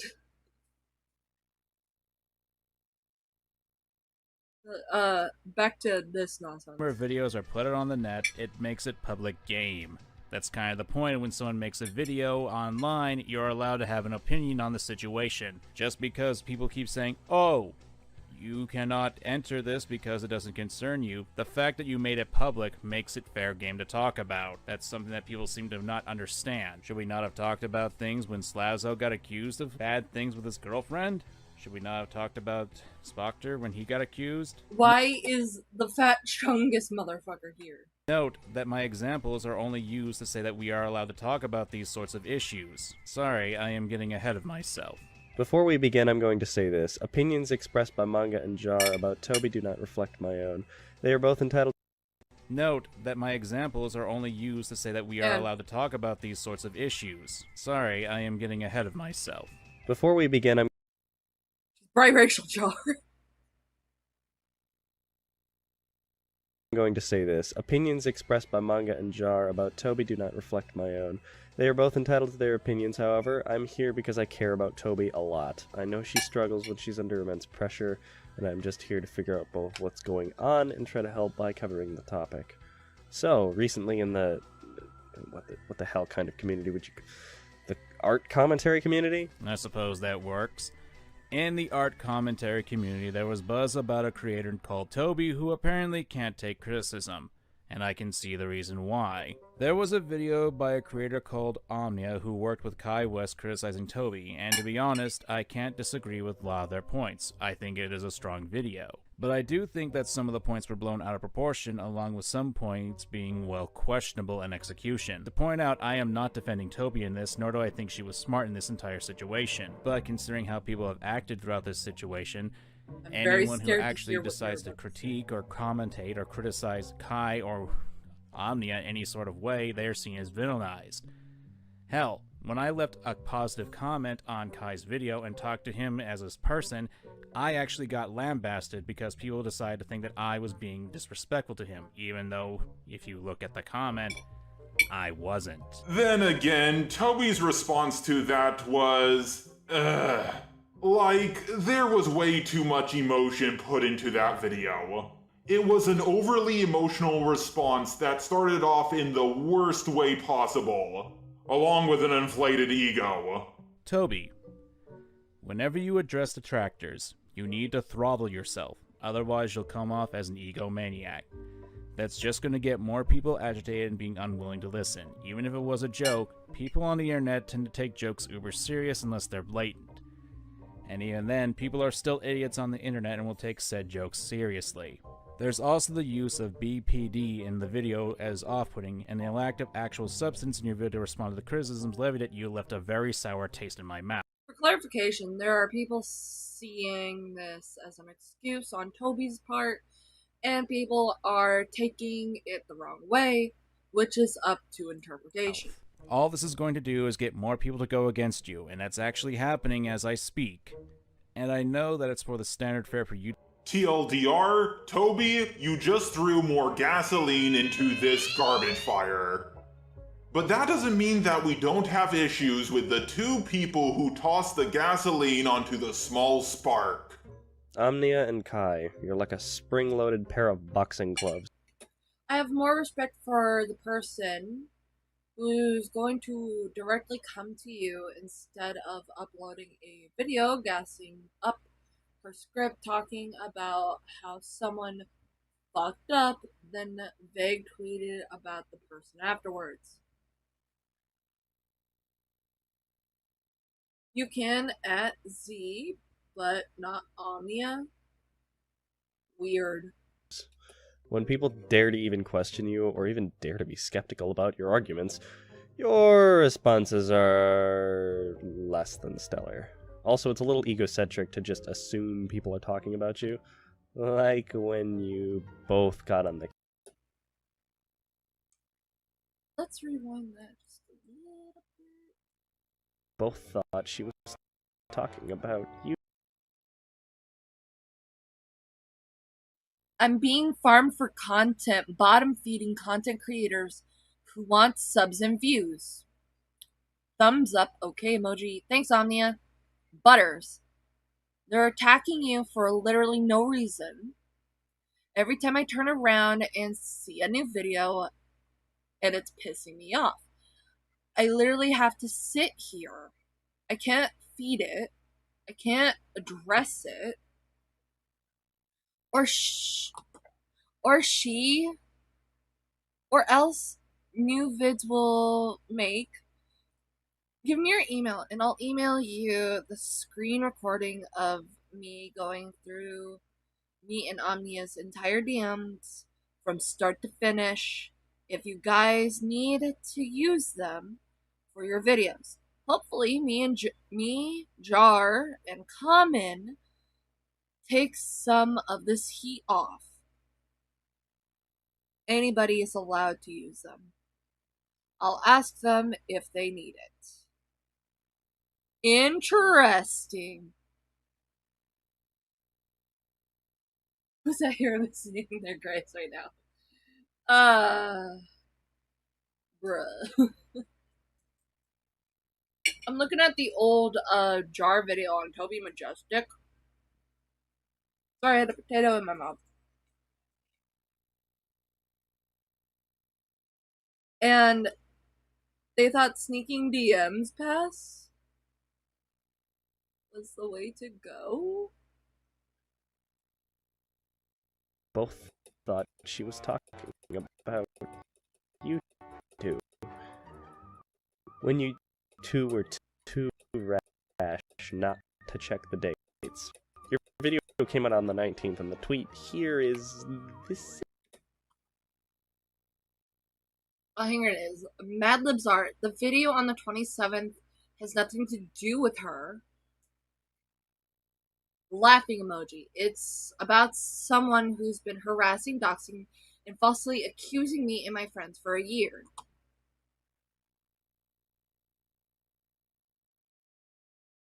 I made a post about breaking my rule on the 27th before her video about Toby came out.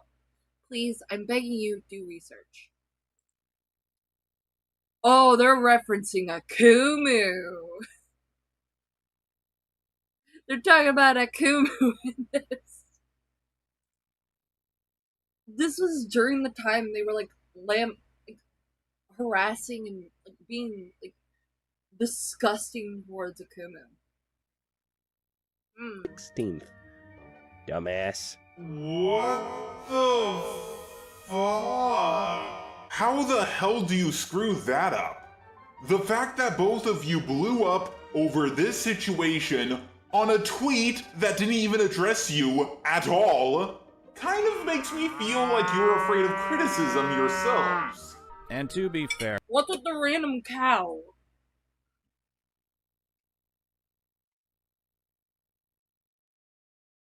What's with the random ass cow? Like, you can't be serious. You can't be fucking serious. both of them realized this, and in a follow-up video, Kai actually admitted to this. But this was a bit of a red flag to us. Why don't you why don't you show the clip there? Odd. You yourselves would get uber defensive on the matter just because people would question you in your videos.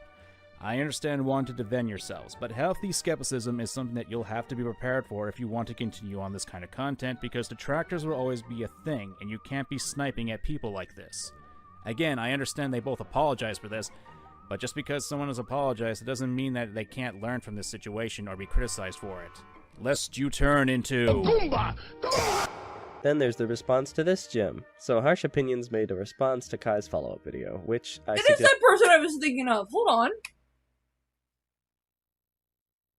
Again, I understand they both apologize for this, but just because someone has apologized, it doesn't mean that they can't learn from this situation or be criticized for it. Lest you turn into... Then there's the response to this, Jim. So Oh my god, I know that artist. I used to, like, follow that. But their name wasn't Harsh Opinions.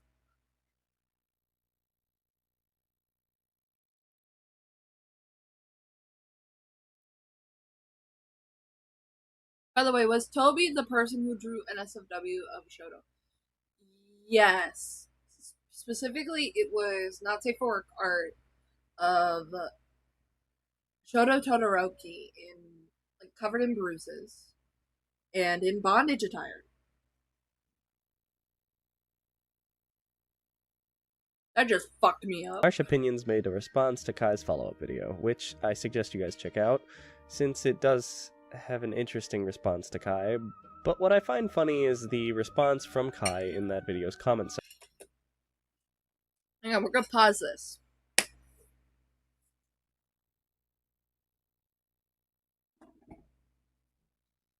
I don't agree with a lot of this video, but I'm always open to different perspectives being out there. I appreciate your take on this, even if we have opposing sides. Can't agree such admit with your own faults on this matter. Now who's the hypocrite? Anna B, I don't think it's a matter of faults at all. Really? Oh. Wrong pipe. A lot of this video is speculative and slash opinionated. Harsh is entitled to her own opinions about my presence in this situation, just like how you are free to think I'm a hypocrite as well. Not everyone is going to like me slash agree with me, and it's okay. It's an argument with a shitter.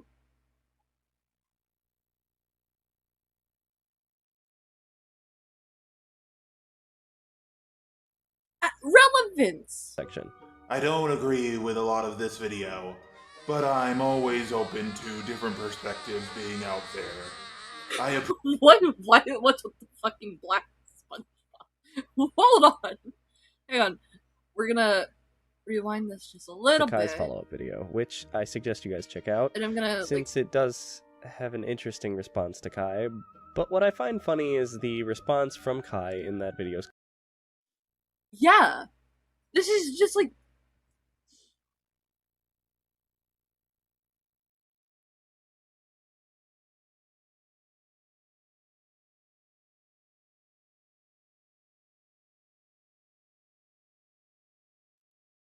This is Kai saying, yeah, I don't agree with a lot of this, but I appreciate the take.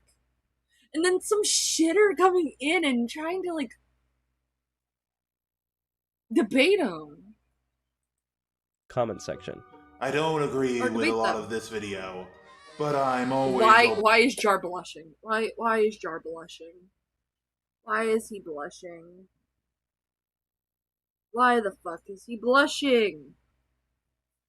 Why is he blushing?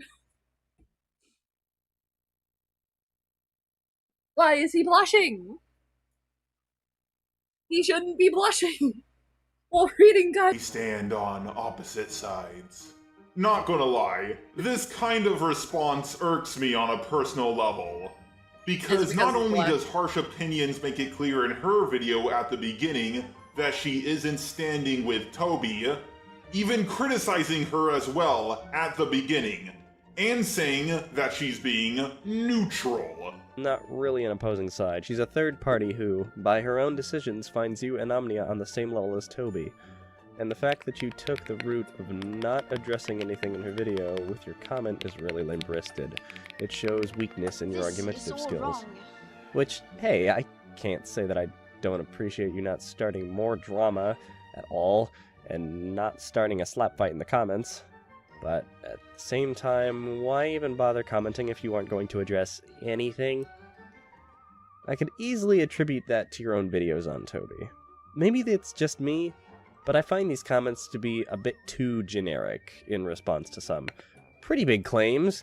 Like, let's not address the fact that you and Omni implied that Toby could be a pedo. When you do that, it makes me and everyone commenting if you aren't going to address anything. I could easily attribute that to your own videos on Toby. Maybe it's just me, but I find these comments to be a bit too generic in response to some pretty big claims. Like, let's not address the fact that you and Omni implied that Toby could be a pedo when... What the fuck? I don't like the music Jar added. What was that blushing spray? Exactly. At this point, I'm not surprised he made a joke about Zuko's sister when she was 14. Oh, that's horrible.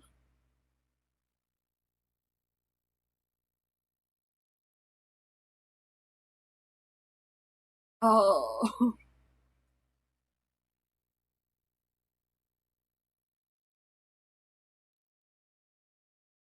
Oh, that is interesting.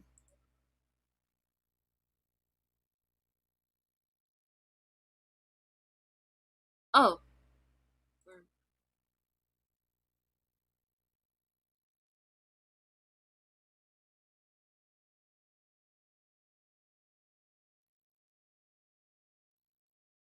Oh, that's so...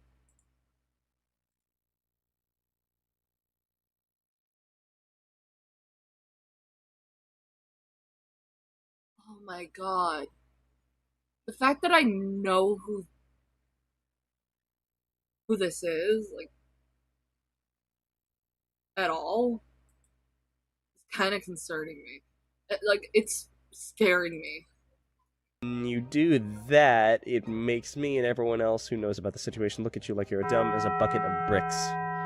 Because there's clearly a problem if you're tiptoeing around your fuck-up. Yeah, you didn't use the exact words, but you heavily implied it. And that's something I do take issue. I'm sorry, a lot of people are going to, like, think Toby's a pedophile because she drew, like, not safe for work art or, like, very suggestive art of a teenager. Yeah. How old is Shoto?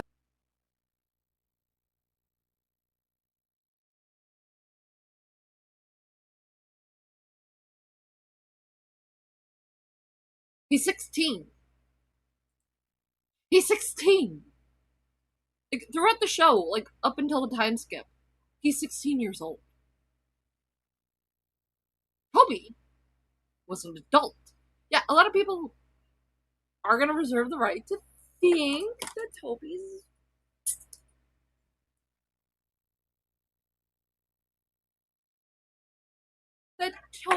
is creepy, if not pedophilic. Issue with.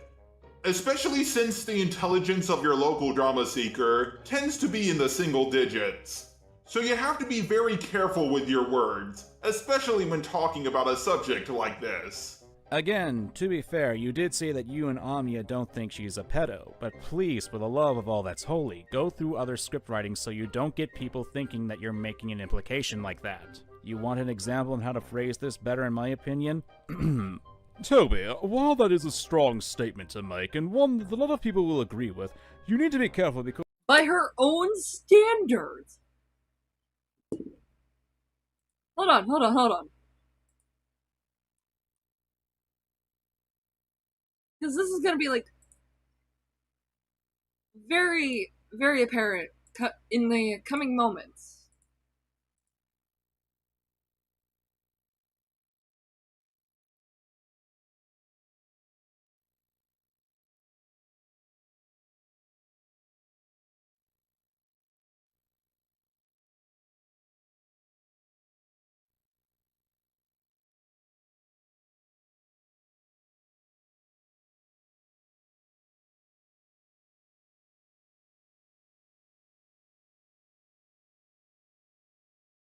Yeah, what's with the cat ears?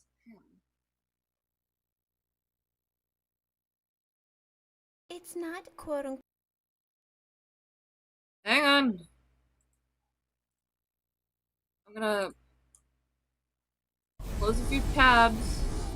That way you don't see who I was looking up in regards to harsh opinions.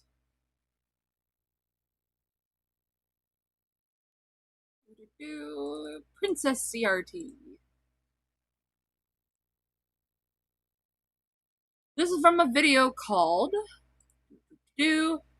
It's Still Wrong If It's Drawn.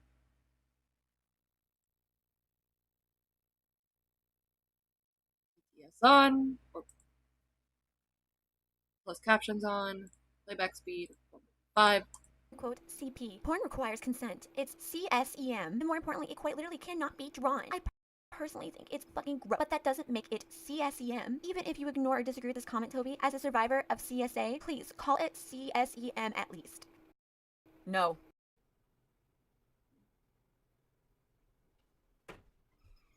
Sup, fuckers? At this point, I'm frustrated. I'm frustrated with the stupid content thing where people feel overly compelled to try to defend these disgusting fucking perverts who draw CP. Let's all call it what it really fucking is. Don't even try to be technically. No. It's fucking, I can't even say the word. It's chomo porn. Do you know what chomo is? Chomo is an old-fashioned slang term for somebody who likes to diddle kids. It's basically what it is.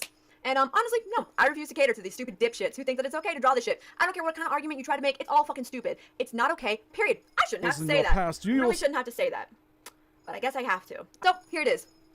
If you think that drawing children or children that are drawn in sexual situations is okay, or you do it, or you consume it, or you're like, it's not technically CP, like it's okay because it's like drawn, you're fucking dumb. You are a pedophile. You support pedophiles. You have no empathy and you don't fucking care, or you're fucking stupid. Straight up. What? Try to come at me. You hurt my feelings because you. Fuck you. No, I'm sorry. I don't give a fuck if you are a goddamn survivor or not. That does not mean that it is okay for you to say that this shit, there's nothing fucking wrong with it. You are fucking dumb, and I don't care that I am saying that. I do not care. I do not support pedophiles having access to content, whether it is drawn or live action or written. I don't give a shit. It's not okay. And for you to think that it's okay, you are a fucking dumbass. You're fucking stupid, and there's no place for you in my community. Straight fucking up. You know what? Honestly. That's all I'm playing. That's all of that video I'm playing. By Toby's own standards. You know what I'm about to say. By the way, I'm planning on watching the new Avatar movie for no reason. No reason at all. Adult Sokka. I'm sorry. I need to now pull up Adult Sokka. Because holy shit. I'm sorry. The movie gave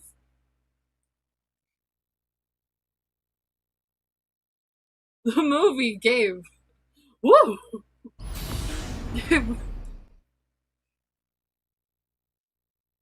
Oh my gosh, I need to calm down.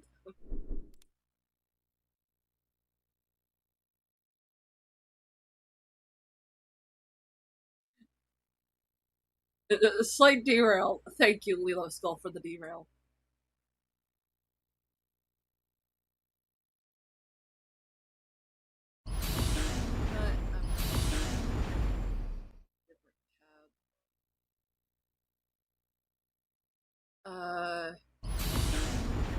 Avatar Aang movie.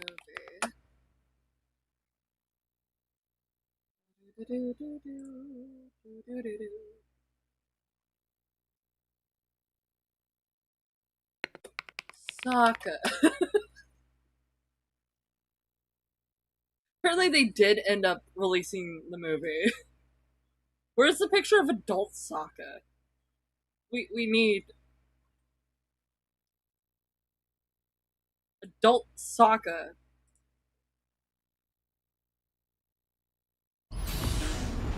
And we're gonna go over here. I know it's somewhere.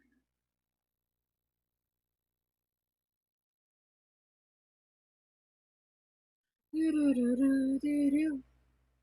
Do do do do do do. Do do do do do. Do do do do do. Do do do do do do. Do do do do do do.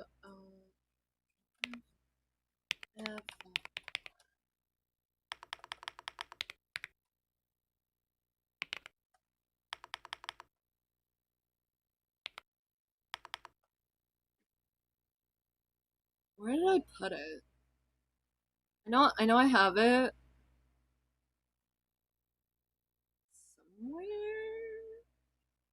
Somewhere here is the image.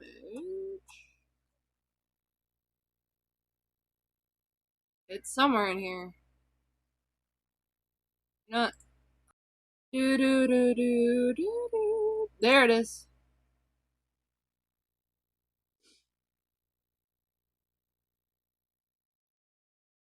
So, for context, the Avatar movie leaked online months before an October release.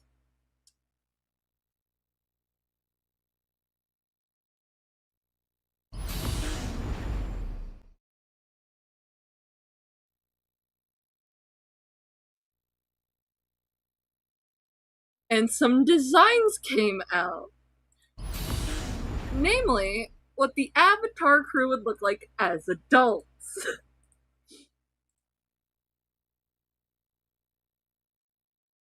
Oh, this is gonna be so good.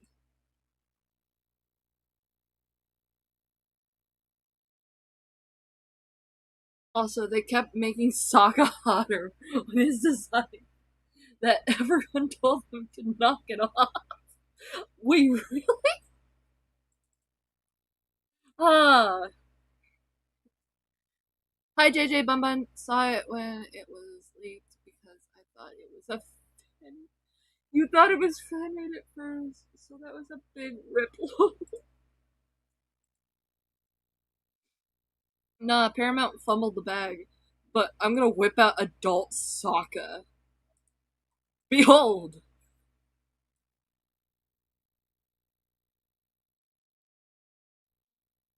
Adult Sokka.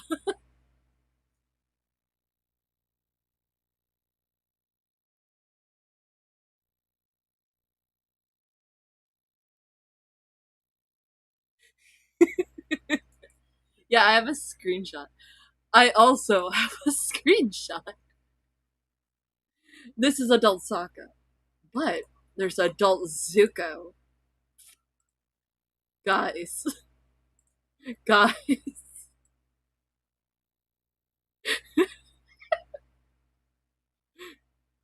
The studio cooked so hard that people had to tell him to knock it off. Oh, and then there's adult Toph. And, like, oh my god. The artists cooked too hard. They're all way too hot for their own good. Yes. Yes!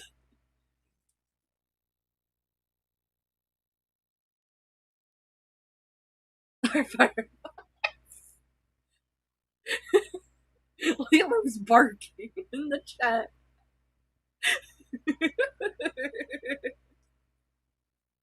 Adult Top actually had me crushing way too hard. No, for real. I'm like, would it be bad to be crushed by a rock if it's by Toph?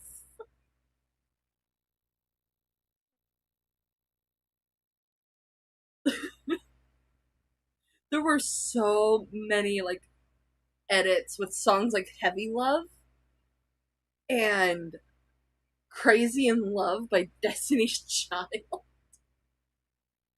that I had to like, nope, I need to close the app. I need to close the app. But back to the Toby. You yourself drew highly suggestive art of an under. Yeah, I'm stopping this. Hang on.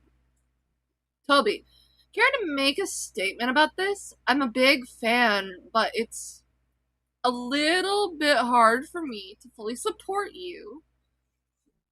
Fully support when you show blatant hypocrisy like this. You made a video just a few days ago, and then you still have this up on your Instagram. Todoroki is 16, a full child. And then there's Toby saying, I've addressed this multiple times. One, the account it's on before I got into the art community, and the account it's on were before I got into the art community and didn't understand how to tag stuff. He's aged up, and I know he's aged up when I did it because somebody asked me to draw it. And I didn't know the character was a child. Okay. It's kind of hard to really say it's aged up when there is an aged up Todoroki. Todoroki post time.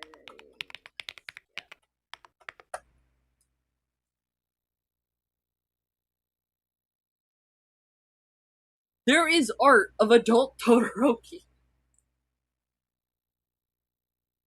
I have to go to comicbook.com for this.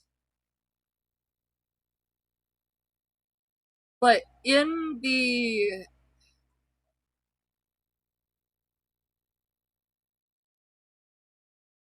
Yeah. I'm bringing up adult Shoto Todoroki because, like, he looks a lot like his dad. Oh, best picture. Best picture to put out there. I'm gonna point this out.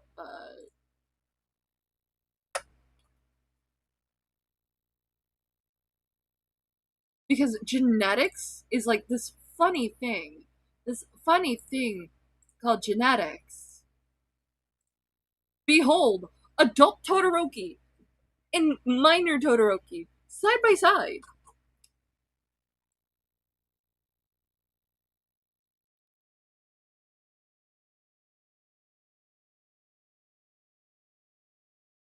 You know, I'd be surprised if Toby made questionable stuff with Shoto's dad and bruh, don't even like float that around.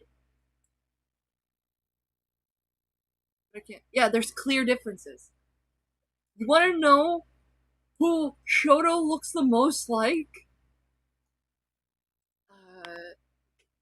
Let's check.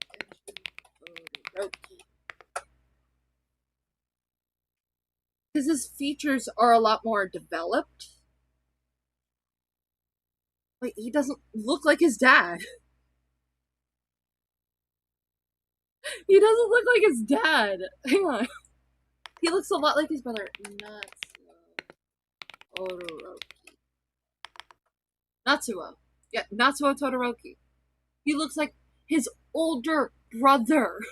He looks very similar to his older brother. Specifically with the jaw. The jaw is a lot more chiseled out. It's not like this round point towards the bottom of his chin. Where his face is, when he's younger, his face is a lot more round. His eyes are bigger. His ears aren't proportional with his head. These are youthful features. Now, yeah, Shoto got a baby face. Yeah, in high school he had a baby face. Now he just looks like this. He looks like one of his brothers. It has to be. Has to be.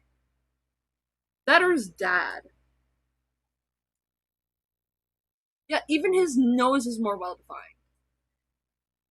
Because other than this little triangle, he's got a clear nose here.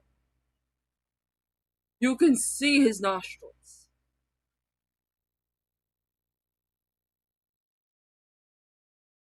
So yeah, he's a lot older. This is an aged up Shoto.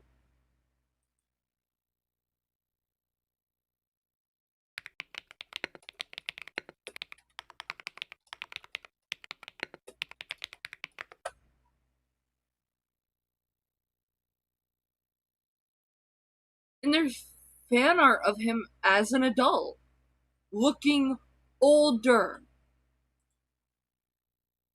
where he's a lot more aged up.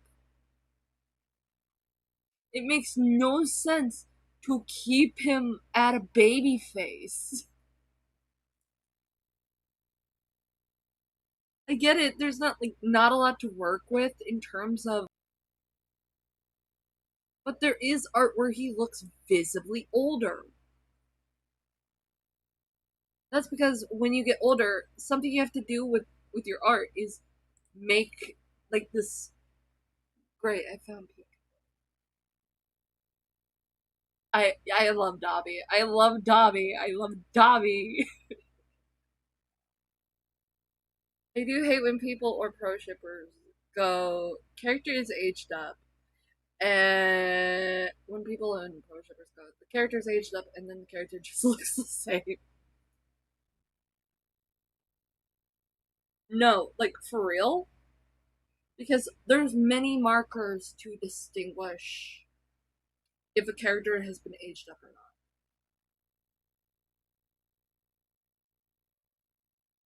Aged anime character. people are going to look at that and make the correlation that you are being hypocritical, especially in today's social climate and how Twitter likes to rage about anything. Saying that she's just as bad as the people she's talking about is language that gives off the mighty bad implication that she's one of them since she's just as bad. Not only does my example not come off as antagonistic, but it also makes it so I'm not making the implication and open myself up to slander. Although, just so people can be sure that I'm not on Toby's side, I actually agree that what she did with Todoroki was dumb. That drawing of him without properly confirming that he's aged up as well as not doing proper research on the character, and that her excuses aren't really convincing me otherwise. I don't want people thinking that I'm defending Toby, nor do I like her stuff with Shane Dawson. I think that was stupid too. I'm just making that clear since someone's gonna try to put that in my mouth because people have already done that. And I was just making jokes at the time. Now, Toby's point was that people who draw porn of kids are pedos. But Todoroki isn't a kid. He's 16. We're gonna do that instant replay type shit. Can be sure that I'm not on Toby's side. I actually agree that what she did with Todoroki was dumb. That drawing of him without properly confirming that he's aged up as well as not doing proper research on the character, and that her excuses aren't really convincing me otherwise. I don't want people thinking that I'm defending Toby, nor do I like her stuff with Shane Dawson. I think that was stupid too. I'm just making that clear since someone's gonna try to put that in my mouth because people have already done that. And I was just making jokes at the time. Now, Toby's point was that people who draw porn of kids are pedos. But Todoroki isn't a kid. He's 16. Oh, that's just horrible. He's still a child. Oh my god. Oh my god. Oh my god. I love when my childhood crushes grow up with me.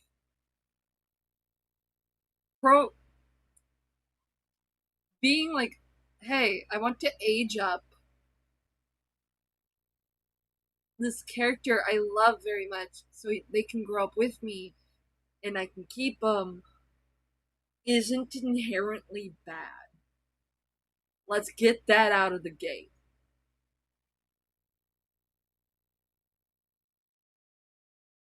If they have official adult designs, use those. Otherwise, just work to make it. Toby Majestic is so lucky that they left the internet before the FCK leaks got mainstream. I would say they were one of the worst parties. Oh, it's horrible. Old enough to drive. The age of consent in most states is 16. Oh, fuck, this just gets worse. Now, I understand a few of you might say that's basically the whole it's not pedophilia, it's a femophilia argument. Fine, I get that. But she didn't draw porn of him. I don't like the movie Cuties, but it isn't porn. Suggestive? Yes. God. Inappropriate? Yes. But porn? No. Also, she did it one time. Just once. Jesus Christ, get over yourselves. You're acting like she's Shadman and she does this all the time. Oh my god. She did it one time.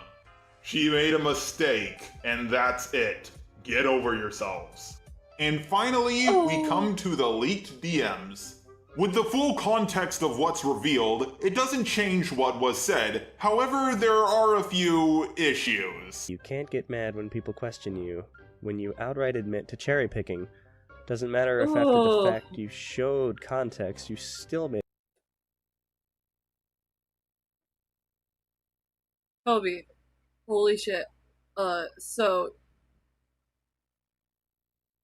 you got buried in my DMs.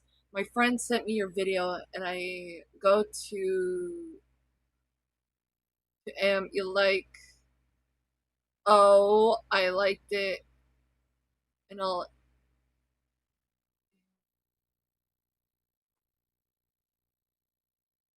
And come to find out, I've already talked about you. Wow, I feel so fucking guilty, sad face. This is why I opened an email for my commissions. I got bombarded in my DMs by people easily buried. I'm sorry. A conscious effort to choose two specific points. And people will want to know what the context is. You can't get mad at people who are going to call you out on that. And that leads to the next point. Using the DMs at all. And no, Omnia, this is not an acceptable response. Because I'm going to explain something from a legal side. The DMs at all. And no, Omnia, this is not an acceptable response.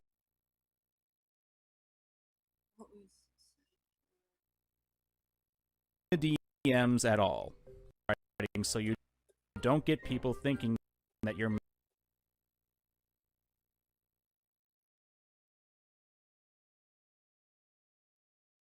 In fact, you showed context, you still made a conscious effort to choose two specific points.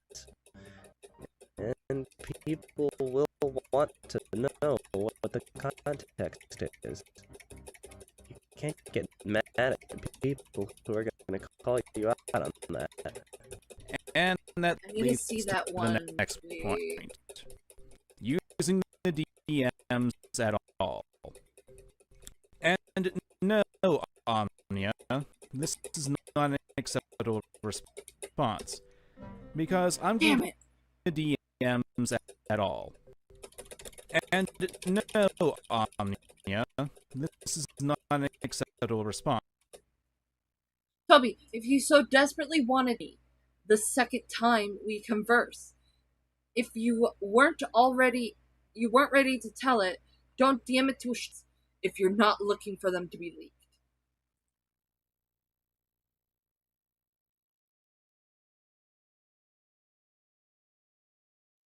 This is why people with cute sheep and goat personas.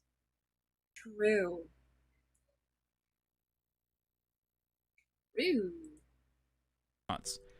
Because I'm going to explain something from a legal side. Are you a There's lawyer? an expectation of privacy when it comes to direct messages, since it's a system that, by design, is meant to be kept from more public discourse, i.e. private. Even Toby indicated... Fucking hell. You're not even a lawyer. Plus, y'all were in commentary. Shit gets leaked all the fucking time. Even then, having seen the DMs myself, there's nowhere in that conversation did you inform Toby that this would be using the DMs publicly. I admit, she shouldn't be speaking out like this, especially to a stranger, but at the same time, that doesn't give you the right to actually leak the DMs. This is legal stuff, and Y'all are not lawyers. Shut the fuck up. You are not lawyers. You are not fucking lawyers.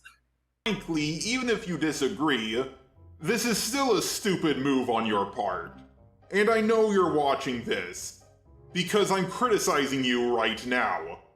And seeing as how you reacted to people saying they were going to do a video on you, let us be completely blunt. You have shot your credibility! You have shot your credibility, Just a Robot. You've done sleepy time calls with a fucking groomer! Me to explain. By leaking the private conversation, any other chance you have to talk to someone you're going to be criticizing will be met with nothing but the cold shoulder. Because people won't be able to trust you since you're willing to leak these kinds of situations. If Toby admitted a crime, yes, go for it. Expose her, because that's good to do and your civic duty as a person. But stuff like opinions, even stupid opinions that... How... Don't make me watch Omnia's video. that you might find offensive, that's a fat fucking nope. That's really stupid, and something that shouldn't have been done. Why should anyone talk to you about anything going forward, when you've shown that you're willing to leak DMs about petty stuff like this? Again, you can disagree with us all you want. You can call me a white knight, a simp, even though I don't approve of Toby's actions, and I don't care for how she treated some of her friends. But don't be surprised if no one you criticize wants to talk to you after this. You simply can't be trusted. Especially when you say lines like this. Right now, I'm speaking to Madlibs Art and whoever else you're collaborating with on this supposed video y'all are making. Unless you're looking to end up like your little friend right here, just don't do it. You already look bad for getting yourself involved for no reason other than to do Toby's dirty work. So just spare yourself the time and the inevitable tank in subscribers and just make some other video. I'm saying this for your own good. Take care of yourself. Yeah, that's kind of fucking egotistical, but at the same time, yeah,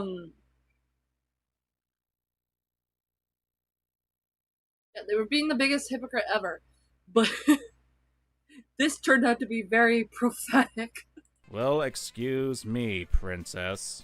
First of all, you put it out there for the public, meaning anyone can give an opinion on the situation. They're not involved? Well, let's flip that. Why did you get involved, you dense-skulled leech? Toby's dealings are her own, so why would you get involved in her situation?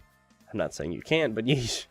The mere thought that anyone could come to a different conclusion to you, or God forbid criticize you for how you acted during this situation is extremely hypocritical.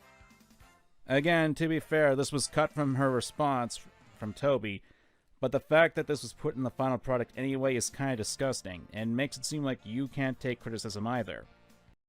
Kind of like the clip of Jar saying 16-year-olds aren't minors because they can drive a car. You don't get to pull this kind of stunt when you put this situation out in the public and invalidate criticism just because it's criticism levied against you. Glass houses, that's all I'm saying. I also didn't initially buy Kaiser's reasoning for this, although having talked to him, I do believe him a little bit more, but it's a little bit shaky still from my perspective.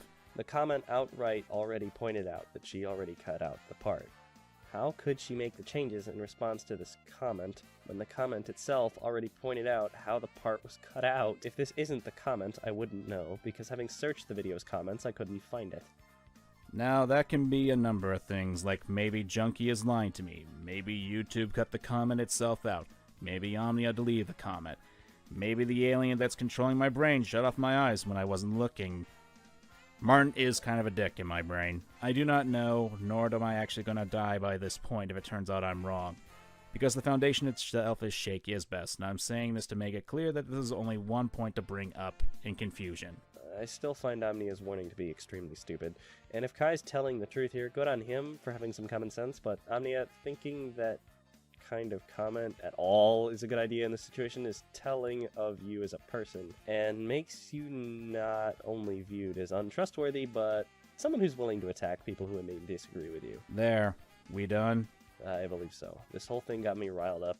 I'm a bit glad it's over. If you guys don't mind, I'd love it if you'd come over and sub to my channel, Fuchsia Butter. In fact, it'd be even more Do not awesome if subscribe check out to our previous Fuchsia Butter. collab the three of us did about a year ago. Good. I've got... Fuchsia's audio got really quiet at the end.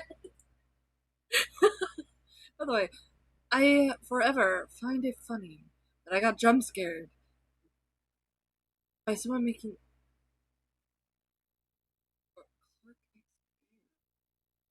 You mean Bear from Obsession?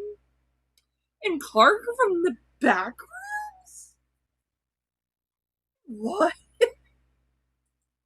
better videos to make about some trash anime parody, and want to play some more NSR.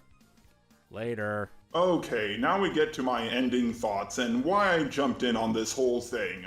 I didn't want to at first. Because this drama wasn't really my cup of tea.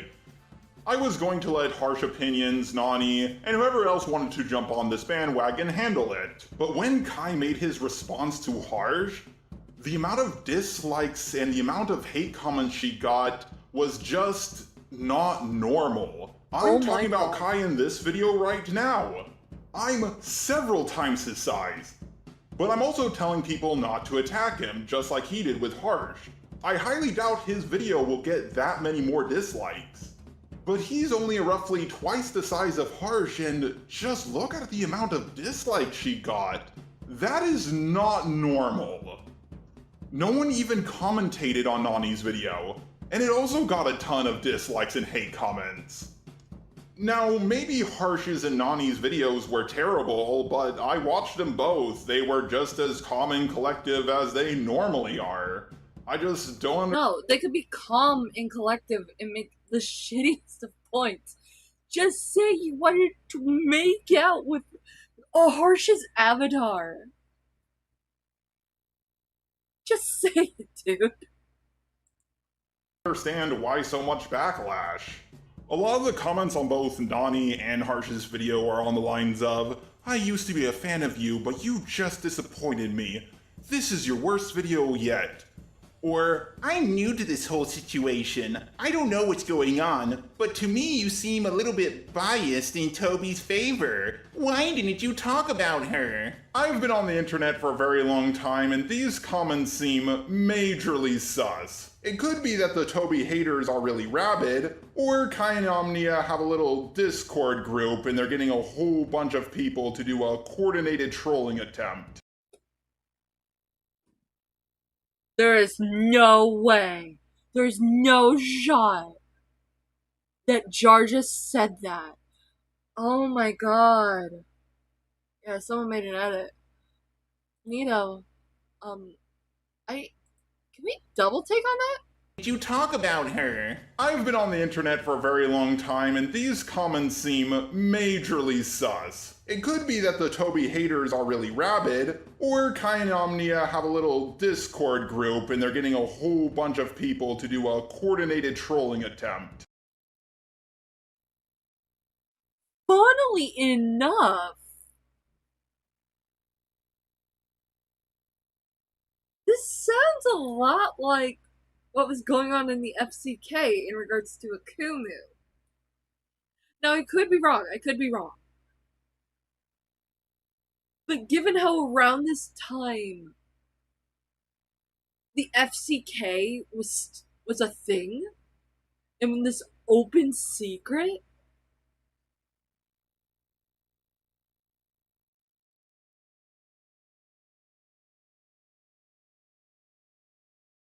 oh no.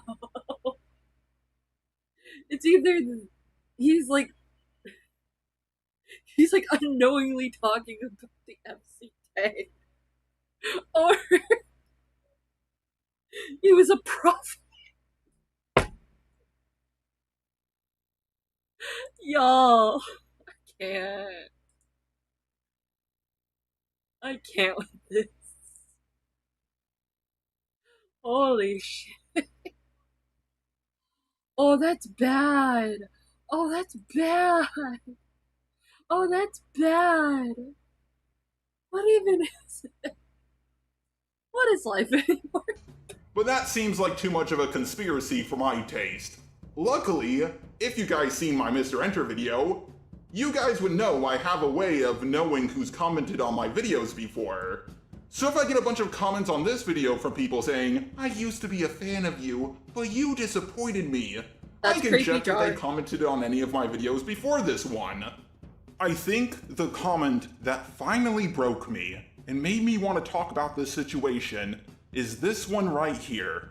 I feel so bad for Kai and Omnia. Like, imagine the entire art community ganging up on you for making a valid criticism of someone. This is the top rated comment on another video joining in on the whole Toby drama. Let me ask you this. Is the entire art community ganging up on Kai and Omnia? Fuck no! Look at the video. Wait, did he like blow out his mic? Man, of someone. This is the top rated comment on another video. It's no longer the top one, but it was when I saw it. Joining in on the whole Toby drama.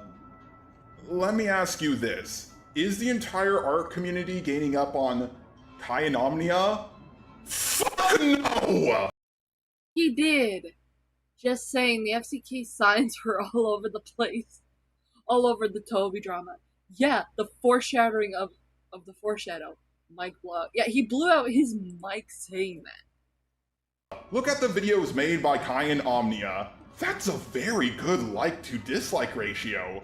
Now let's look at the rating on Harsh's and Nani's video. Oof! Yeah, a lot of people didn't like it. Once again, Nani video is gone. I wonder who people are gaining up on, guys. It's just too hard for me to tell. 200 more people disliked the video and not liked the video. Hello? Jar. Jar. Oh, he's so fucking stupid. Also, Nani and Harsh are not the entire art community. You are delusional if you think they are. And before someone says, oh come on Jar, this is just one comment, it's the top rated comment. The one thing I hope this video does is give the rest of the commentary community some backbone. I know a lot of you see the bullshit in this situation. Nani, make your video public again, and maybe make a part 2 while you're at it. Anyone else who wants to join in? Join in. Guys, let's all dress as Sonic characters on that. No! If you want to criticize Toby, go for it. But the amount of hate people will get for not defending Toby, but criticizing people who criticize her is outrageous. I don't really care about this Toby situation, and I want this to be my first and last video about it. But if I have to make a part 2, then I will.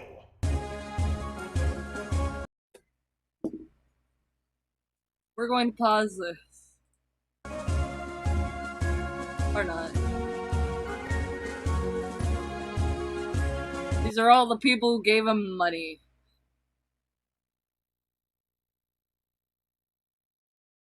You can't see it because the screenshot's like horrible quality.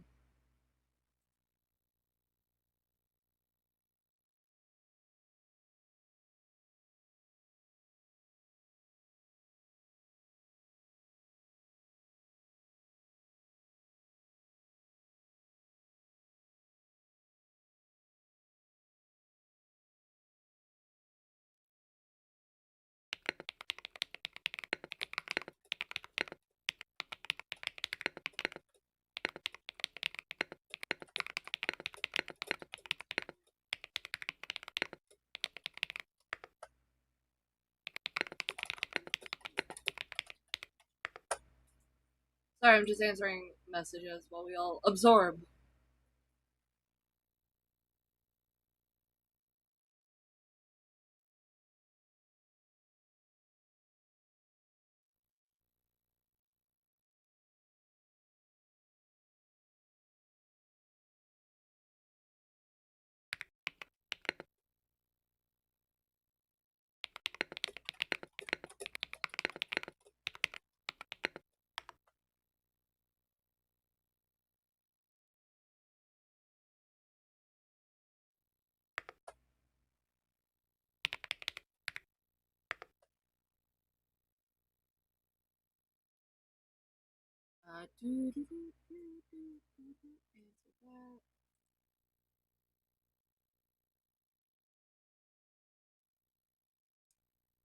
But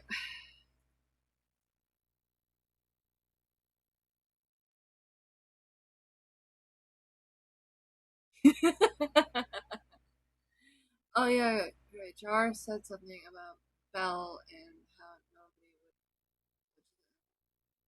Oh my god, Jar. Jar's not winning any arguments. Jar's not winning any arguments ever.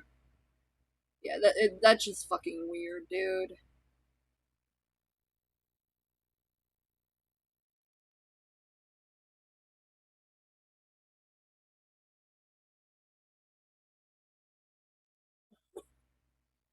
Oh, but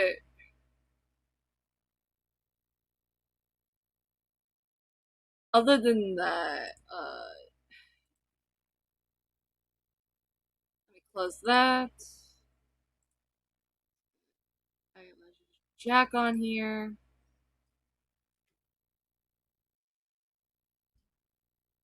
Even though we didn't get this done,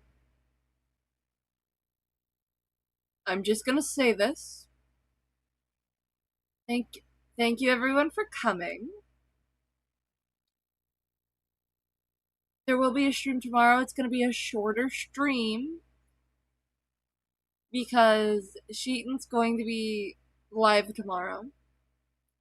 And I want you to be able to go watch his stream right after mine. So, without further ado, we're ending stream. Thank you everybody for coming once again.